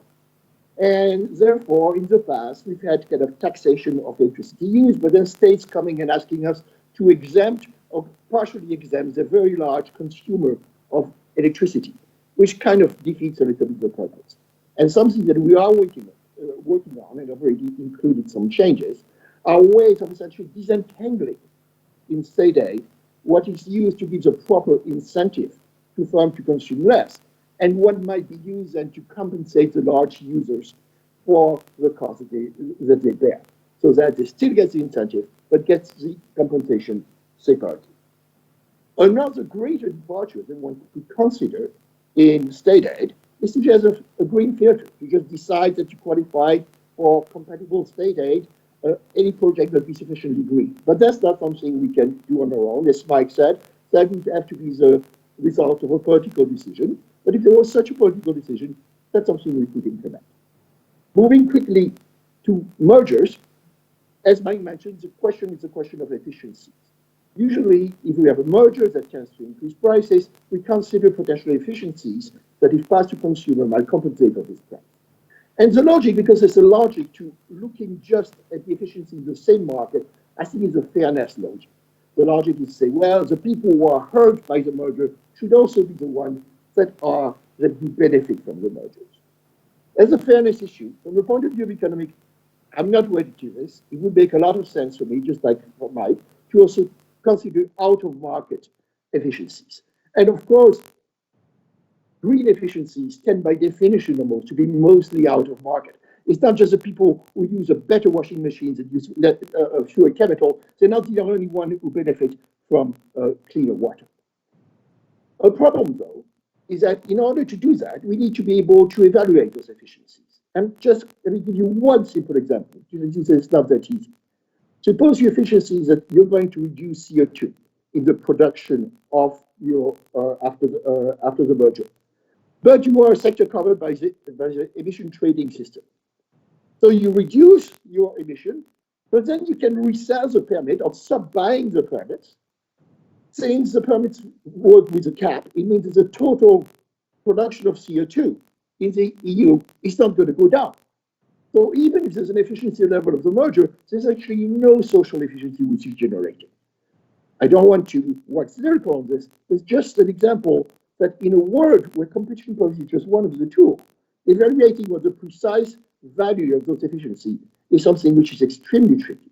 And this is something I've asked my chief economics team to start working on, developing methodology that take into account the interaction between instruments so that if as an if, we were called upon to deal with those green efficiency, we would at least have the tool to deal with that. And then I finish with my last point, which has to do with cartel. And then I rejoin Maarten, Pieters, and Mike by saying, look, first, we already have tools that allow firms to cooperate quite a bit. These are horizontal guidelines. They can share transportation. They can do research joint venture to the extent that those research joint venture have efficiencies so that they lead to more research rather than less research. And that is perfectly appropriate, whether the research is green or not.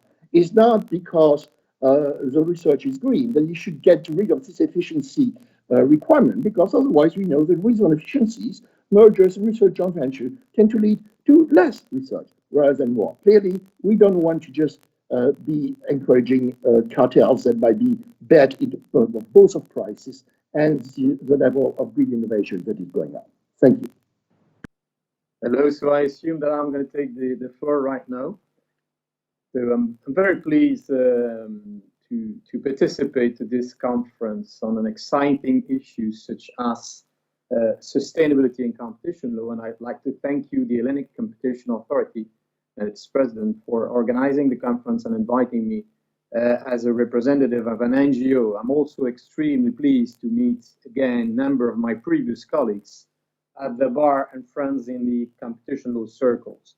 And to avoid any misunderstanding, I'm still just a lawyer. I'm not an economist, but I'll try to bring my part of the debate. So as a lawyer with a bit of experience in European law and in competition law, I cannot be surprised by the recent claims for securing that sustainable concerns are actually integrated into the application of competition law, and in particular at EU level.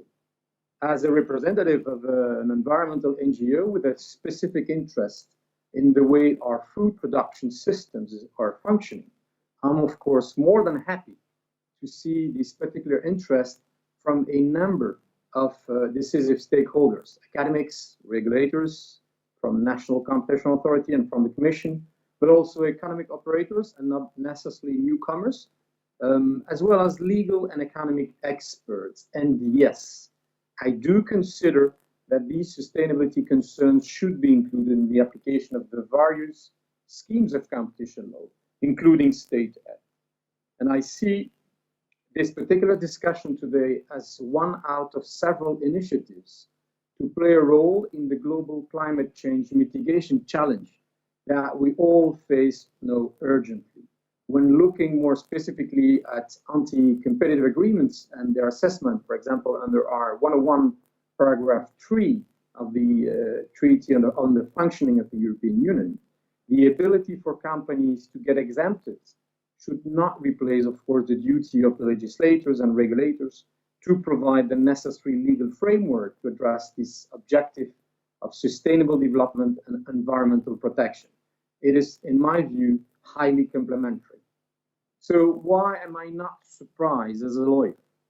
First of all, competition law is one of the policies of the European Union. There are more than 30 different policies, a rather important one, of course, but one of several policies which is aimed at serving the functioning of the European Union. It's a means, a tool, not an objective. As a policy, it has to be developed and applied in a consistent manner with the other policies of the Union, and for achieving the objective put forward in the treaties, and in particular for the sustainable development of Europe. Those are not my words. It's coming straight from the treaties provision. Today, a number of these provisions have been already identified. I'm referring to Article 3 of the Treaty on the European Union, Article 11 of the TFUE, as well as the 101 I just mentioned, but also, and it's an article of particular interest in my view, to Article 7 of the Treaty on the Functioning of the European Union, which actually provided for the principle of consistency in the actions of the European Union.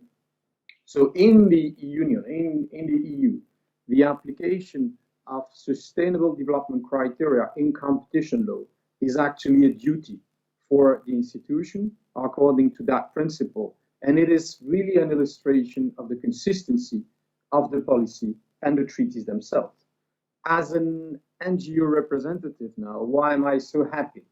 I'm happy because confirming the inclusion of these sustainable development criteria in the legal, but also the economic assessment applicable under the various competition law provisions will lead to the inclusion of most, if not all, the environmental externalities of the economic activities at stake. I may appear to Professor Schinkel a bit naive, as he said this morning, but it would be fair, as it's said in Article 101, paragraph 3, to include these environmental externalities into the assessment of the impact of an agreement, of a behavior, or of a project, like in state aid of a merger.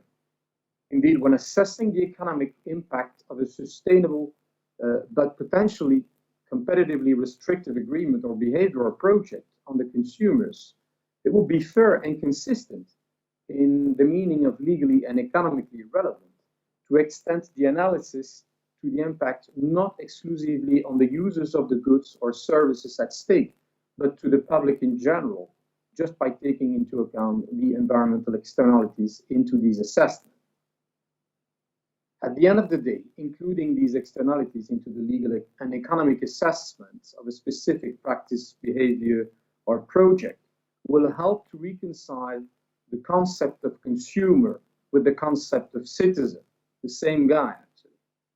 By integrating these sustainable concerns, and as long as they are effective, of course, I think that the competition regulators would most likely help, will support, and will facilitate the transition of our economic systems towards more sustainable ones, as it is required by the EU treaties, by the way.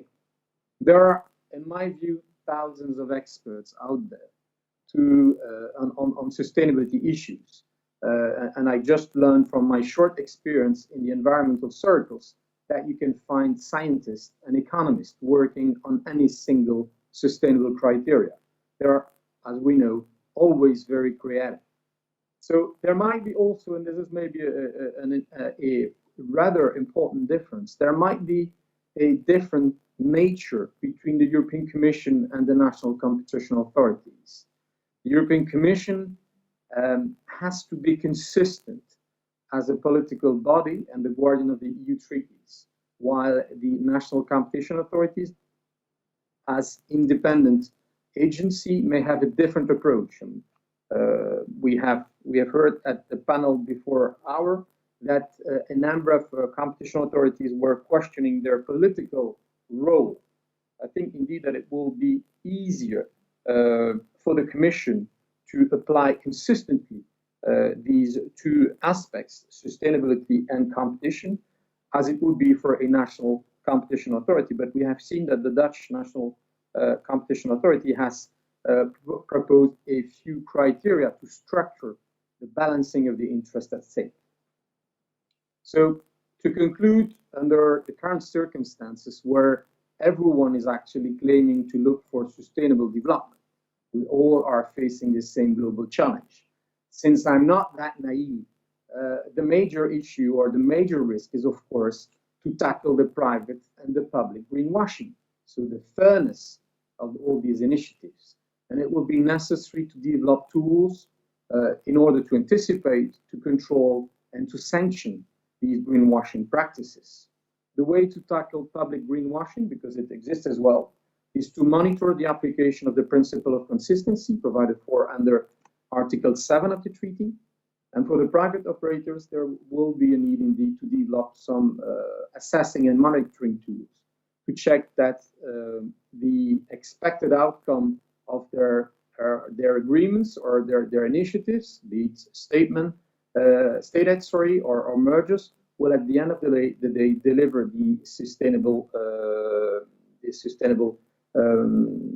achievement that they announce. So thank you for your attention. I'm looking forward to further discussing this with everyone.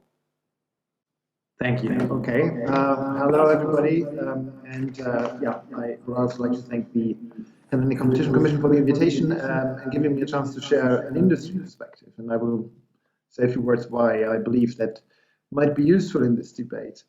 I think the Dutch Competition Authority, the Hellenic Competition Commission, have done great work in putting forward the draft guidelines and internal working document, really sending out a strong message and pushing the course. Like everybody, I'm very much looking forward to see what happens on the EU level with the upcoming quarter contribution.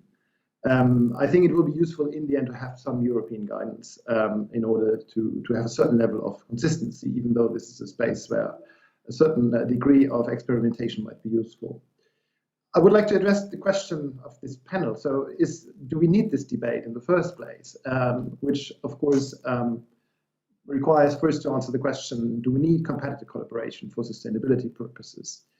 And I think this is not a very clear-cut answer. Or let's say the answer is, in a nutshell, there is a certain space for sustainability collaboration that is, I think, very impactful, but it is limited. Companies normally would compete with each other and wouldn't seek joint action with their peers. And Unilever's and other examples show that sustainable brands are very often the most profitable ones and the fastest growing ones. So companies have a strong intrinsic motivation to drive their sustainable businesses. And I also agree with what many speakers said today, that regulation is the priority in order to ensure a greener and a more equitable world and society. And it's often very highly desirable also from an industry perspective, when we think of the efforts to reduce plastic pollution and waste in particular. But regulation may not always be successful, be it that it's too slow, as Moritz Dormann said, be it that it only represents the lowest political common denominator, or that doesn't exist in the first place because of a lack of political compromise, or be it also that it may not be suitable for different reasons, or last but not least, as Inge Bernhard said, competitor collaboration may also contribute to political ambitions. If you look at the Green Deal, with the ambitions we have put in place as the European Union, I think industry has to contribute to this, and collaboration may be a very effective means to accomplish the objectives or contribute to a certain extent to the accomplishment of the objectives. But why do we need companies to collaborate if they cannot drive sustainability independently? So what is the motivation if they cannot seek a competitive advantage? And that's a question that I have been asked previously by regulators, and Professor Schinkel in particular brought it up today.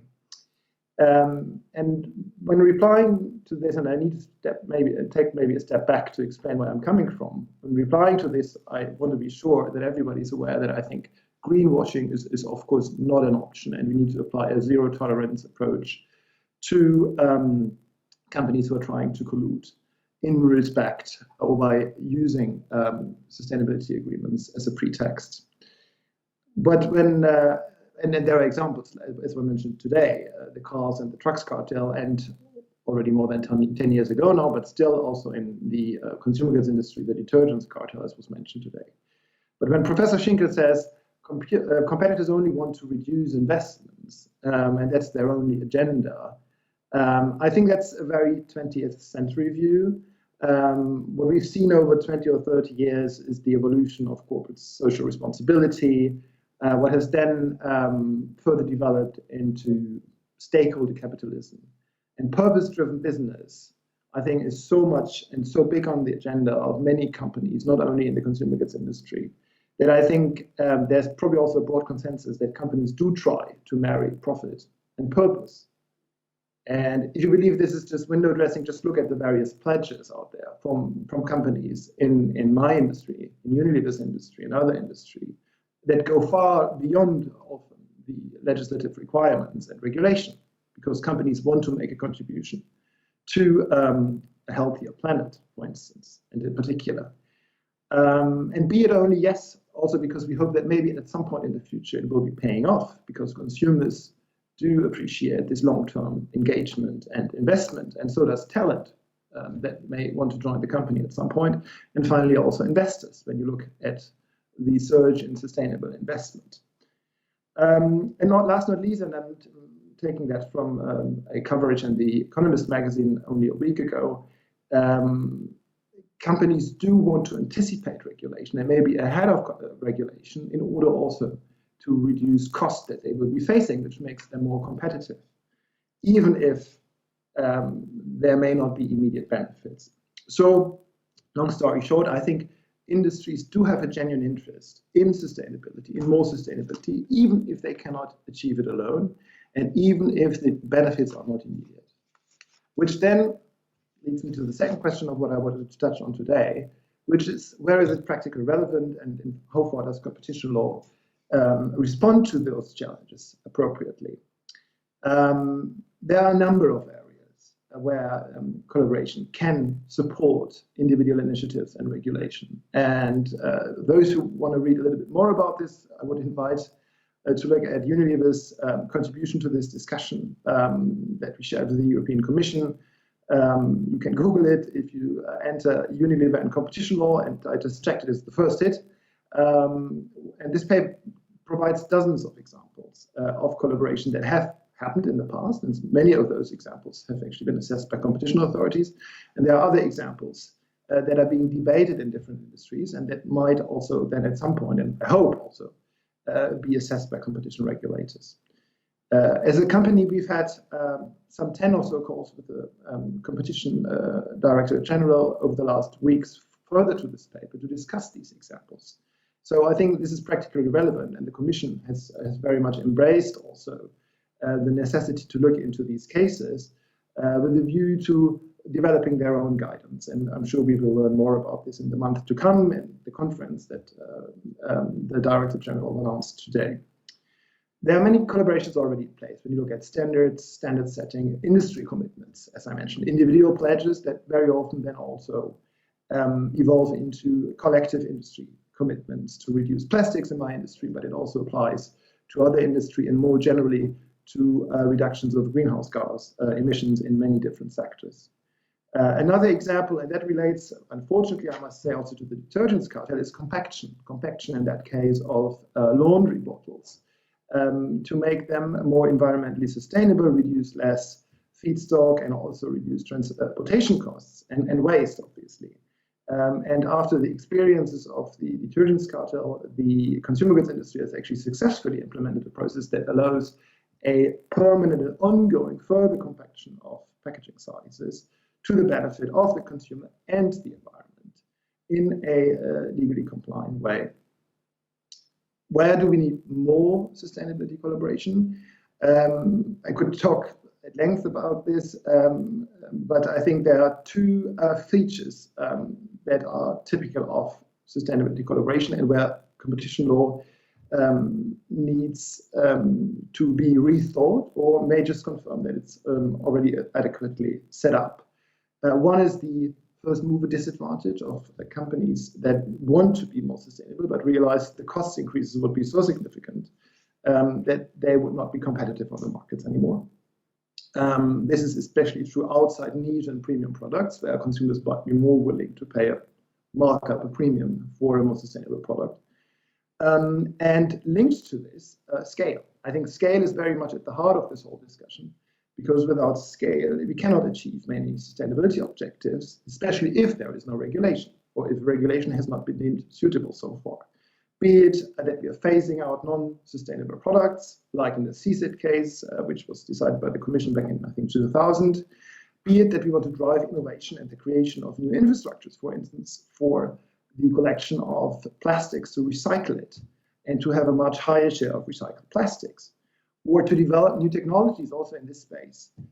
For instance, chemical recycling, which is a technology which could completely change the game of plastics packaging, but needs a big push that is currently not out there because individual customers do not have the necessary volumes to drive this technology development. So that also more specifically joint offtake agreements of competitors may be something that we have to look at more in the future to develop, for instance, more sustainable plastics or also carbon neutral steel, if you look at other industries like automotive, for instance.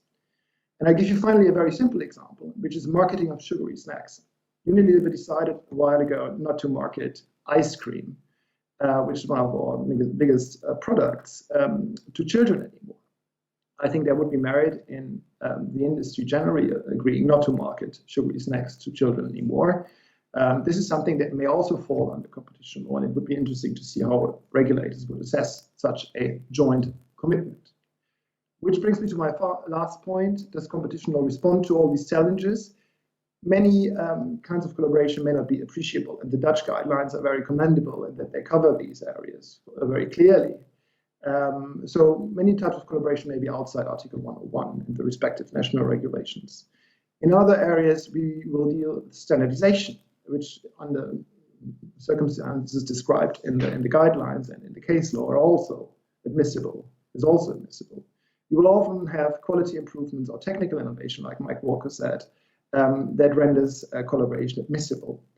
But there will remain some measures where the conventional application of the consumer welfare standard may not give us satisfying responses, especially if you look at the areas where you need a lot of scale, where lots of industry players may have to join forces and jointly, in a positive sense, disrupt the existing supply chain, for instance. I think willingness to pay assessments do not really take us very far, and I'm afraid I have to dismiss them, because I think if consumers are willing to pay more for sustainability, you don't need collaboration in most instances, because the consumer would pay the premium for the product. And in these cases, I also wonder if actually the conditions of 1013 would be met, in that the collaboration may just not be necessary or indispensable if consumers are individually willing to pay a higher price. I think at the core of the debate will be the question of negative externalities. And in other words, the true costs or shadow prices of a lack of sustainability. And I think Simon Holmes put it very nicely by saying we need a new, more economic approach that covers these negative externalities. Or as Mike Walker put it, what does society want? And don't we have to take this into account and factor into the 1013 analysis? This is something where I think the debate may want to focus on in order to give companies more clarity going forward. And a very interesting sub-question is then, do companies... Sorry, I need to interject here simply because sub-questions are moving well beyond the allotted time. So we will leave them for the discussion in order to move swiftly on. That's fine. I'm almost done anyway, so I'll stop here. Thank you. Good. So moving from the corporate to the industry association view on a specific topic, let us welcome our penultimate panelist. So I think it's me speaking, Nicole Kar from Hydrogen Europe. So I would like to speak from not as an expert of competition law, but as someone facing some practical problem in our association. So I'm on one hand speaking from a trade association perspective, so you will see quite obviously the mention of some antitrust elements, but also the representative of a new sector, a new technology, which is completely related to sustainable development, because without the decarbonization objective, we would not even exist. So just in a nutshell, we are coming from a world where 80% of our energy is coming from fossil fuel to a world where progressively we will come to 80% of our energy coming from renewables. And you can use the renewables as electricity to decarbonize many sectors, but you cannot do that for all sectors. There are so-called hard to abate or hard to decarbonize sector where you can use renewable energy in the form of hydrogen. So now coming to my two perspectives. First, we are a trade association. And as a trade association, usually you are mainly concerned with compliance with antitrust, which practically means that in every single meeting that you organize with your members, you start by putting a slide on the screen reminding people about basic principles of antitrust law, and you list a number of behaviors that they should avoid during the meeting. Now, the challenge comes from the fact that we are partnering with the European Commission into a public-private partnership dealing with research and innovation, where basically the Commission is about to entrust us a budget of several hundred millions for doing research and innovation in order to decrease the cost of this hydrogen technology, this sustainable technology, and to make it affordable and to enable the substitution of carbon-based technology by non-carbon-based technology.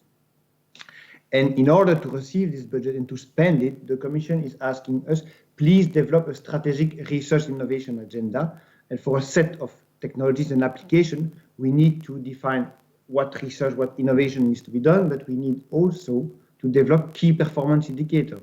And the key performance indicator can be the efficiency of an electrolyzer that transforms electricity into hydrogen, can be the durability of the same device, or can be the cost. So today the capex of an electrolyzer is 1,000 euro per kilowatt, and we need to bring it to less than 500. Then I need to bring my members around the table and try to define all these KPIs. But the challenge is that I started the meeting by reminding them the basic of antitrust compliance, and then I asked them to discuss about key performance indicators. I asked them, what should be the cost of a fuel cells in your Mercedes car or in your Toyota car in a few years? And then the engineers of these two companies, which has been hammered by their compliance officer or the antitrust lawyer in their company, say, I cannot exchange such a data. It would be a breach of antitrust. So I try to explain them, well, antitrust law is there to prevent companies from artificially increasing the cost of a product for consumer. You are meeting here to try to see collectively how you can decrease the cost of a technology, and you are doing this at the request of the European Commission, which is in the end the main watchdog of competition, so you should be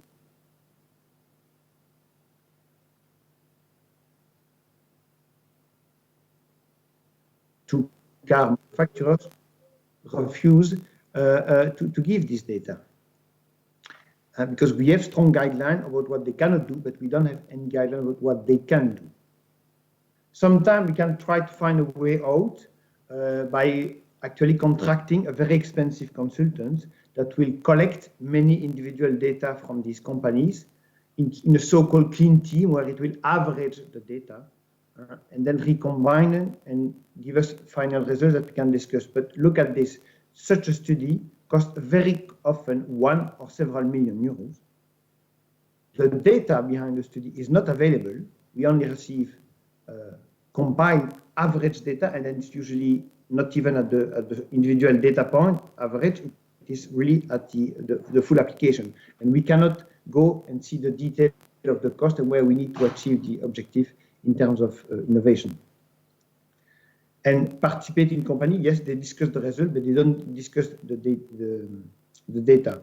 So even if we were ready to pay the cost of such a study, it's not even a way to agree correctly in looking at KPIs, the key performance indicator, for implementing a research program with EU money. Sometimes we end up then asking researchers to do this, but it's a bit strange to ask university professors to discuss data of a technology while actually nobody else than industry knows the cost that you need to achieve if you want to be able to commercialize this technology.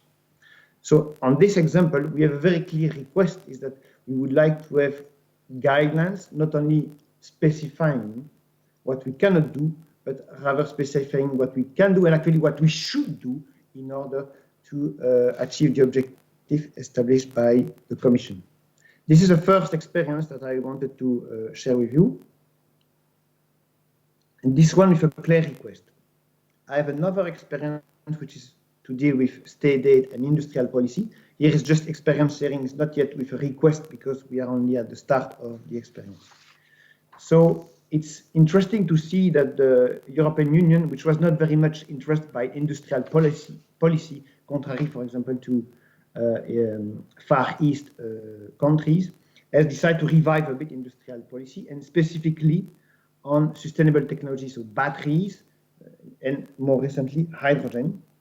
And to do that, they have revived a strange instrument called the Important Project of Common European Interest that most competition lawyers know. But if you think about it, it's a bit of a strange way to do this because it's mainly a document fixing in which condition you could give money, like all state aid guidelines, with not much detail.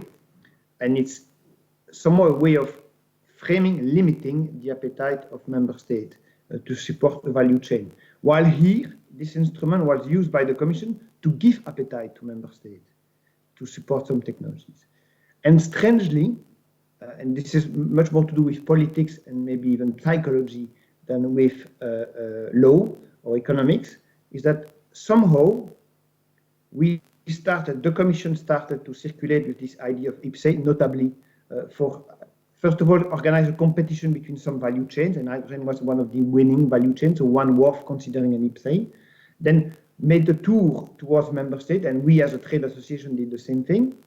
And the reasoning was a bit the same, the following. You go to the French or the German government or any other government, and you tell them, if you wanted to give money to hydrogen, I could veto you or I could give you permission in certain conditions.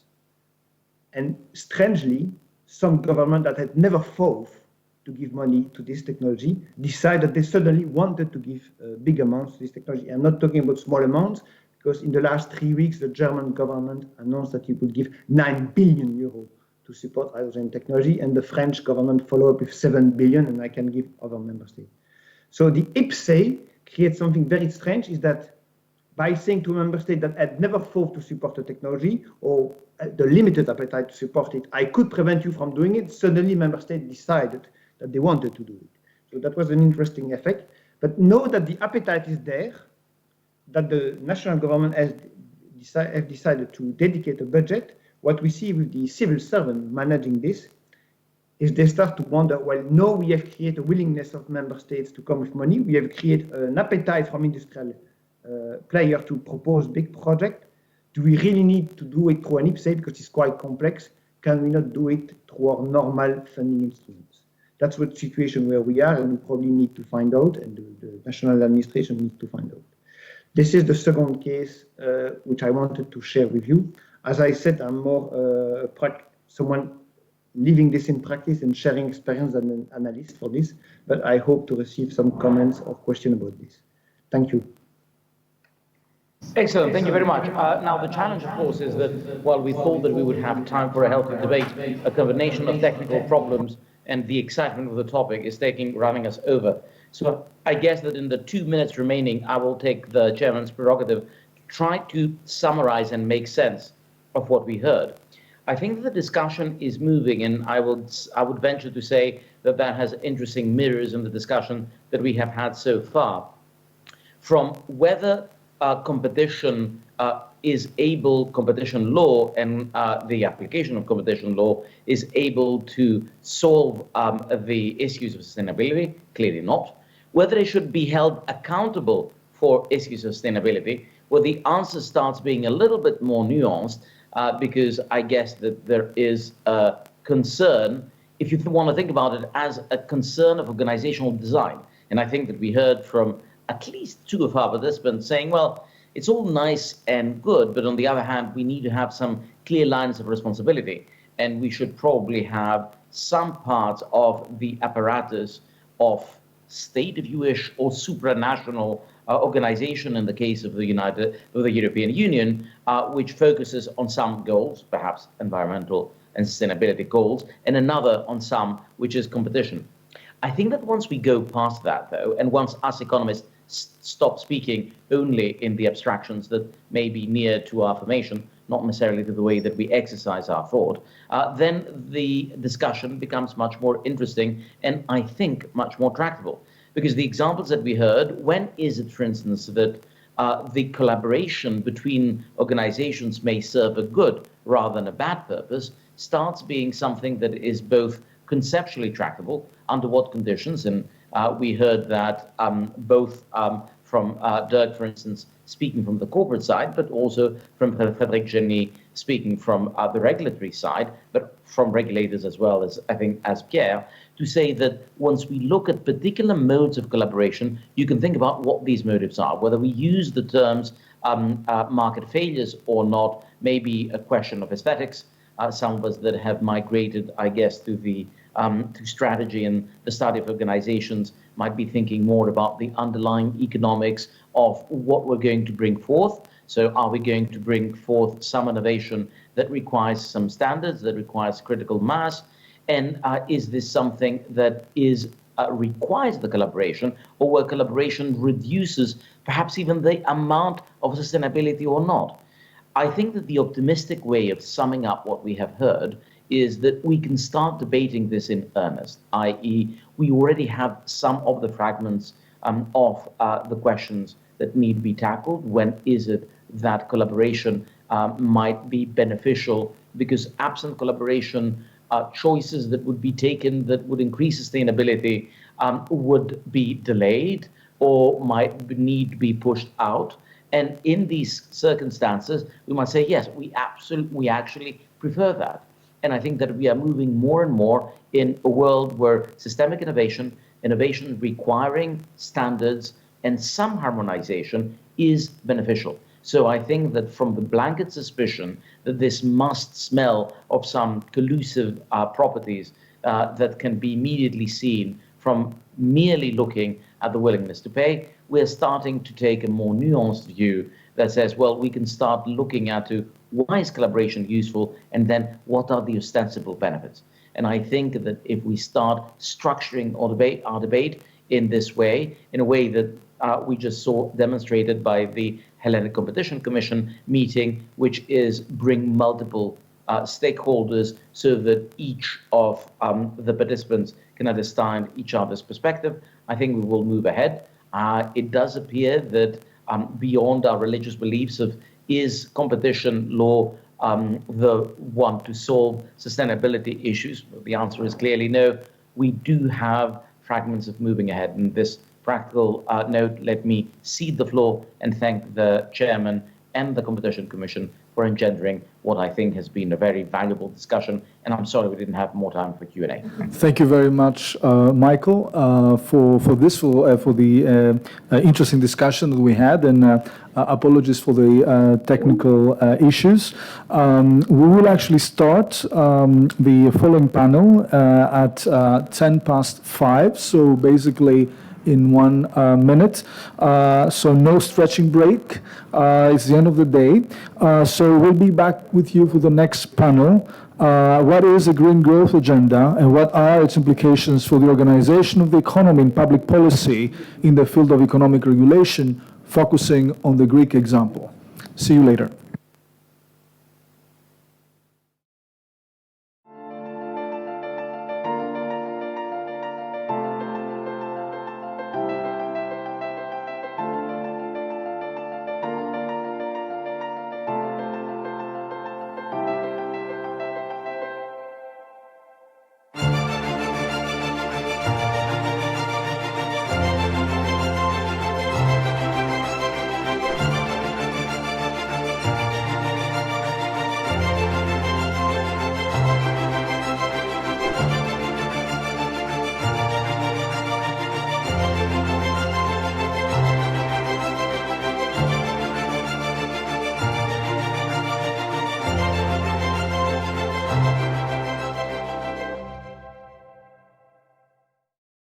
Yes, we are back to continue with this workshop.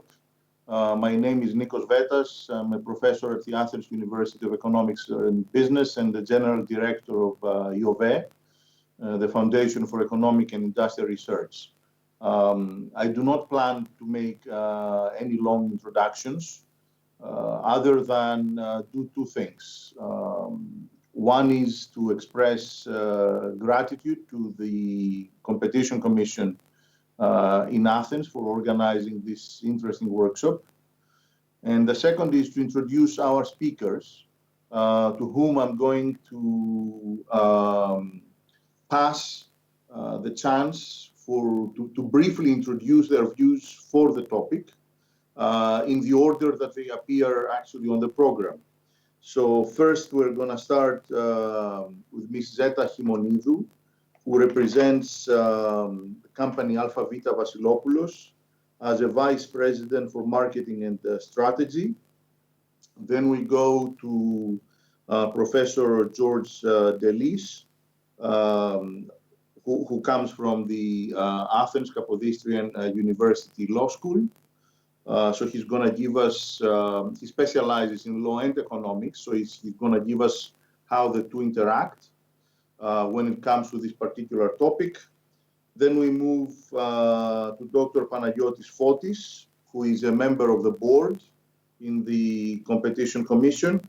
And the fourth speaker is Professor Phoebe Koudouri, who is a colleague in my university, in a different department though, specializing on environmental economics.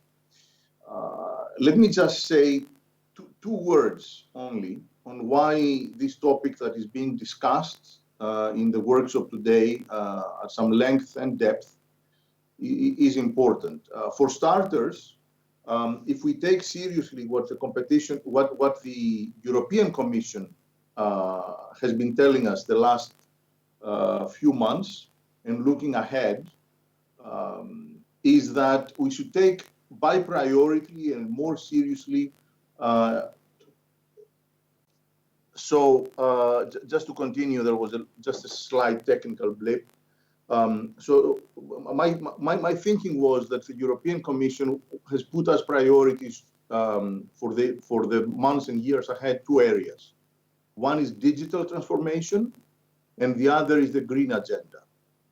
And those working in the area of competition law and economics and policy have been noticing more and more the last few years how digital is transforming markets and there has been all sorts of interesting and important stuff there. However, the interaction between the sustainability and competition policy has been studied a lot less. So this is the time for this. One can take many different points of view. The question whether, what does competition mean after all? Competition means lower prices and more quantity, more production in most cases. But is this what we want in certain cases if this contradicts sustainability, more usage? Then there is the issue of quality and innovation. How can we make sure that competition policy, when we implement it, doesn't lead to contradictory results regarding sustainability? As some of the speakers in previous panels indicated, this may require that to take a more dynamic view. But the path actually goes both ways. How sustainability concerns actually may affect how we practice competition policy, but vice versa, to what extent competition itself can actually help or actually not help sustainability goals. Let me now directly give the floor to Zeta Himonidou, whom I would like to ask to open her mic and camera so that we can see her, and take, I guess, more like the market view or the industry view on this topic, or whatever she wants to talk about. I'm sure it's going to be very interesting. Just make sure, in the interest of time, as we have all discussed, let's keep it short for this first round. Thank you. Okay. Good afternoon. Thank you, Mr. Vetas. I don't know if you can hear me well and you can see me? Yes. Okay, perfect. Good afternoon to everybody, to all the esteemed guests and the colleagues online.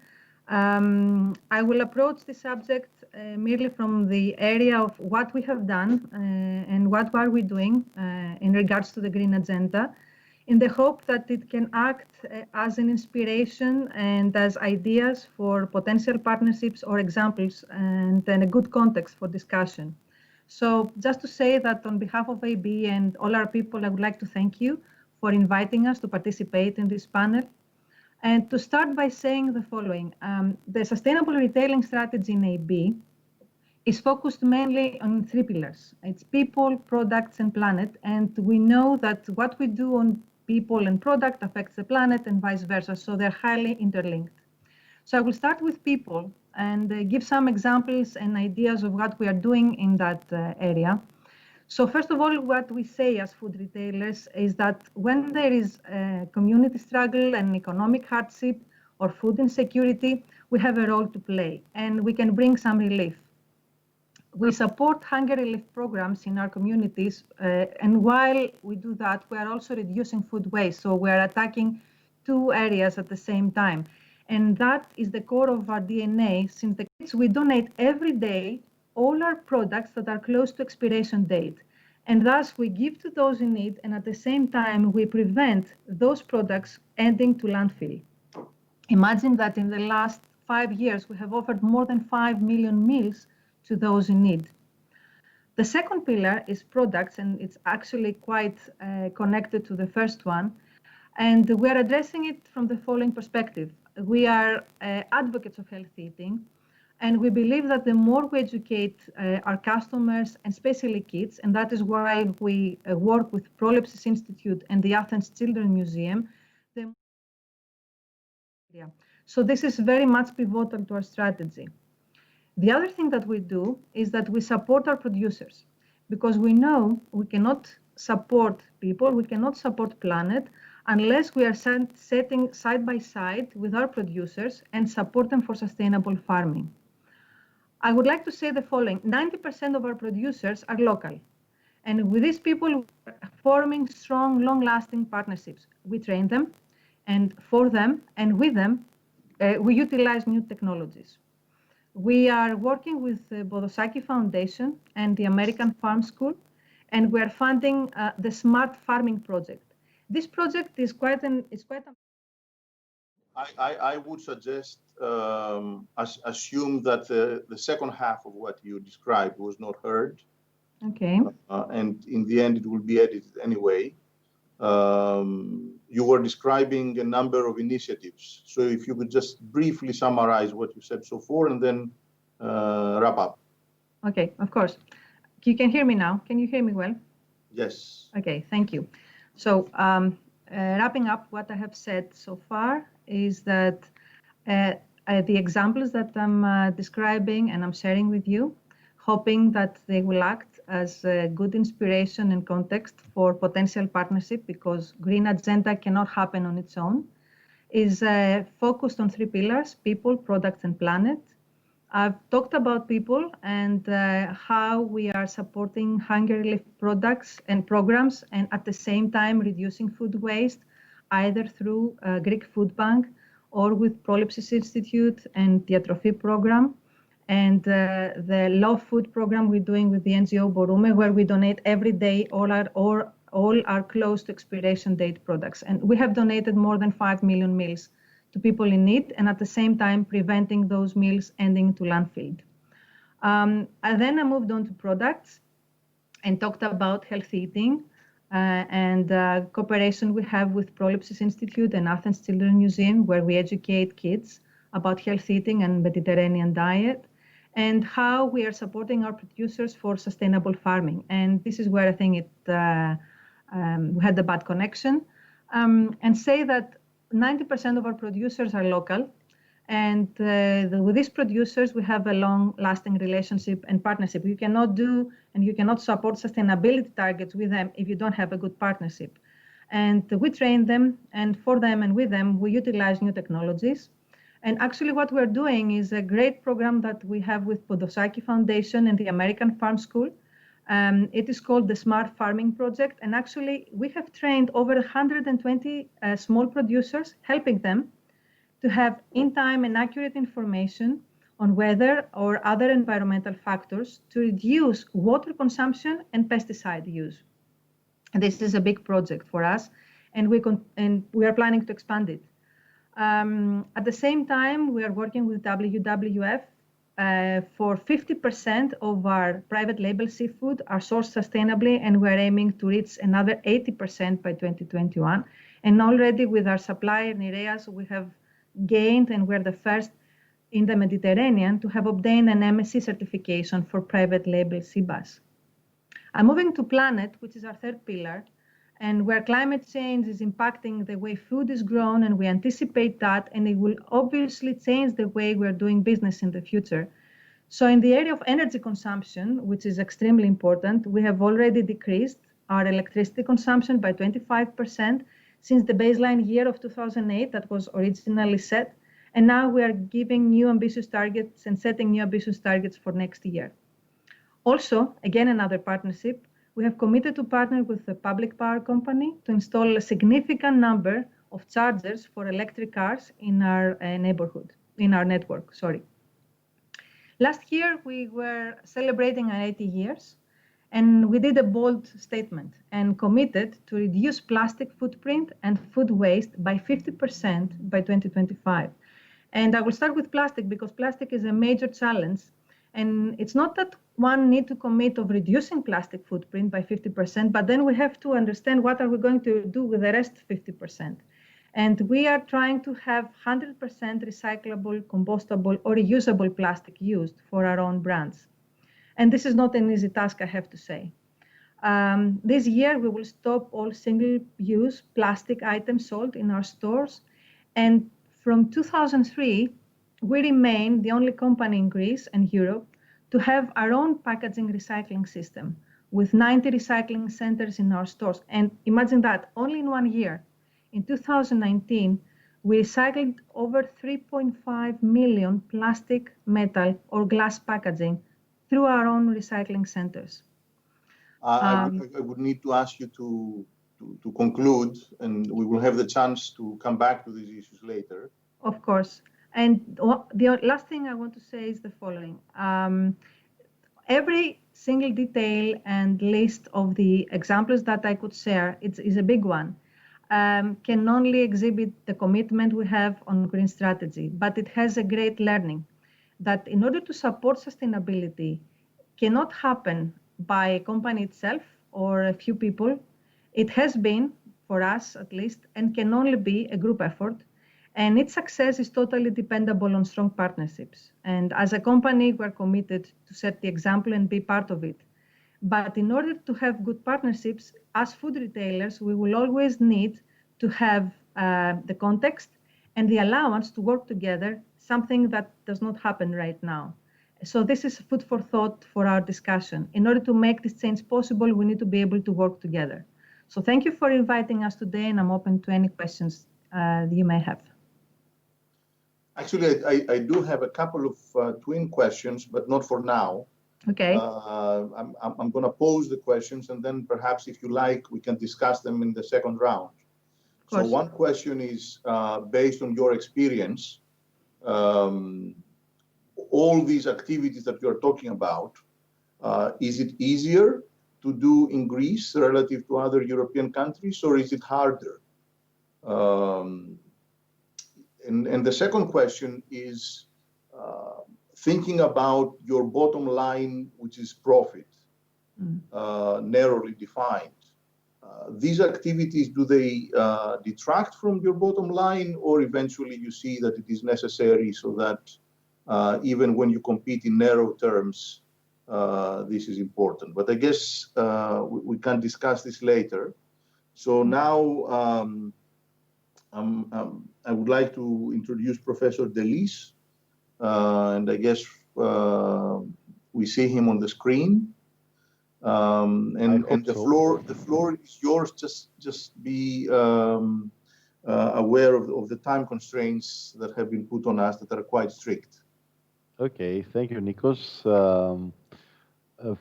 First of all, I would like to thank Competition Commission and especially Ioannis for this opportunity to discuss this topic, and also to see old friends like Cani Fernandez, who were back the good old days of the Court of Justice more than 20 years ago, were both referenders then.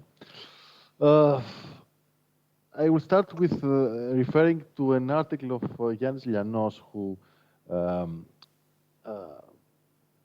said that competition law should become polycentric.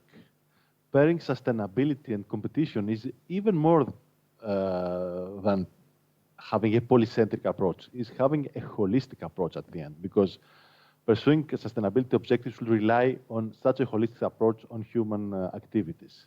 So competition and open markets are one of the parameters to be balanced with ecological and other social concerns.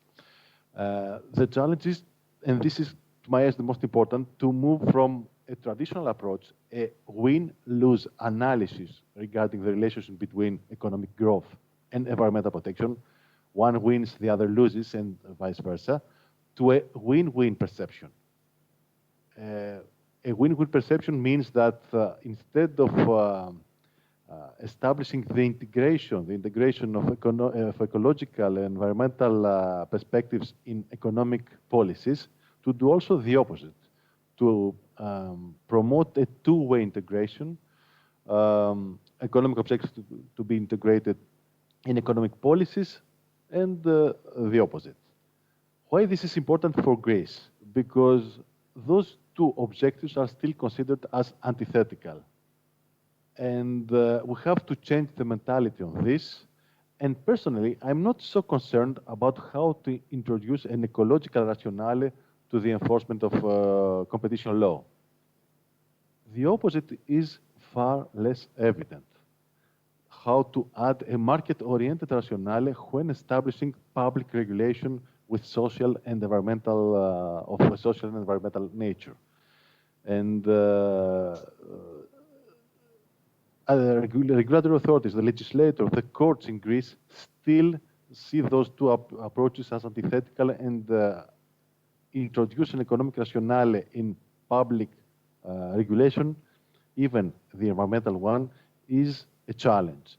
And the HCC should play an active and precious role in that field, not as an enforcer, but as a stakeholder in the decision-making process in the various fields of public regulation. And there is a reason for that, because even from the point of, if we see things through the lens of competition law, even through that approach, the major risks for free competition arising from restrictions imposed in the name of sustainability, environmental regulation, protection, will not mainly arise from agreements between private entities to be examined under the paragraphs 1 and 3 of Article 1 or Article 101 of the treaties. For example, an agreement between a supermarket chain with its suppliers, or an agreement between the major Greek players in the cosmetic field, in the cosmetic industry, to use recycled materials or biological olive extracts. This is not the main problem. The main concerns will come from a bad, if you want, public regulation in the name of environmental protection introduced by a captured public authority. And we're not a big country, and this is a high risk for Greece. Institutionally speaking, we are not a very mature institute. We don't have a very mature institutional system, and it is easier for dominant players in Greece to use this path. To capture a regulatory authority and impose a regulation that will restrict competition in a bad way, rather than impose to their competitors green policy agreements or whatever, anything else. So, Competition Commission should be vigilant to avoid such a up-to-bottom regulatory collusions. And personally, I'm not sure that, as we speak, according to the legislation in force, it has the adequate powers for that. In any way, should be involved in the decision-making process of those regulatory policies. So, and where should Competition Commission put an emphasis, in which fields? To my eyes, there are two major aspects to be examined. First of all, regarding green energy and renewable resources, and circular economy, waste treatment, and recycling. Why is that? First of all, because those two areas, green energy and circular economy, which are not really two separate areas, two aspects of the same green agenda, have horizontal impact to all businesses. This is the first reason why we should put an emphasis on them. The second is because the relevant markets, according to my knowledge at least, are far from being duly opened and functioning. And there are restrictions arising from the behavior of the players, the private players, but also problems arising from restrictions that are imposed by the state regarding regulations on recycling and environmental protection. So this is a field that we should do our best to improve in Greece. And the second important area is tourism. Greece could become a leader in what we could qualify as sustainable tourism by adapting this industry in the various EU Green Agenda objectives, either by promoting green agreements, between private players, or through regulation. And it's not without importance that the term sustainable tourism is not used at all in the two major texts, the two major communications of EU regarding the circular economy and the Green Deal. So tourism could be a field where we could bring something different, original, and maybe better, not only by applying what Brussels imposed to us, but by evolving our, being more, let's say, authentic in this field. So this is my first thoughts on the issue, and I am, of course, ready to answer to any questions and give any clarifications needed. Thank you. Okay, thank you also for keeping to the time. One question might be how close or far away we are from what you are describing as priorities. Are we ready to push in these priorities that you identified, sustainable tourism and then circular economy, and especially, how ready we are on two fronts, policy and then the business. But let's first see whether the Competition Commission itself may be thinking about these issues. So I would like to now introduce Dr. Panagiotis Fotis, who is from the Board of Directors in the Hellenic Competition Commission. And let's actually get his first brief remarks. Well, thank you, Nick. First of all, I would like to thank President of the Hellenic Competition Commission for his invitation to participate to this teleconference today, and of course the members of the General Directorate of Competition for their hard work preparing the Staff Discussion Paper on sustainability issues and competition policy. For the following 5 minutes, I will give a brief description of green growth agenda from an economic point of view. The agenda is part of Commission's policy and covers all sectors of the economy, such as transport, energy, agriculture, buildings, and industries.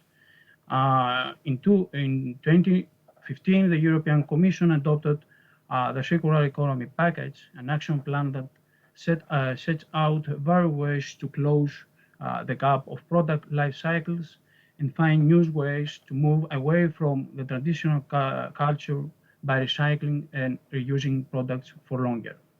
In 2019, the EC adopted a report on the implementation of the Circular Economy Action Plan, and 1 year later, the European Commission adopted a new Circular Economy Action Plan as part of the Green Growth Agenda, entailing initiatives along the entire life cycle of products and aiming to ensure that the resources used are kept in the EU economy for as long as possible. The Sustainable Development Goals, adopted in September 2015 by the General Assembly of the United Nations, define 17 development goals for both developed and developing countries, entailing economic, financial, institutional, social, and environmental dimensions.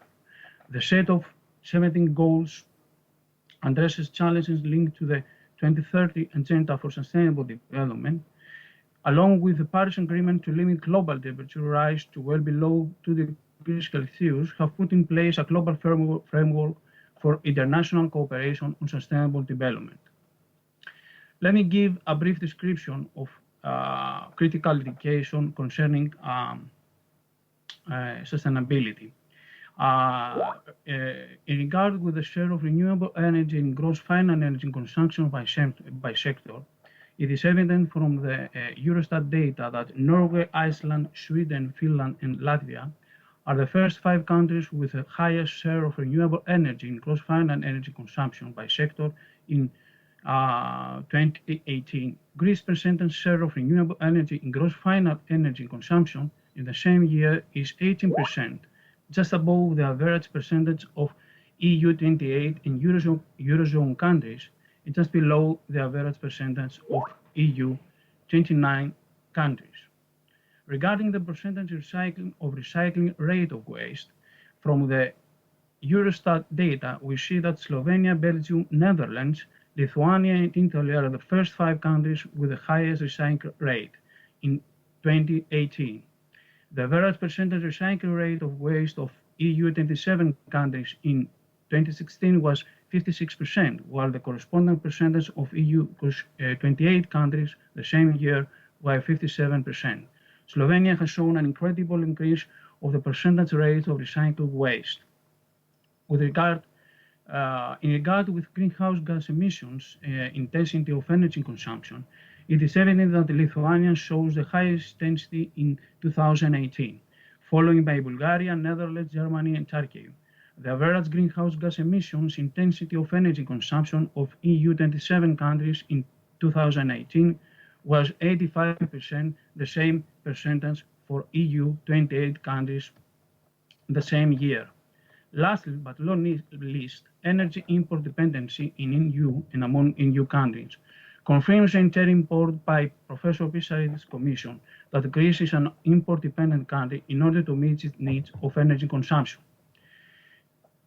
It is the Eurostat data shows that Malta, Luxembourg, Cyprus, Belgium, and Italy are the first 5 countries with the highest share of energy import dependency in 2018. Greece's percentage share of energy import dependency in the same year is almost 70%, far above the average percentage of EU 28, 27, and Eurozone countries. The average energy import dependency of EU 27 countries in 2018 was almost 58%, while the corresponding percentage of EU 28 and Eurozone countries the same year was almost 55 and 63%. Lastly, and with this, I'm going to finish my initial contribution. According to the European Cycling Federation, in 2010, 7.4% of European citizens use the bicycle as their preferred mode of transportation, which translates into 94 billion kilometers cycled in that year. Nowadays, economic benefits of cycling are over 500 billion euros for the EU 28 countries. That is more than €1,000 per EU citizen each year, and the potential to enhance them is important since cycling modern share today is well below the average level in most EU countries. Following the UK's case, cycling is a cost-effective investment since inter alia reduce congestion, improve public health, create jobs, save employers money, and improve productivity. Thank you very much.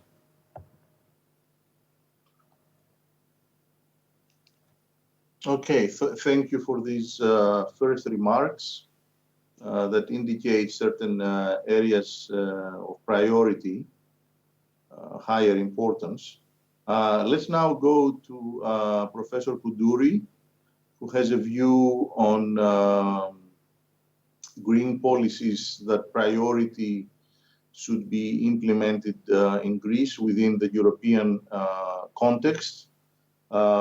I would ask her to also be as brief as possible so that we can then go to a round of interaction.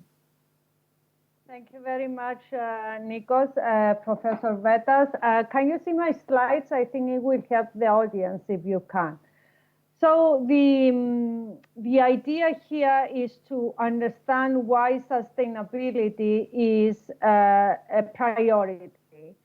And moving from these days, I start all my speeches with this sketch. We are facing the COVID pandemic, the recession that is coming, that derives from the COVID, the economic recession, and an even bigger tsunami, which is climate change, for which we have been warning for decades, but only lately it has been explicit in most political agendas. Now, carbon neutrality 2050 is the aim of the European Green Deal. In order to reach this aim, we need to reduce our CO2 emissions by 2060 by 68% by 2030. This is a very big challenge. A week ago, the European Commission President proposed to increase the 2030 goal from 40% decrease to 55% decrease. It is urgent to limit global warming and make the transition to sustainability, because if we don't, we are putting at the risk of extreme weather events and poverty hundreds of millions of people. Nowadays, annual economic losses from climate-related disasters are in the hundreds of billions, and the human impact of geophysical disaster which is 90% climate related, is quite significant in terms of human life. And we don't seem to be able to be on track worldwide for achieving the climate target. Let me very briefly give you a sketch of the overall global policies on sustainability. The previous speaker has touched on it, but I will go very, very quickly.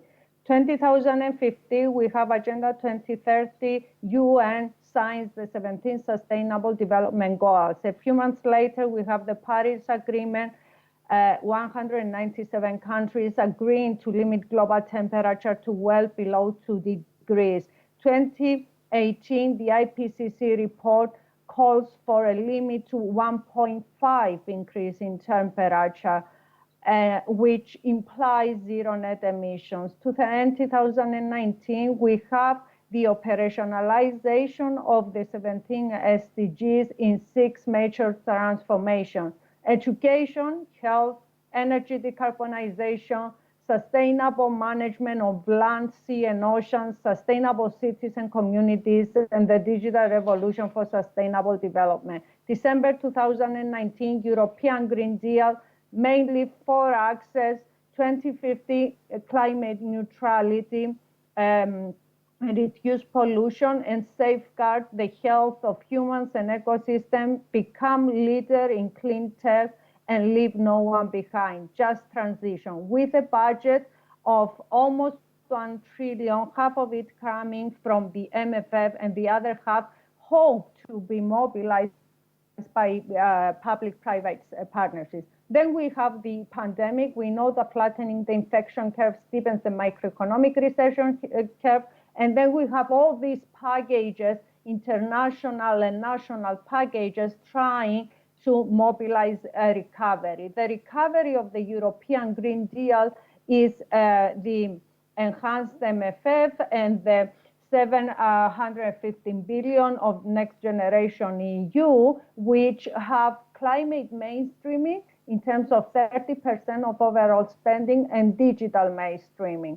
So we have our blueprints. These are our blueprints, and we need to figure out how to, sorry for the slide, let me go back, how we are going to allocate these resources. This is the challenge of our times.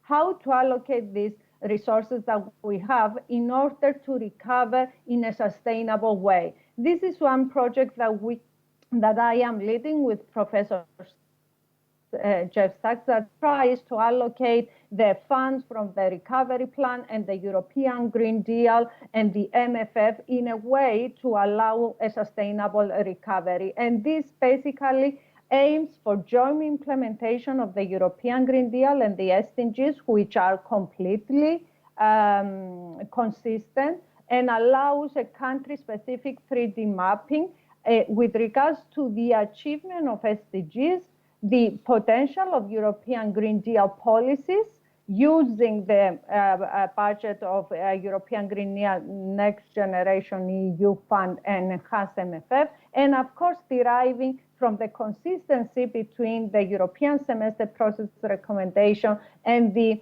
SDG achievement.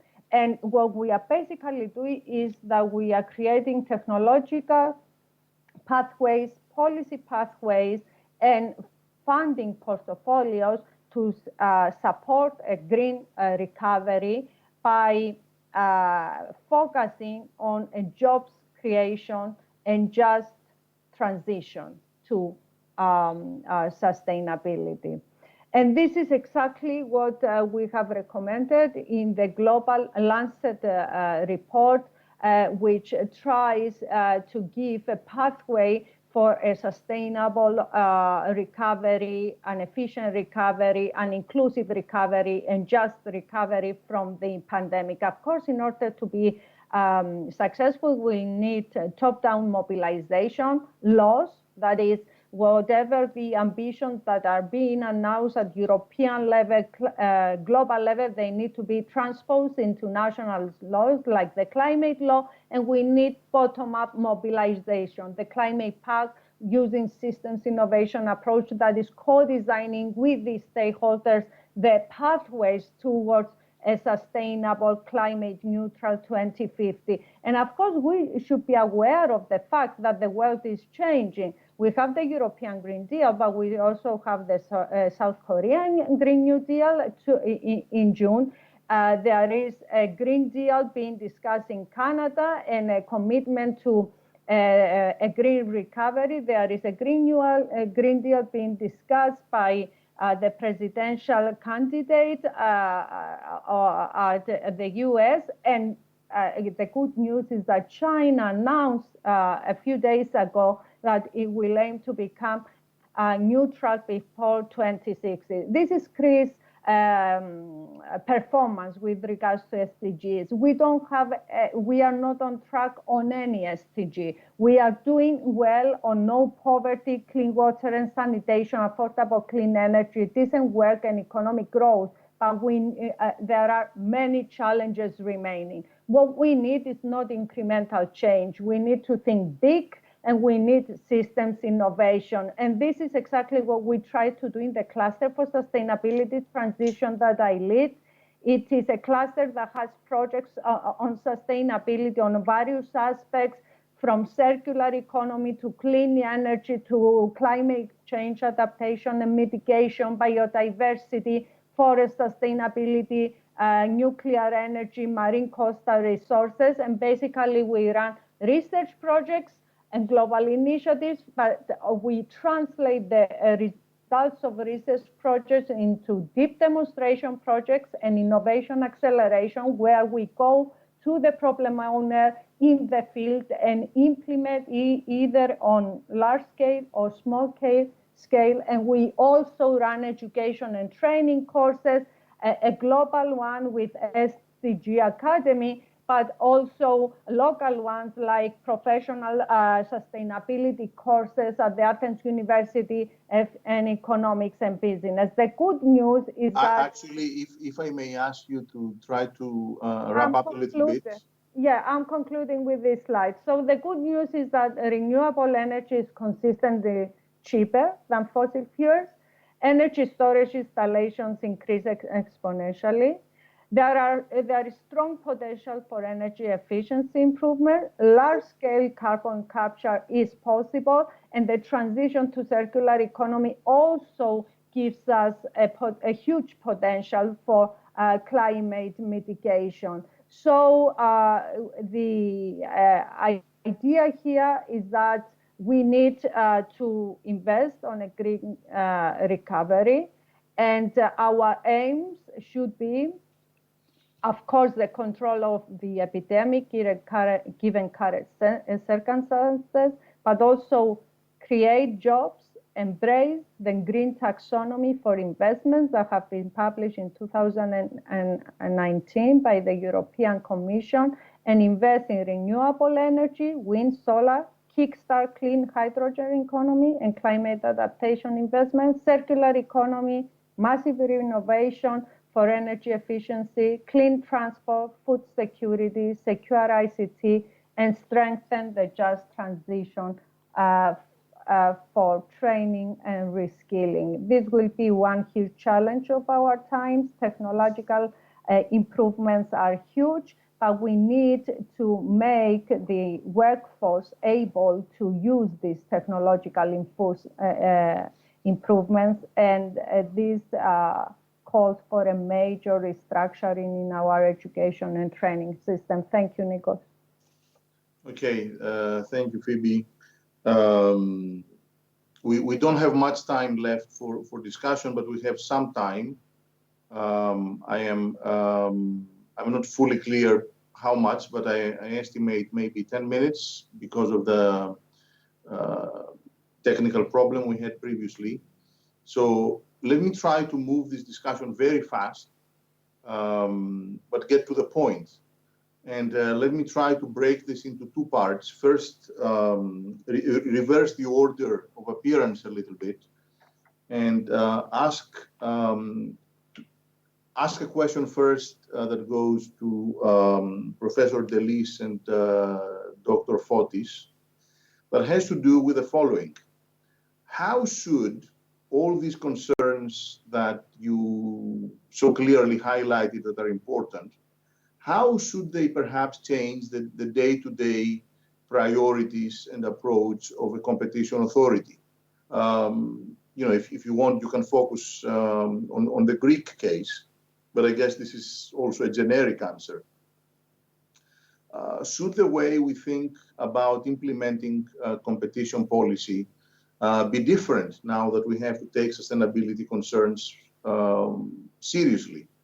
That's a twin question, and perhaps we start with Professor Delis. And then my twin question that goes to Phoebe Koudouri and also to Zeta Himonidou is actually complementary to that, meaning businesses.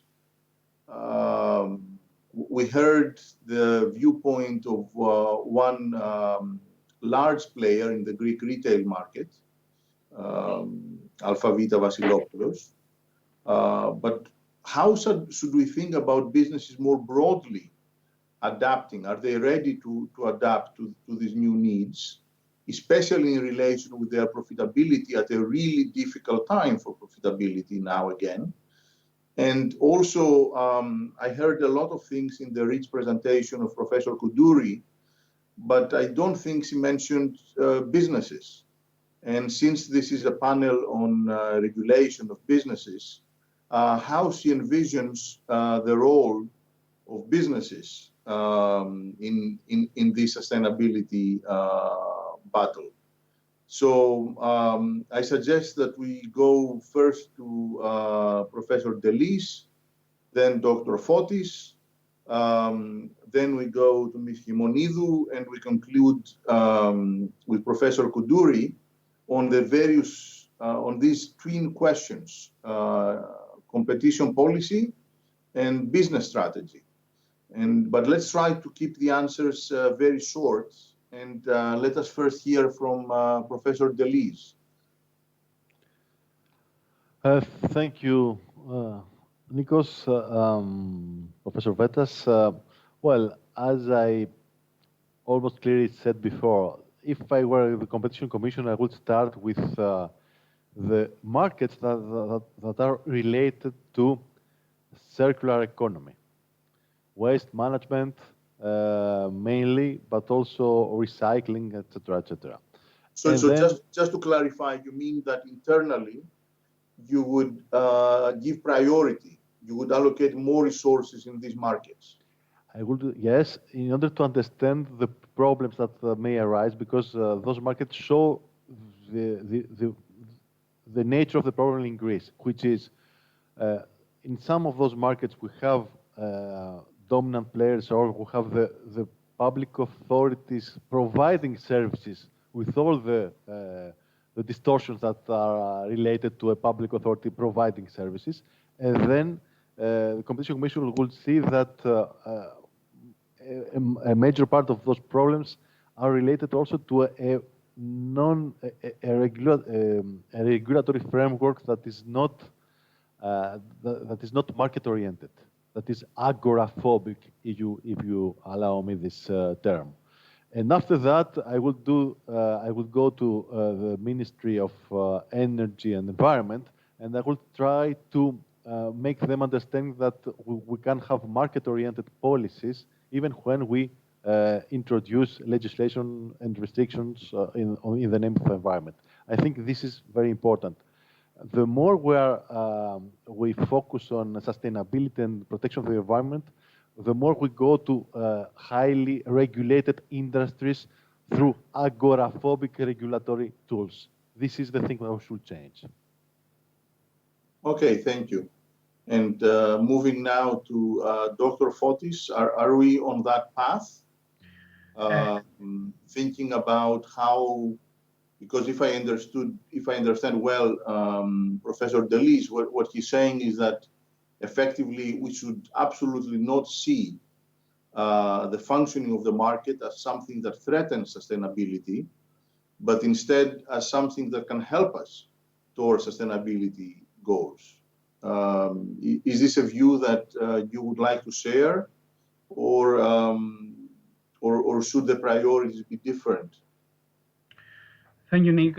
I think that competition policy and competition law, particularly competition law, has already answered this question a long ago. Let me briefly state that in 2001, the Commission in South Africa recommended prohibition of a merger where two companies in the fuel sector because it concluded that the merger would have had a negative impact on the ability of smaller and intermediate firms to enter the market. However, the Tribunal of Competition did not accept the Commission's recommendation due to the failing firm defense doctrine for one from the acquired firm, which might soon be removed from the market anyway.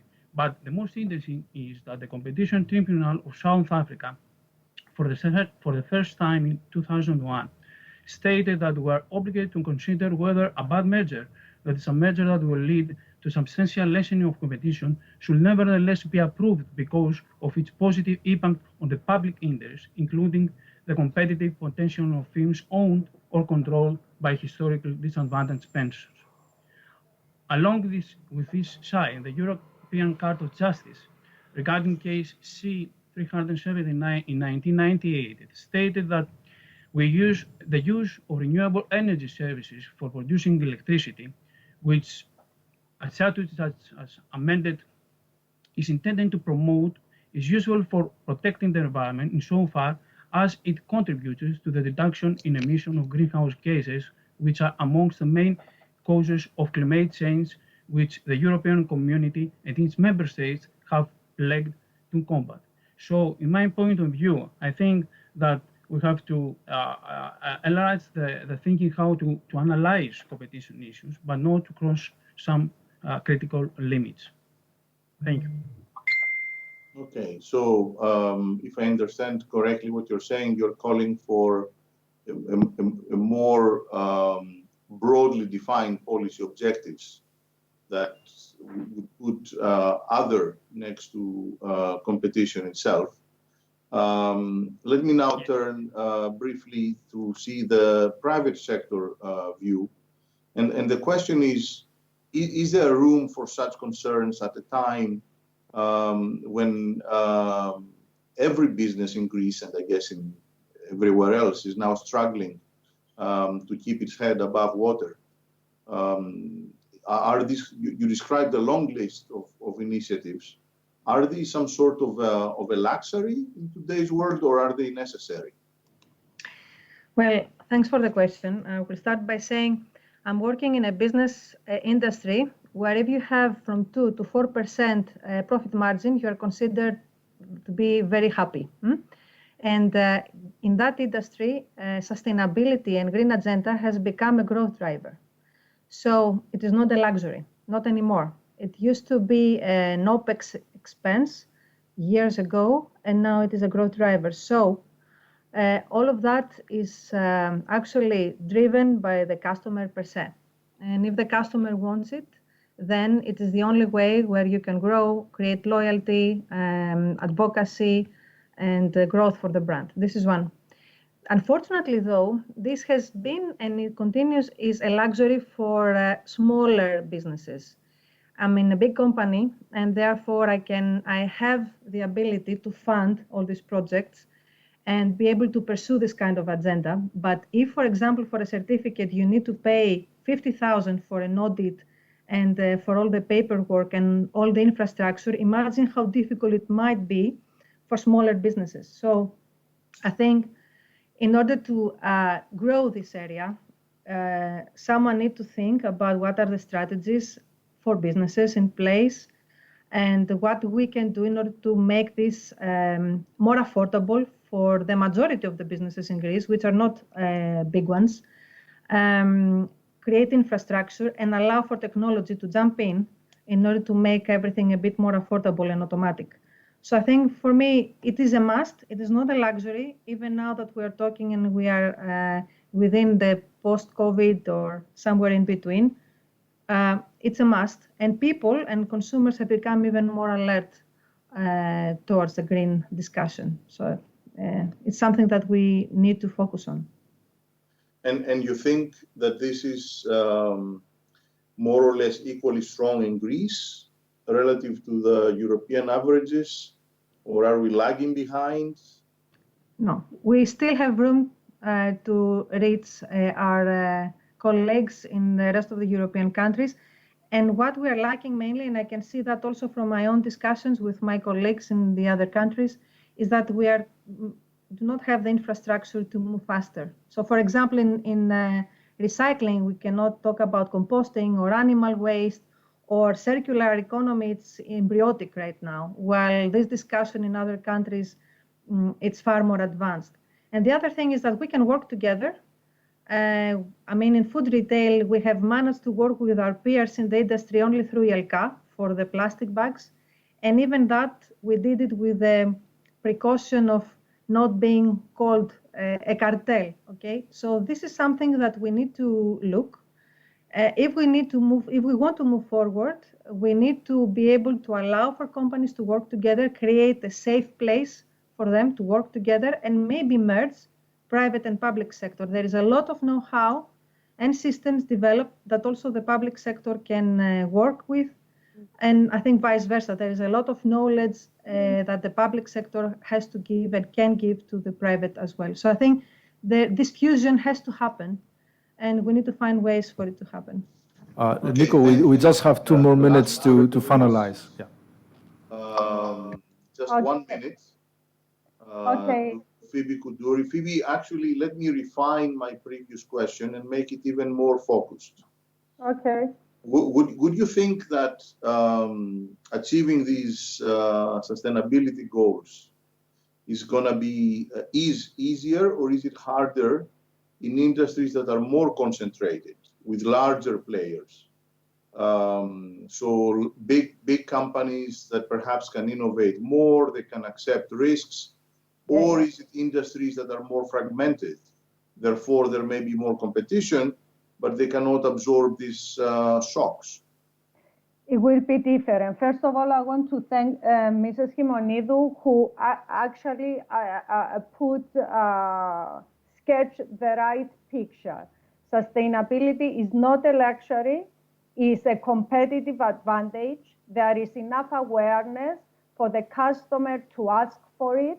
So the companies need to invest in it. And if they do it in the right way, it's a win-win situation, especially in the circular economy that Professor Delis talked about. It's a new production model that allows you not just to reduce pollution, which is a benefit to the environment, the society, but also to use materials in a more efficient way, in an economically more efficient way. Sustainability is not only about the environment or about society, it's about financial sustainability. And nowadays, the European Investment Bank, the European Central Bank, central governments around Europe and across the world have committed to sustainability. They have sustainability principles. They are going to give financing based on sustainability taxonomy. So if you are not sustainable, if you are using fossil fuel, if you do not I'm getting a lot of pressure by the organizers to wrap things up. So the question, large firms or small firms? Your answer, large firms is going to be easier because they can have access to transition bonds. They have better research and innovation departments, so they can embrace more easily innovation that will allow them profitable sustainability transition. However, small firms have a hope. Why? Because now we have many funds, private funds or public-private partnerships that fund the sustainability transition for the medium enterprises and the small medium enterprises. And because Europe, 98% of Europe is small and medium enterprises, and because the relevant concept for them with regards to sustainability transition is circular economy, transition to circular economy, it is very important to help these SMEs transit to sustainability by allowing them to create capacity, understanding, and fund the capacity and understanding. So it's not just about they want to become sustainable. They need to have the means, the funds, and the knowledge to become sustainable. But it is relevant for SMEs so as it's a well. matter of transformation in some Yes, sense. yes. So I would like to thank all four of you, and of course also those who have been following the discussion online. And this is the time to wrap up this session. And I understand that there is a final session coming up quite soon. Thank you. Thank you very much. Indeed, a very interesting panel because we had some practical issues here that we dealt with. Let us now pass to the next roundtable discussion. After having listened to the thoughts and ideas of representatives of international bodies, academics, professionals and entrepreneurs, judges and lawyers, representing all key stakeholders in the debate for the integration of sustainability issues in competition law and policy, we will now have the chance to listen to a very promising and hopefully evocative discussion among some of the stakeholders and pioneers in the launch of the debate.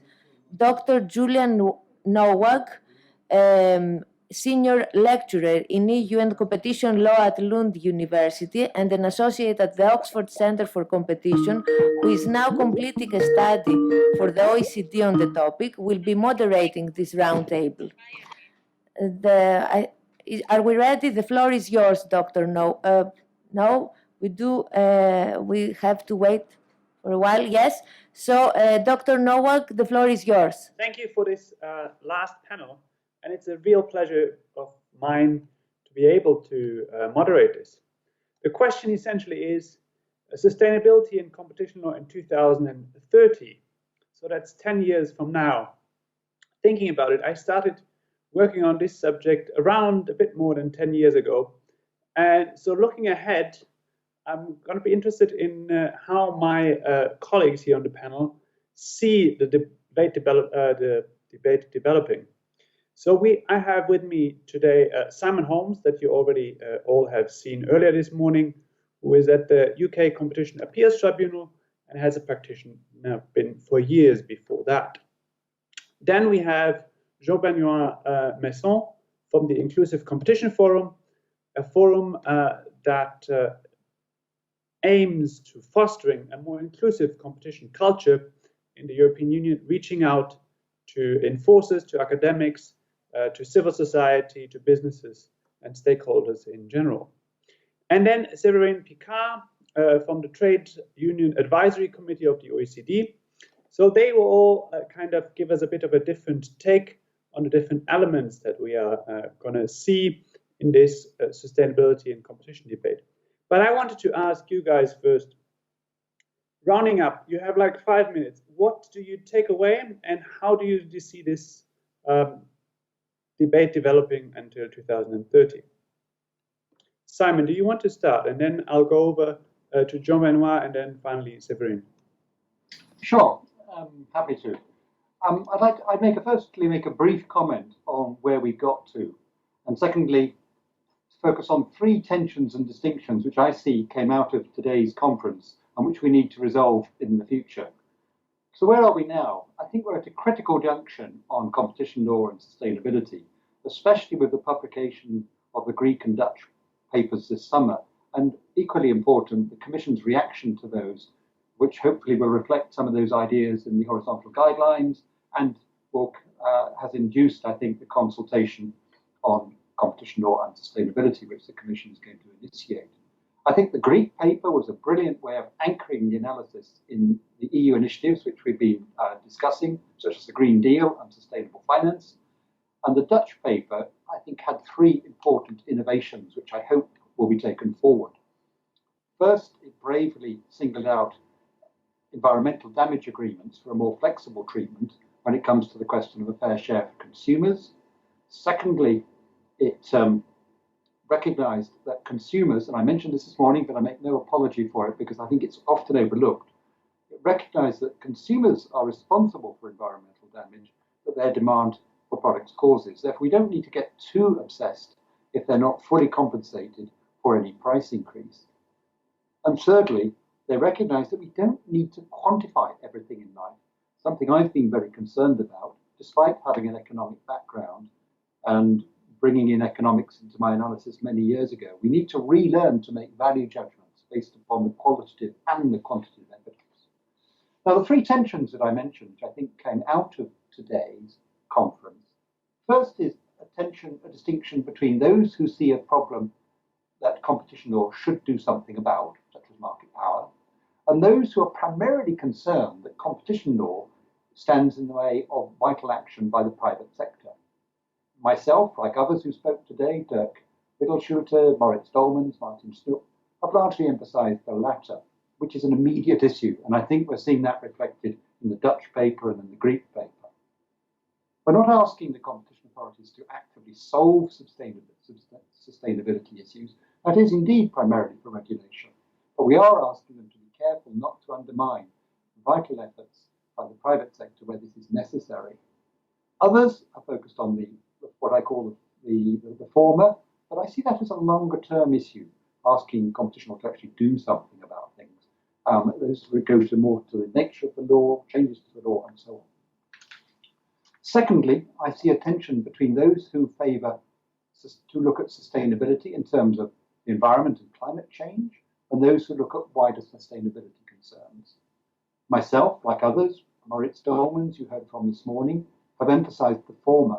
And I think that's right for four reasons. Climate change is an existential threat. The need to deal with environmental issues is mandated by the treaty. The green transition is a #1 priority for the European Commission, for Europe and the world as a whole. And we're only just beginning to get acceptance of the integration of these issues into competition law. So it's important that we get that sorted out and find a practical way forward. And the Greeks and the Dutch in particular are making an excellent contribution. Others have emphasized a wider approach. We had heard from Jorge Canessa this morning, and we will hear from Jean-Benoit and Séverine shortly. In my view, important that these are, in some ways, they're longer-term issues, and I think that we will learn from the experience in relation to climate change and environmental policy. Perhaps some of the techniques for evaluating environmental benefits and costs will read over and be adapted into this context. In this context, I was interested that Pierre Régibaud said that they were looking more at green sustainability than what he called social sustainability.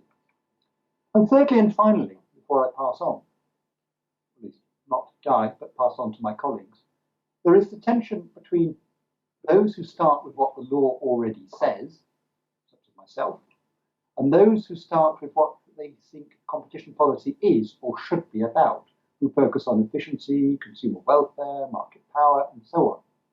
And then, to their surprise, or perhaps not to their surprise, they find that somehow the law is inadequate, or somehow they struggle to fit issues such as environmental protection into these issues. In my view, the latter is clearly wrong. One can disagree about exactly what the law means, which consumers should have a fair share of the benefits. We can debate whether the law should be changed, and I respect different views 100% on those issues. And also, I agree that things like efficiency are very important. It's a great example of a benefit, but we mustn't get that the wrong way round.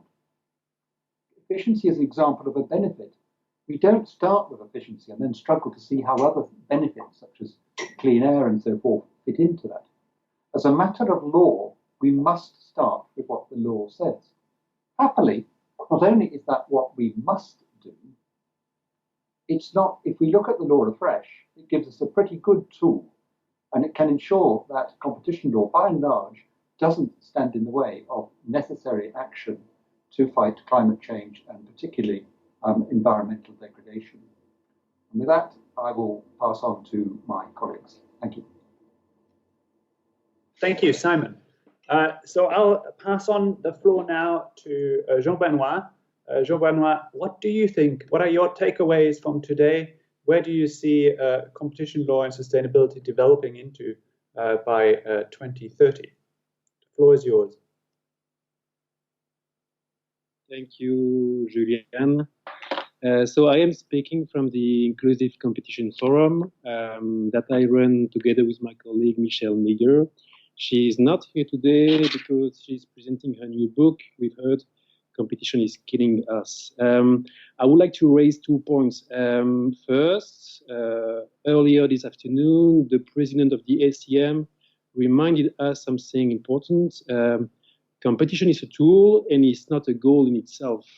This view coincides with the treaties, as Mark Pitti explained, but also with the words of the ECG and more precisely of the Advocate General delivered in the case Sporting Exchange.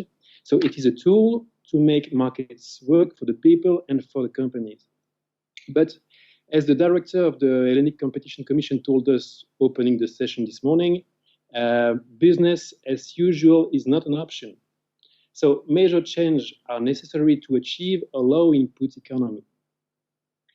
The changes for the workers will be huge, and it is important to check on a daily basis that the shift does not impose an unbearable load on them.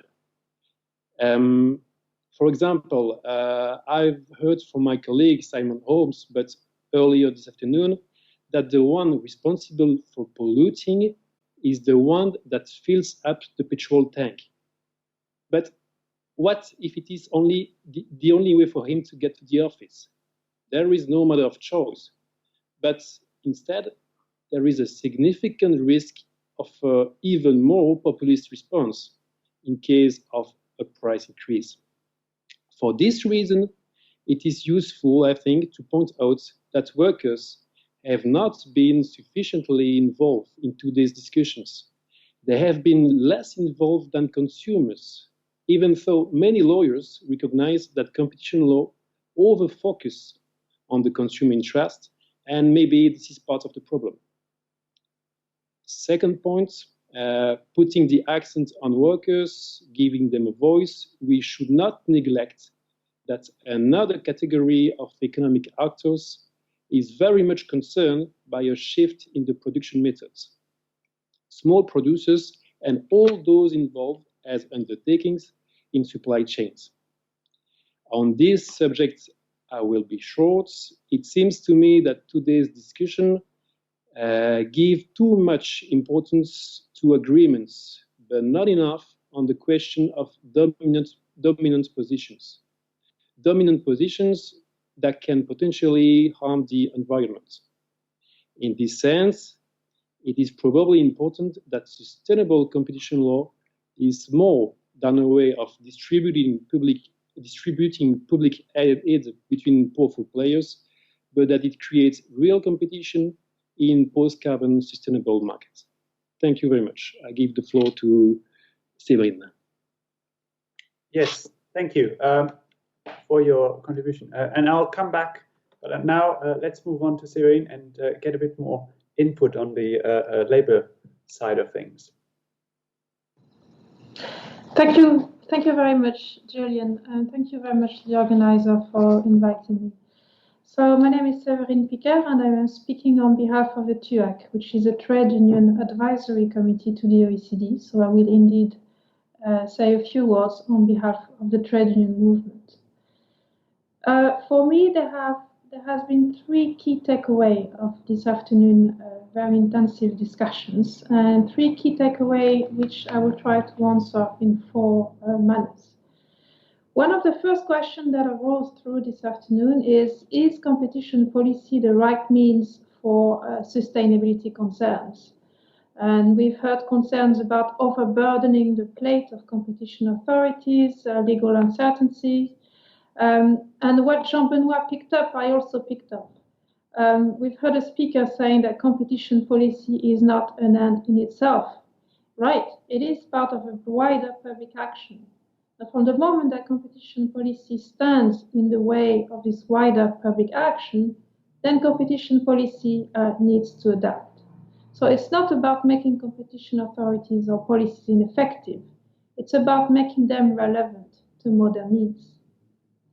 A second question which was raised this afternoon was, how effective can competition policy be in promoting sustainable growth?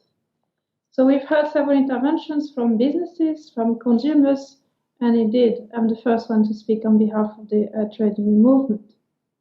Now, I agree that there is a sense of urgency for climate change. There is a proverb in French, I don't know how it sounds in English, but let's try. The end of the month is coming before the end of the world, which means that for many people, you will not be able to tackle environmental issues if you do not have a social dimension attached to your policy. Now, the trade union movement is calling for what is called just transition.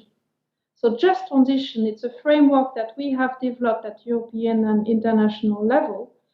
And it means that the fundamental labor rights, fundamental rights of workers needs to be secured, and all livelihoods needs to be secured as well when we're shifting to sustainable production. This concept of just transition is being endorsed by a number of policymakers, and we really need the competition authorities to integrate it as well in their way of thinking. If you want people, if you want workers' help towards change, you also need to help them. The workers need to be fully involved, they need to be fully consulted about the changes to come. People need to feel that they are part of the driving seat. The third question that I heard this afternoon is, what is needed in terms of adjustment to competition policies? And I heard a number of very interesting proposals, ranging around scaling up companies' capacities, having green cartels put in place. Now, if you're going to bring workers on board, which I think you should do, there is one element that you should keep in mind. We are facing an increasing concentration of corporate power. This is well documented now by the OECD, by the IMF, and industry concentration is likely to further increase post-COVID. Now, too much concentration is not good for innovation, it's not good for investment, it's not even good for corporate taxation, and it certainly is not good for employment. We are facing a situation where, on the one hand, you have excessive corporate power, and on the other hand, you have an increase in precarious working conditions, and you have a global stagnation of wages. So there is an unbalance here, which economists refer to as labor market monopsonies. Workers and trade unions are no longer in a position to bargain meaningfully good employment conditions. Therefore, how can you expect them to be on board for further transitions if they're already not there? And that brings me to my final point, looking to the future. What is it that we need? Well, we need to be bold, and where it's necessary, we need to dust away outdated principles and look and understand how the modern economy is working. Employees' rights should be employees should be included in the vulnerable category of people that competition policies is looking to protect. Our fundamental labor rights should be upheld by competition authorities when you are assessing the impact of dominant position, for instance. Unfair labor clauses should be banned as being anti-competitive in nature. The general objective of this is not to become labor ministry.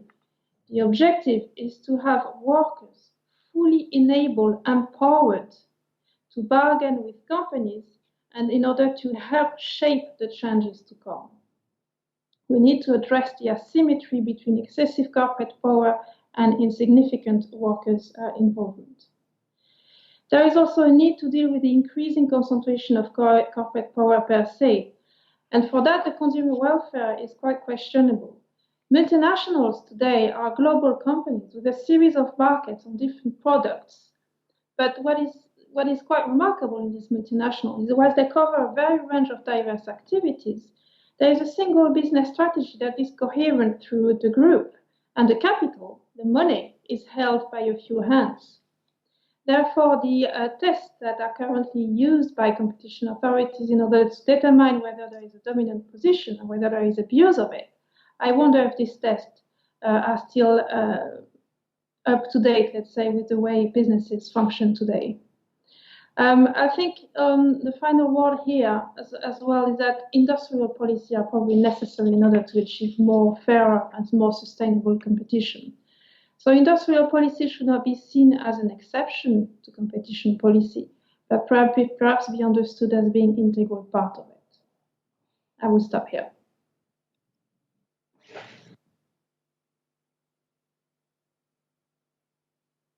Julian, you have to unmute. Julian, sorry, you have to unmute. Yes. Thank you. Thank you, Severin. I think that was a great start to the next part of the debate.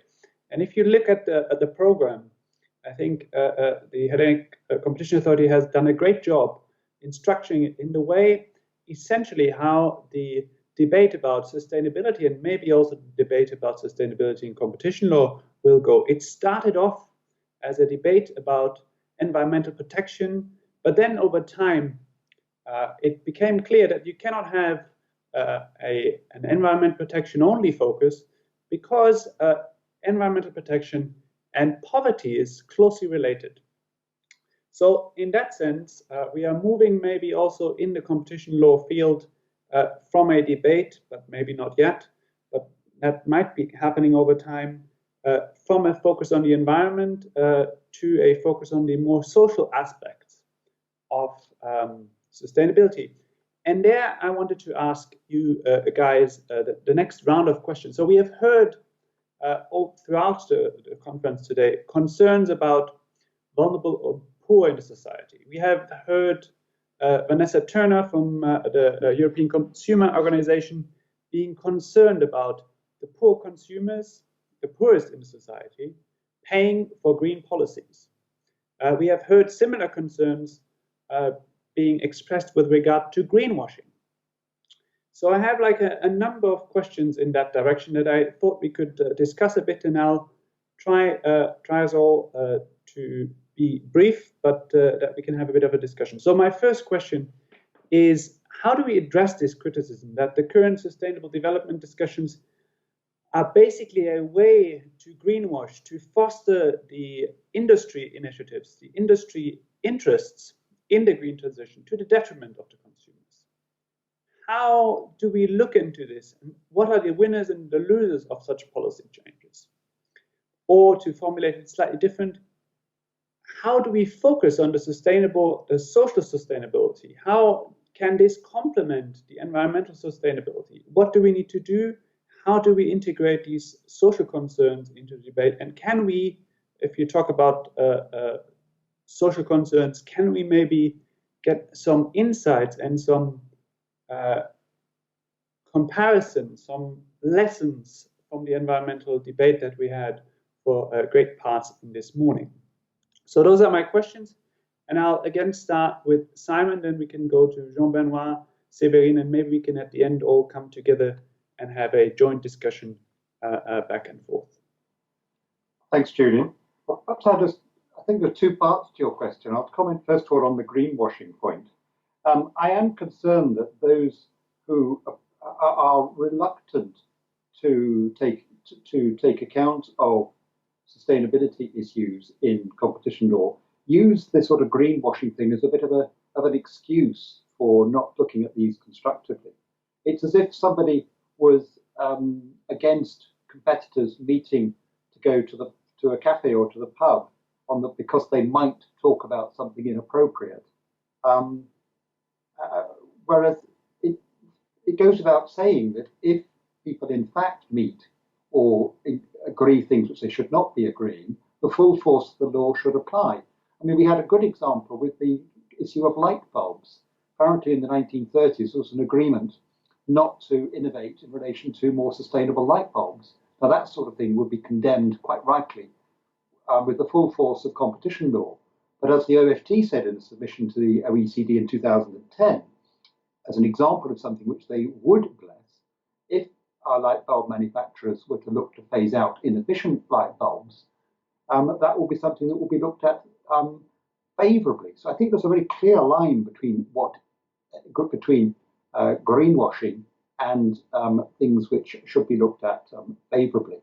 Second comment in there, I think while there is always a risk that when people come together, they cross that line, I think the bigger issue is one of consumer claims. And I was very pleased, and somebody mentioned it earlier, to see that the Dutch have also taken the initiative there to try and lay out some principles for consumer claims in relation to greenwashing.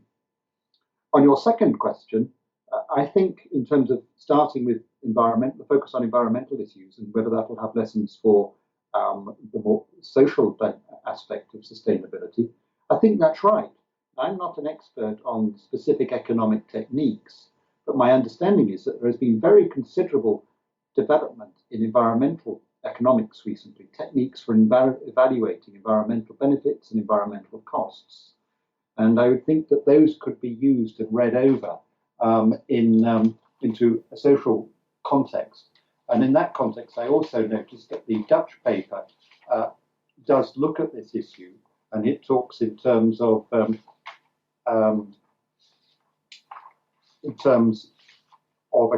social cost-benefit analysis. And I think that one hopes that the interaction will be both ways. But if we are further ahead on the environmental side, fine, let's learn the lessons and apply and adapt them to the social dimension.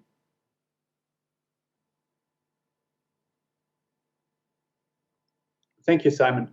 Jean-Benoit. Thank you, Julien. You have asked the question about who are the losers, who are the winners. I think it is clear that the loser of the transition itself will be the poorest. And I say that because there is a risk of populist response if the change that we want to make to the economy will be too big for the workers. I'm speaking with my know-how of labor lawyer. I am not convinced that the social protection system will withstand the blast of the transition. So it means that reorganizing the economy, as we discussed today, we must take this into account, and so, as Severin told us, to have the workers aboard. We've heard today that the Commission, when we speak to the Commission about the social DNA of competition law, understand the project about the right to collective bargaining for self-employed workers. It is the first step, but to recognize the freedom of association for workers is not enough to have them aboard and to make them part of the project of the green transition. So I would like to say that this way to understand the social issue, the social sustainability of the European Commission is a first step, but is not enough because the project is too important to not to have the workers aboard fully. Thank you. Thank you. Severin, do you want to comment as well? Well, obviously, I 100% fully agree with Benoit, with Jean-Benoit. I think our key concern here is how to ensure that environmental and social changes go together. In our view, they are very closely related. If you don't have a social dimension with your environmental action, then change is going to be perceived as a threat. Jean-Benoit talked about populist movement.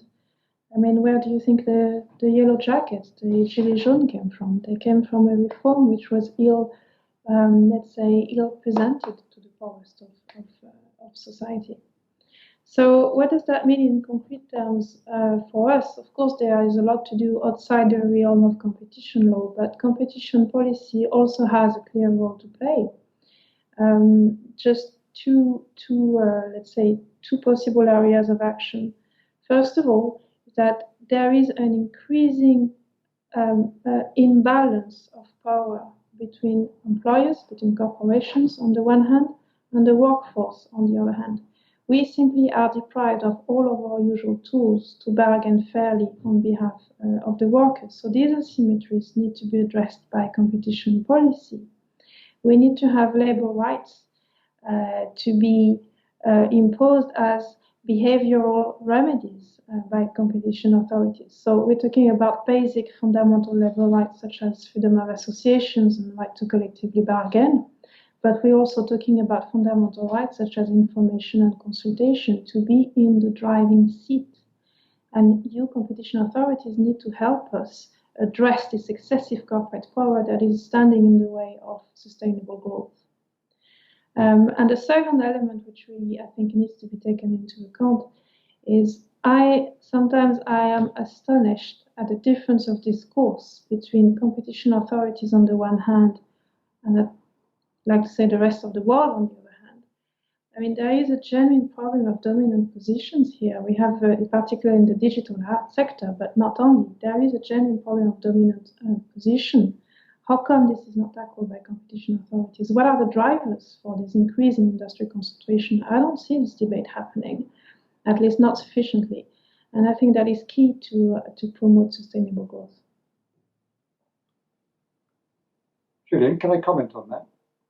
Yes, I was about to open the floor to comment and open the floor essentially to all of us to comment on each other. We have still 10 minutes, and I want to keep it rather within those 10 minutes, even though we started later. But we do have the benefit of having one guest less, so we should make use and not stretch the attention of our audience too much. So let's get right into this. I'll open the floor to you, Simon, and then we can.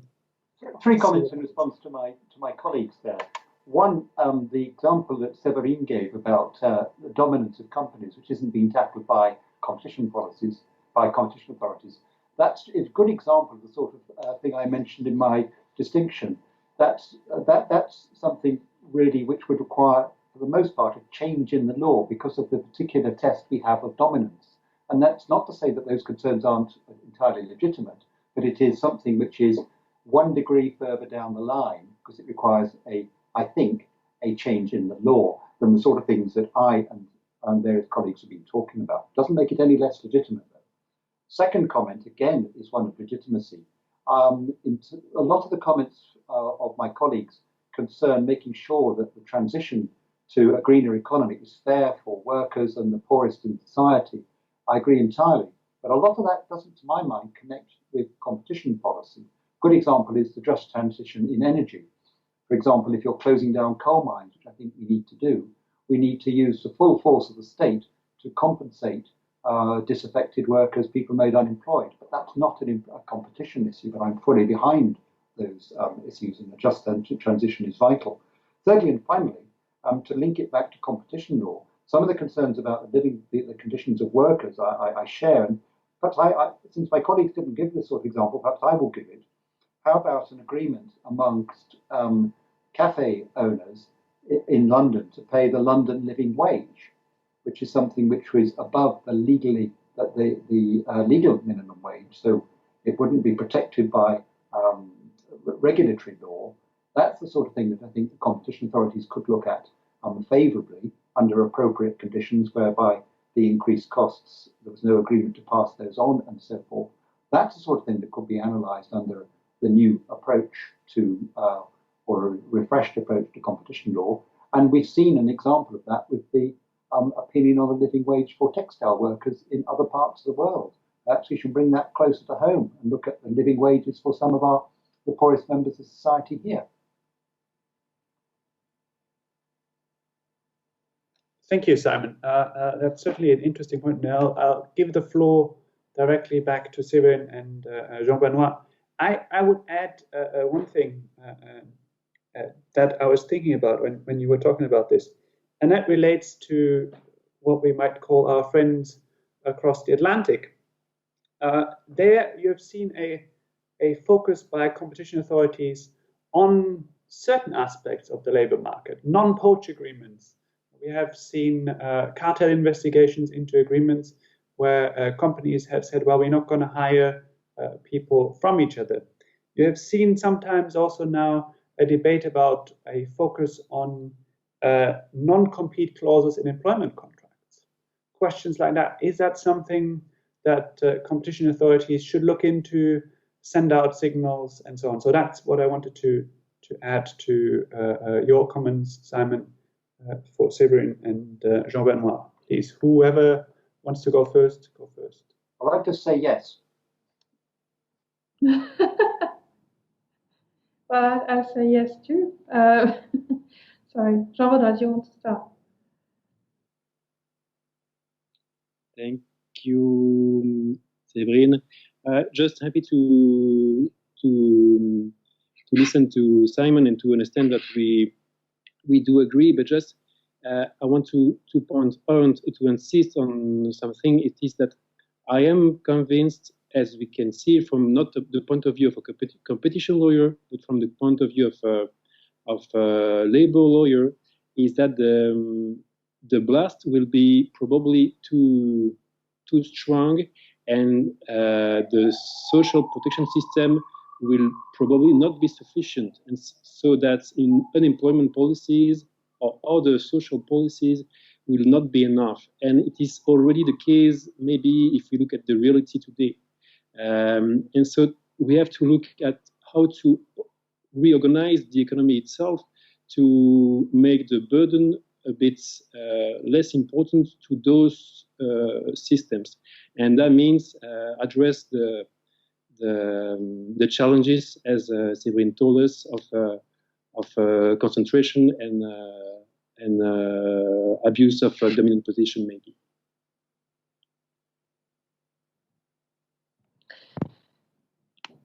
So to your question, Simon, whether abusive employment clauses in contracts should be banned by competition authorities, yes, of course, this is a strong demand from us. And from what I understand, it doesn't perhaps necessarily require a lot of change in the law. Just for our audience, the objective of these clauses is to prevent employees from changing employers even when they are facing unfair employment conditions. So these are clearly aimed at preventing workers' mobility from one company to another, and therefore strengthen the dominant position of the employer. So clearly we are within the realm of anti-competitive behavior, although it is not yet treated as such. So it's very important, I agree, but this is not sufficient. Simon, your reaction towards my proposal, which would probably require indeed changes in the law, I get that somehow I create that reaction quite a lot whenever I talk to competition authorities, because some of our demands indeed are well beyond what competition authorities are, or competition experts I used to deal with. But isn't there an urgency here? Doesn't the situation justify for us being bold? I mean, we as trade unions have been struggling for the past 4 or 5 years, I think, with some judgment from the Court of Justice qualifying collective bargaining on behalf of self-employed as potentially anti-competitive. We are struggling to get the competition authorities help us with regard to those anti-competitive clauses. Why are we in such a situation in the first place? Because there is a deep inequality of arms. There is a deep asymmetry between corporate power and employee power on the other hand. You gave the example of coffee owners. Are they really where the problem is? Or are we talking about companies that are so massive that even when they change the employment conditions, even when they enforce on you lowering of wages, you cannot go anywhere else because there's simply no other employer available. So that's what we're talking about. We're talking about a big player, which probably require a change in the law, not only to tackle the dominant position, but also to have the competition authorities to help us address those asymmetries and to have employees on board, to have them back in the driving seat. And to bring the discussions back to the green growth, what it means is that we will also be empowered to deal with the transitions that we are all facing. If we're not empowered to deal with this, then there is only one thing that can happen, and that's going to be opposition.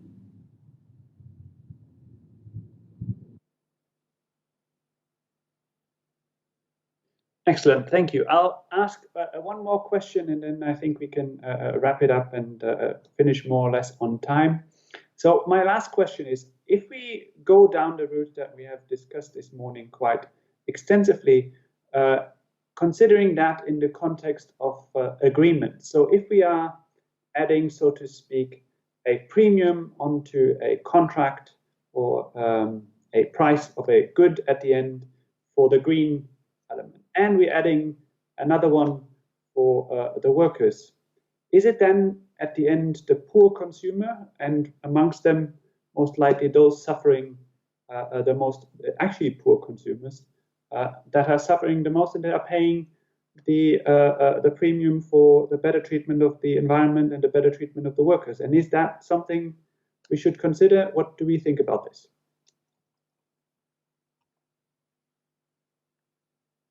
Who wants to go first? I think that's one reason why we always have to remember that regulation is in some ways the first option in these areas. For example, the first option, for example, if you're trying to control air quality, is regulation. What we're talking about today is where things aren't moving fast enough, and there are possibilities to move faster or further through agreements. And certainly, if we're talking about the conditions of workers, I certainly think that the primary tool ought to be regulation. I gave the example of the London living wage because there is no regulation for London distinct from the rest of the country. But the primary tool has to be to ensure that everybody has to pay a decent wage, which is why minimum wage legislation is vital. And labour law should be the first tool when looking at acceptable conditions of employment. And that could easily cover, to the extent that it doesn't, and I've forgotten my labour law, the restrictive covenants which are permissible.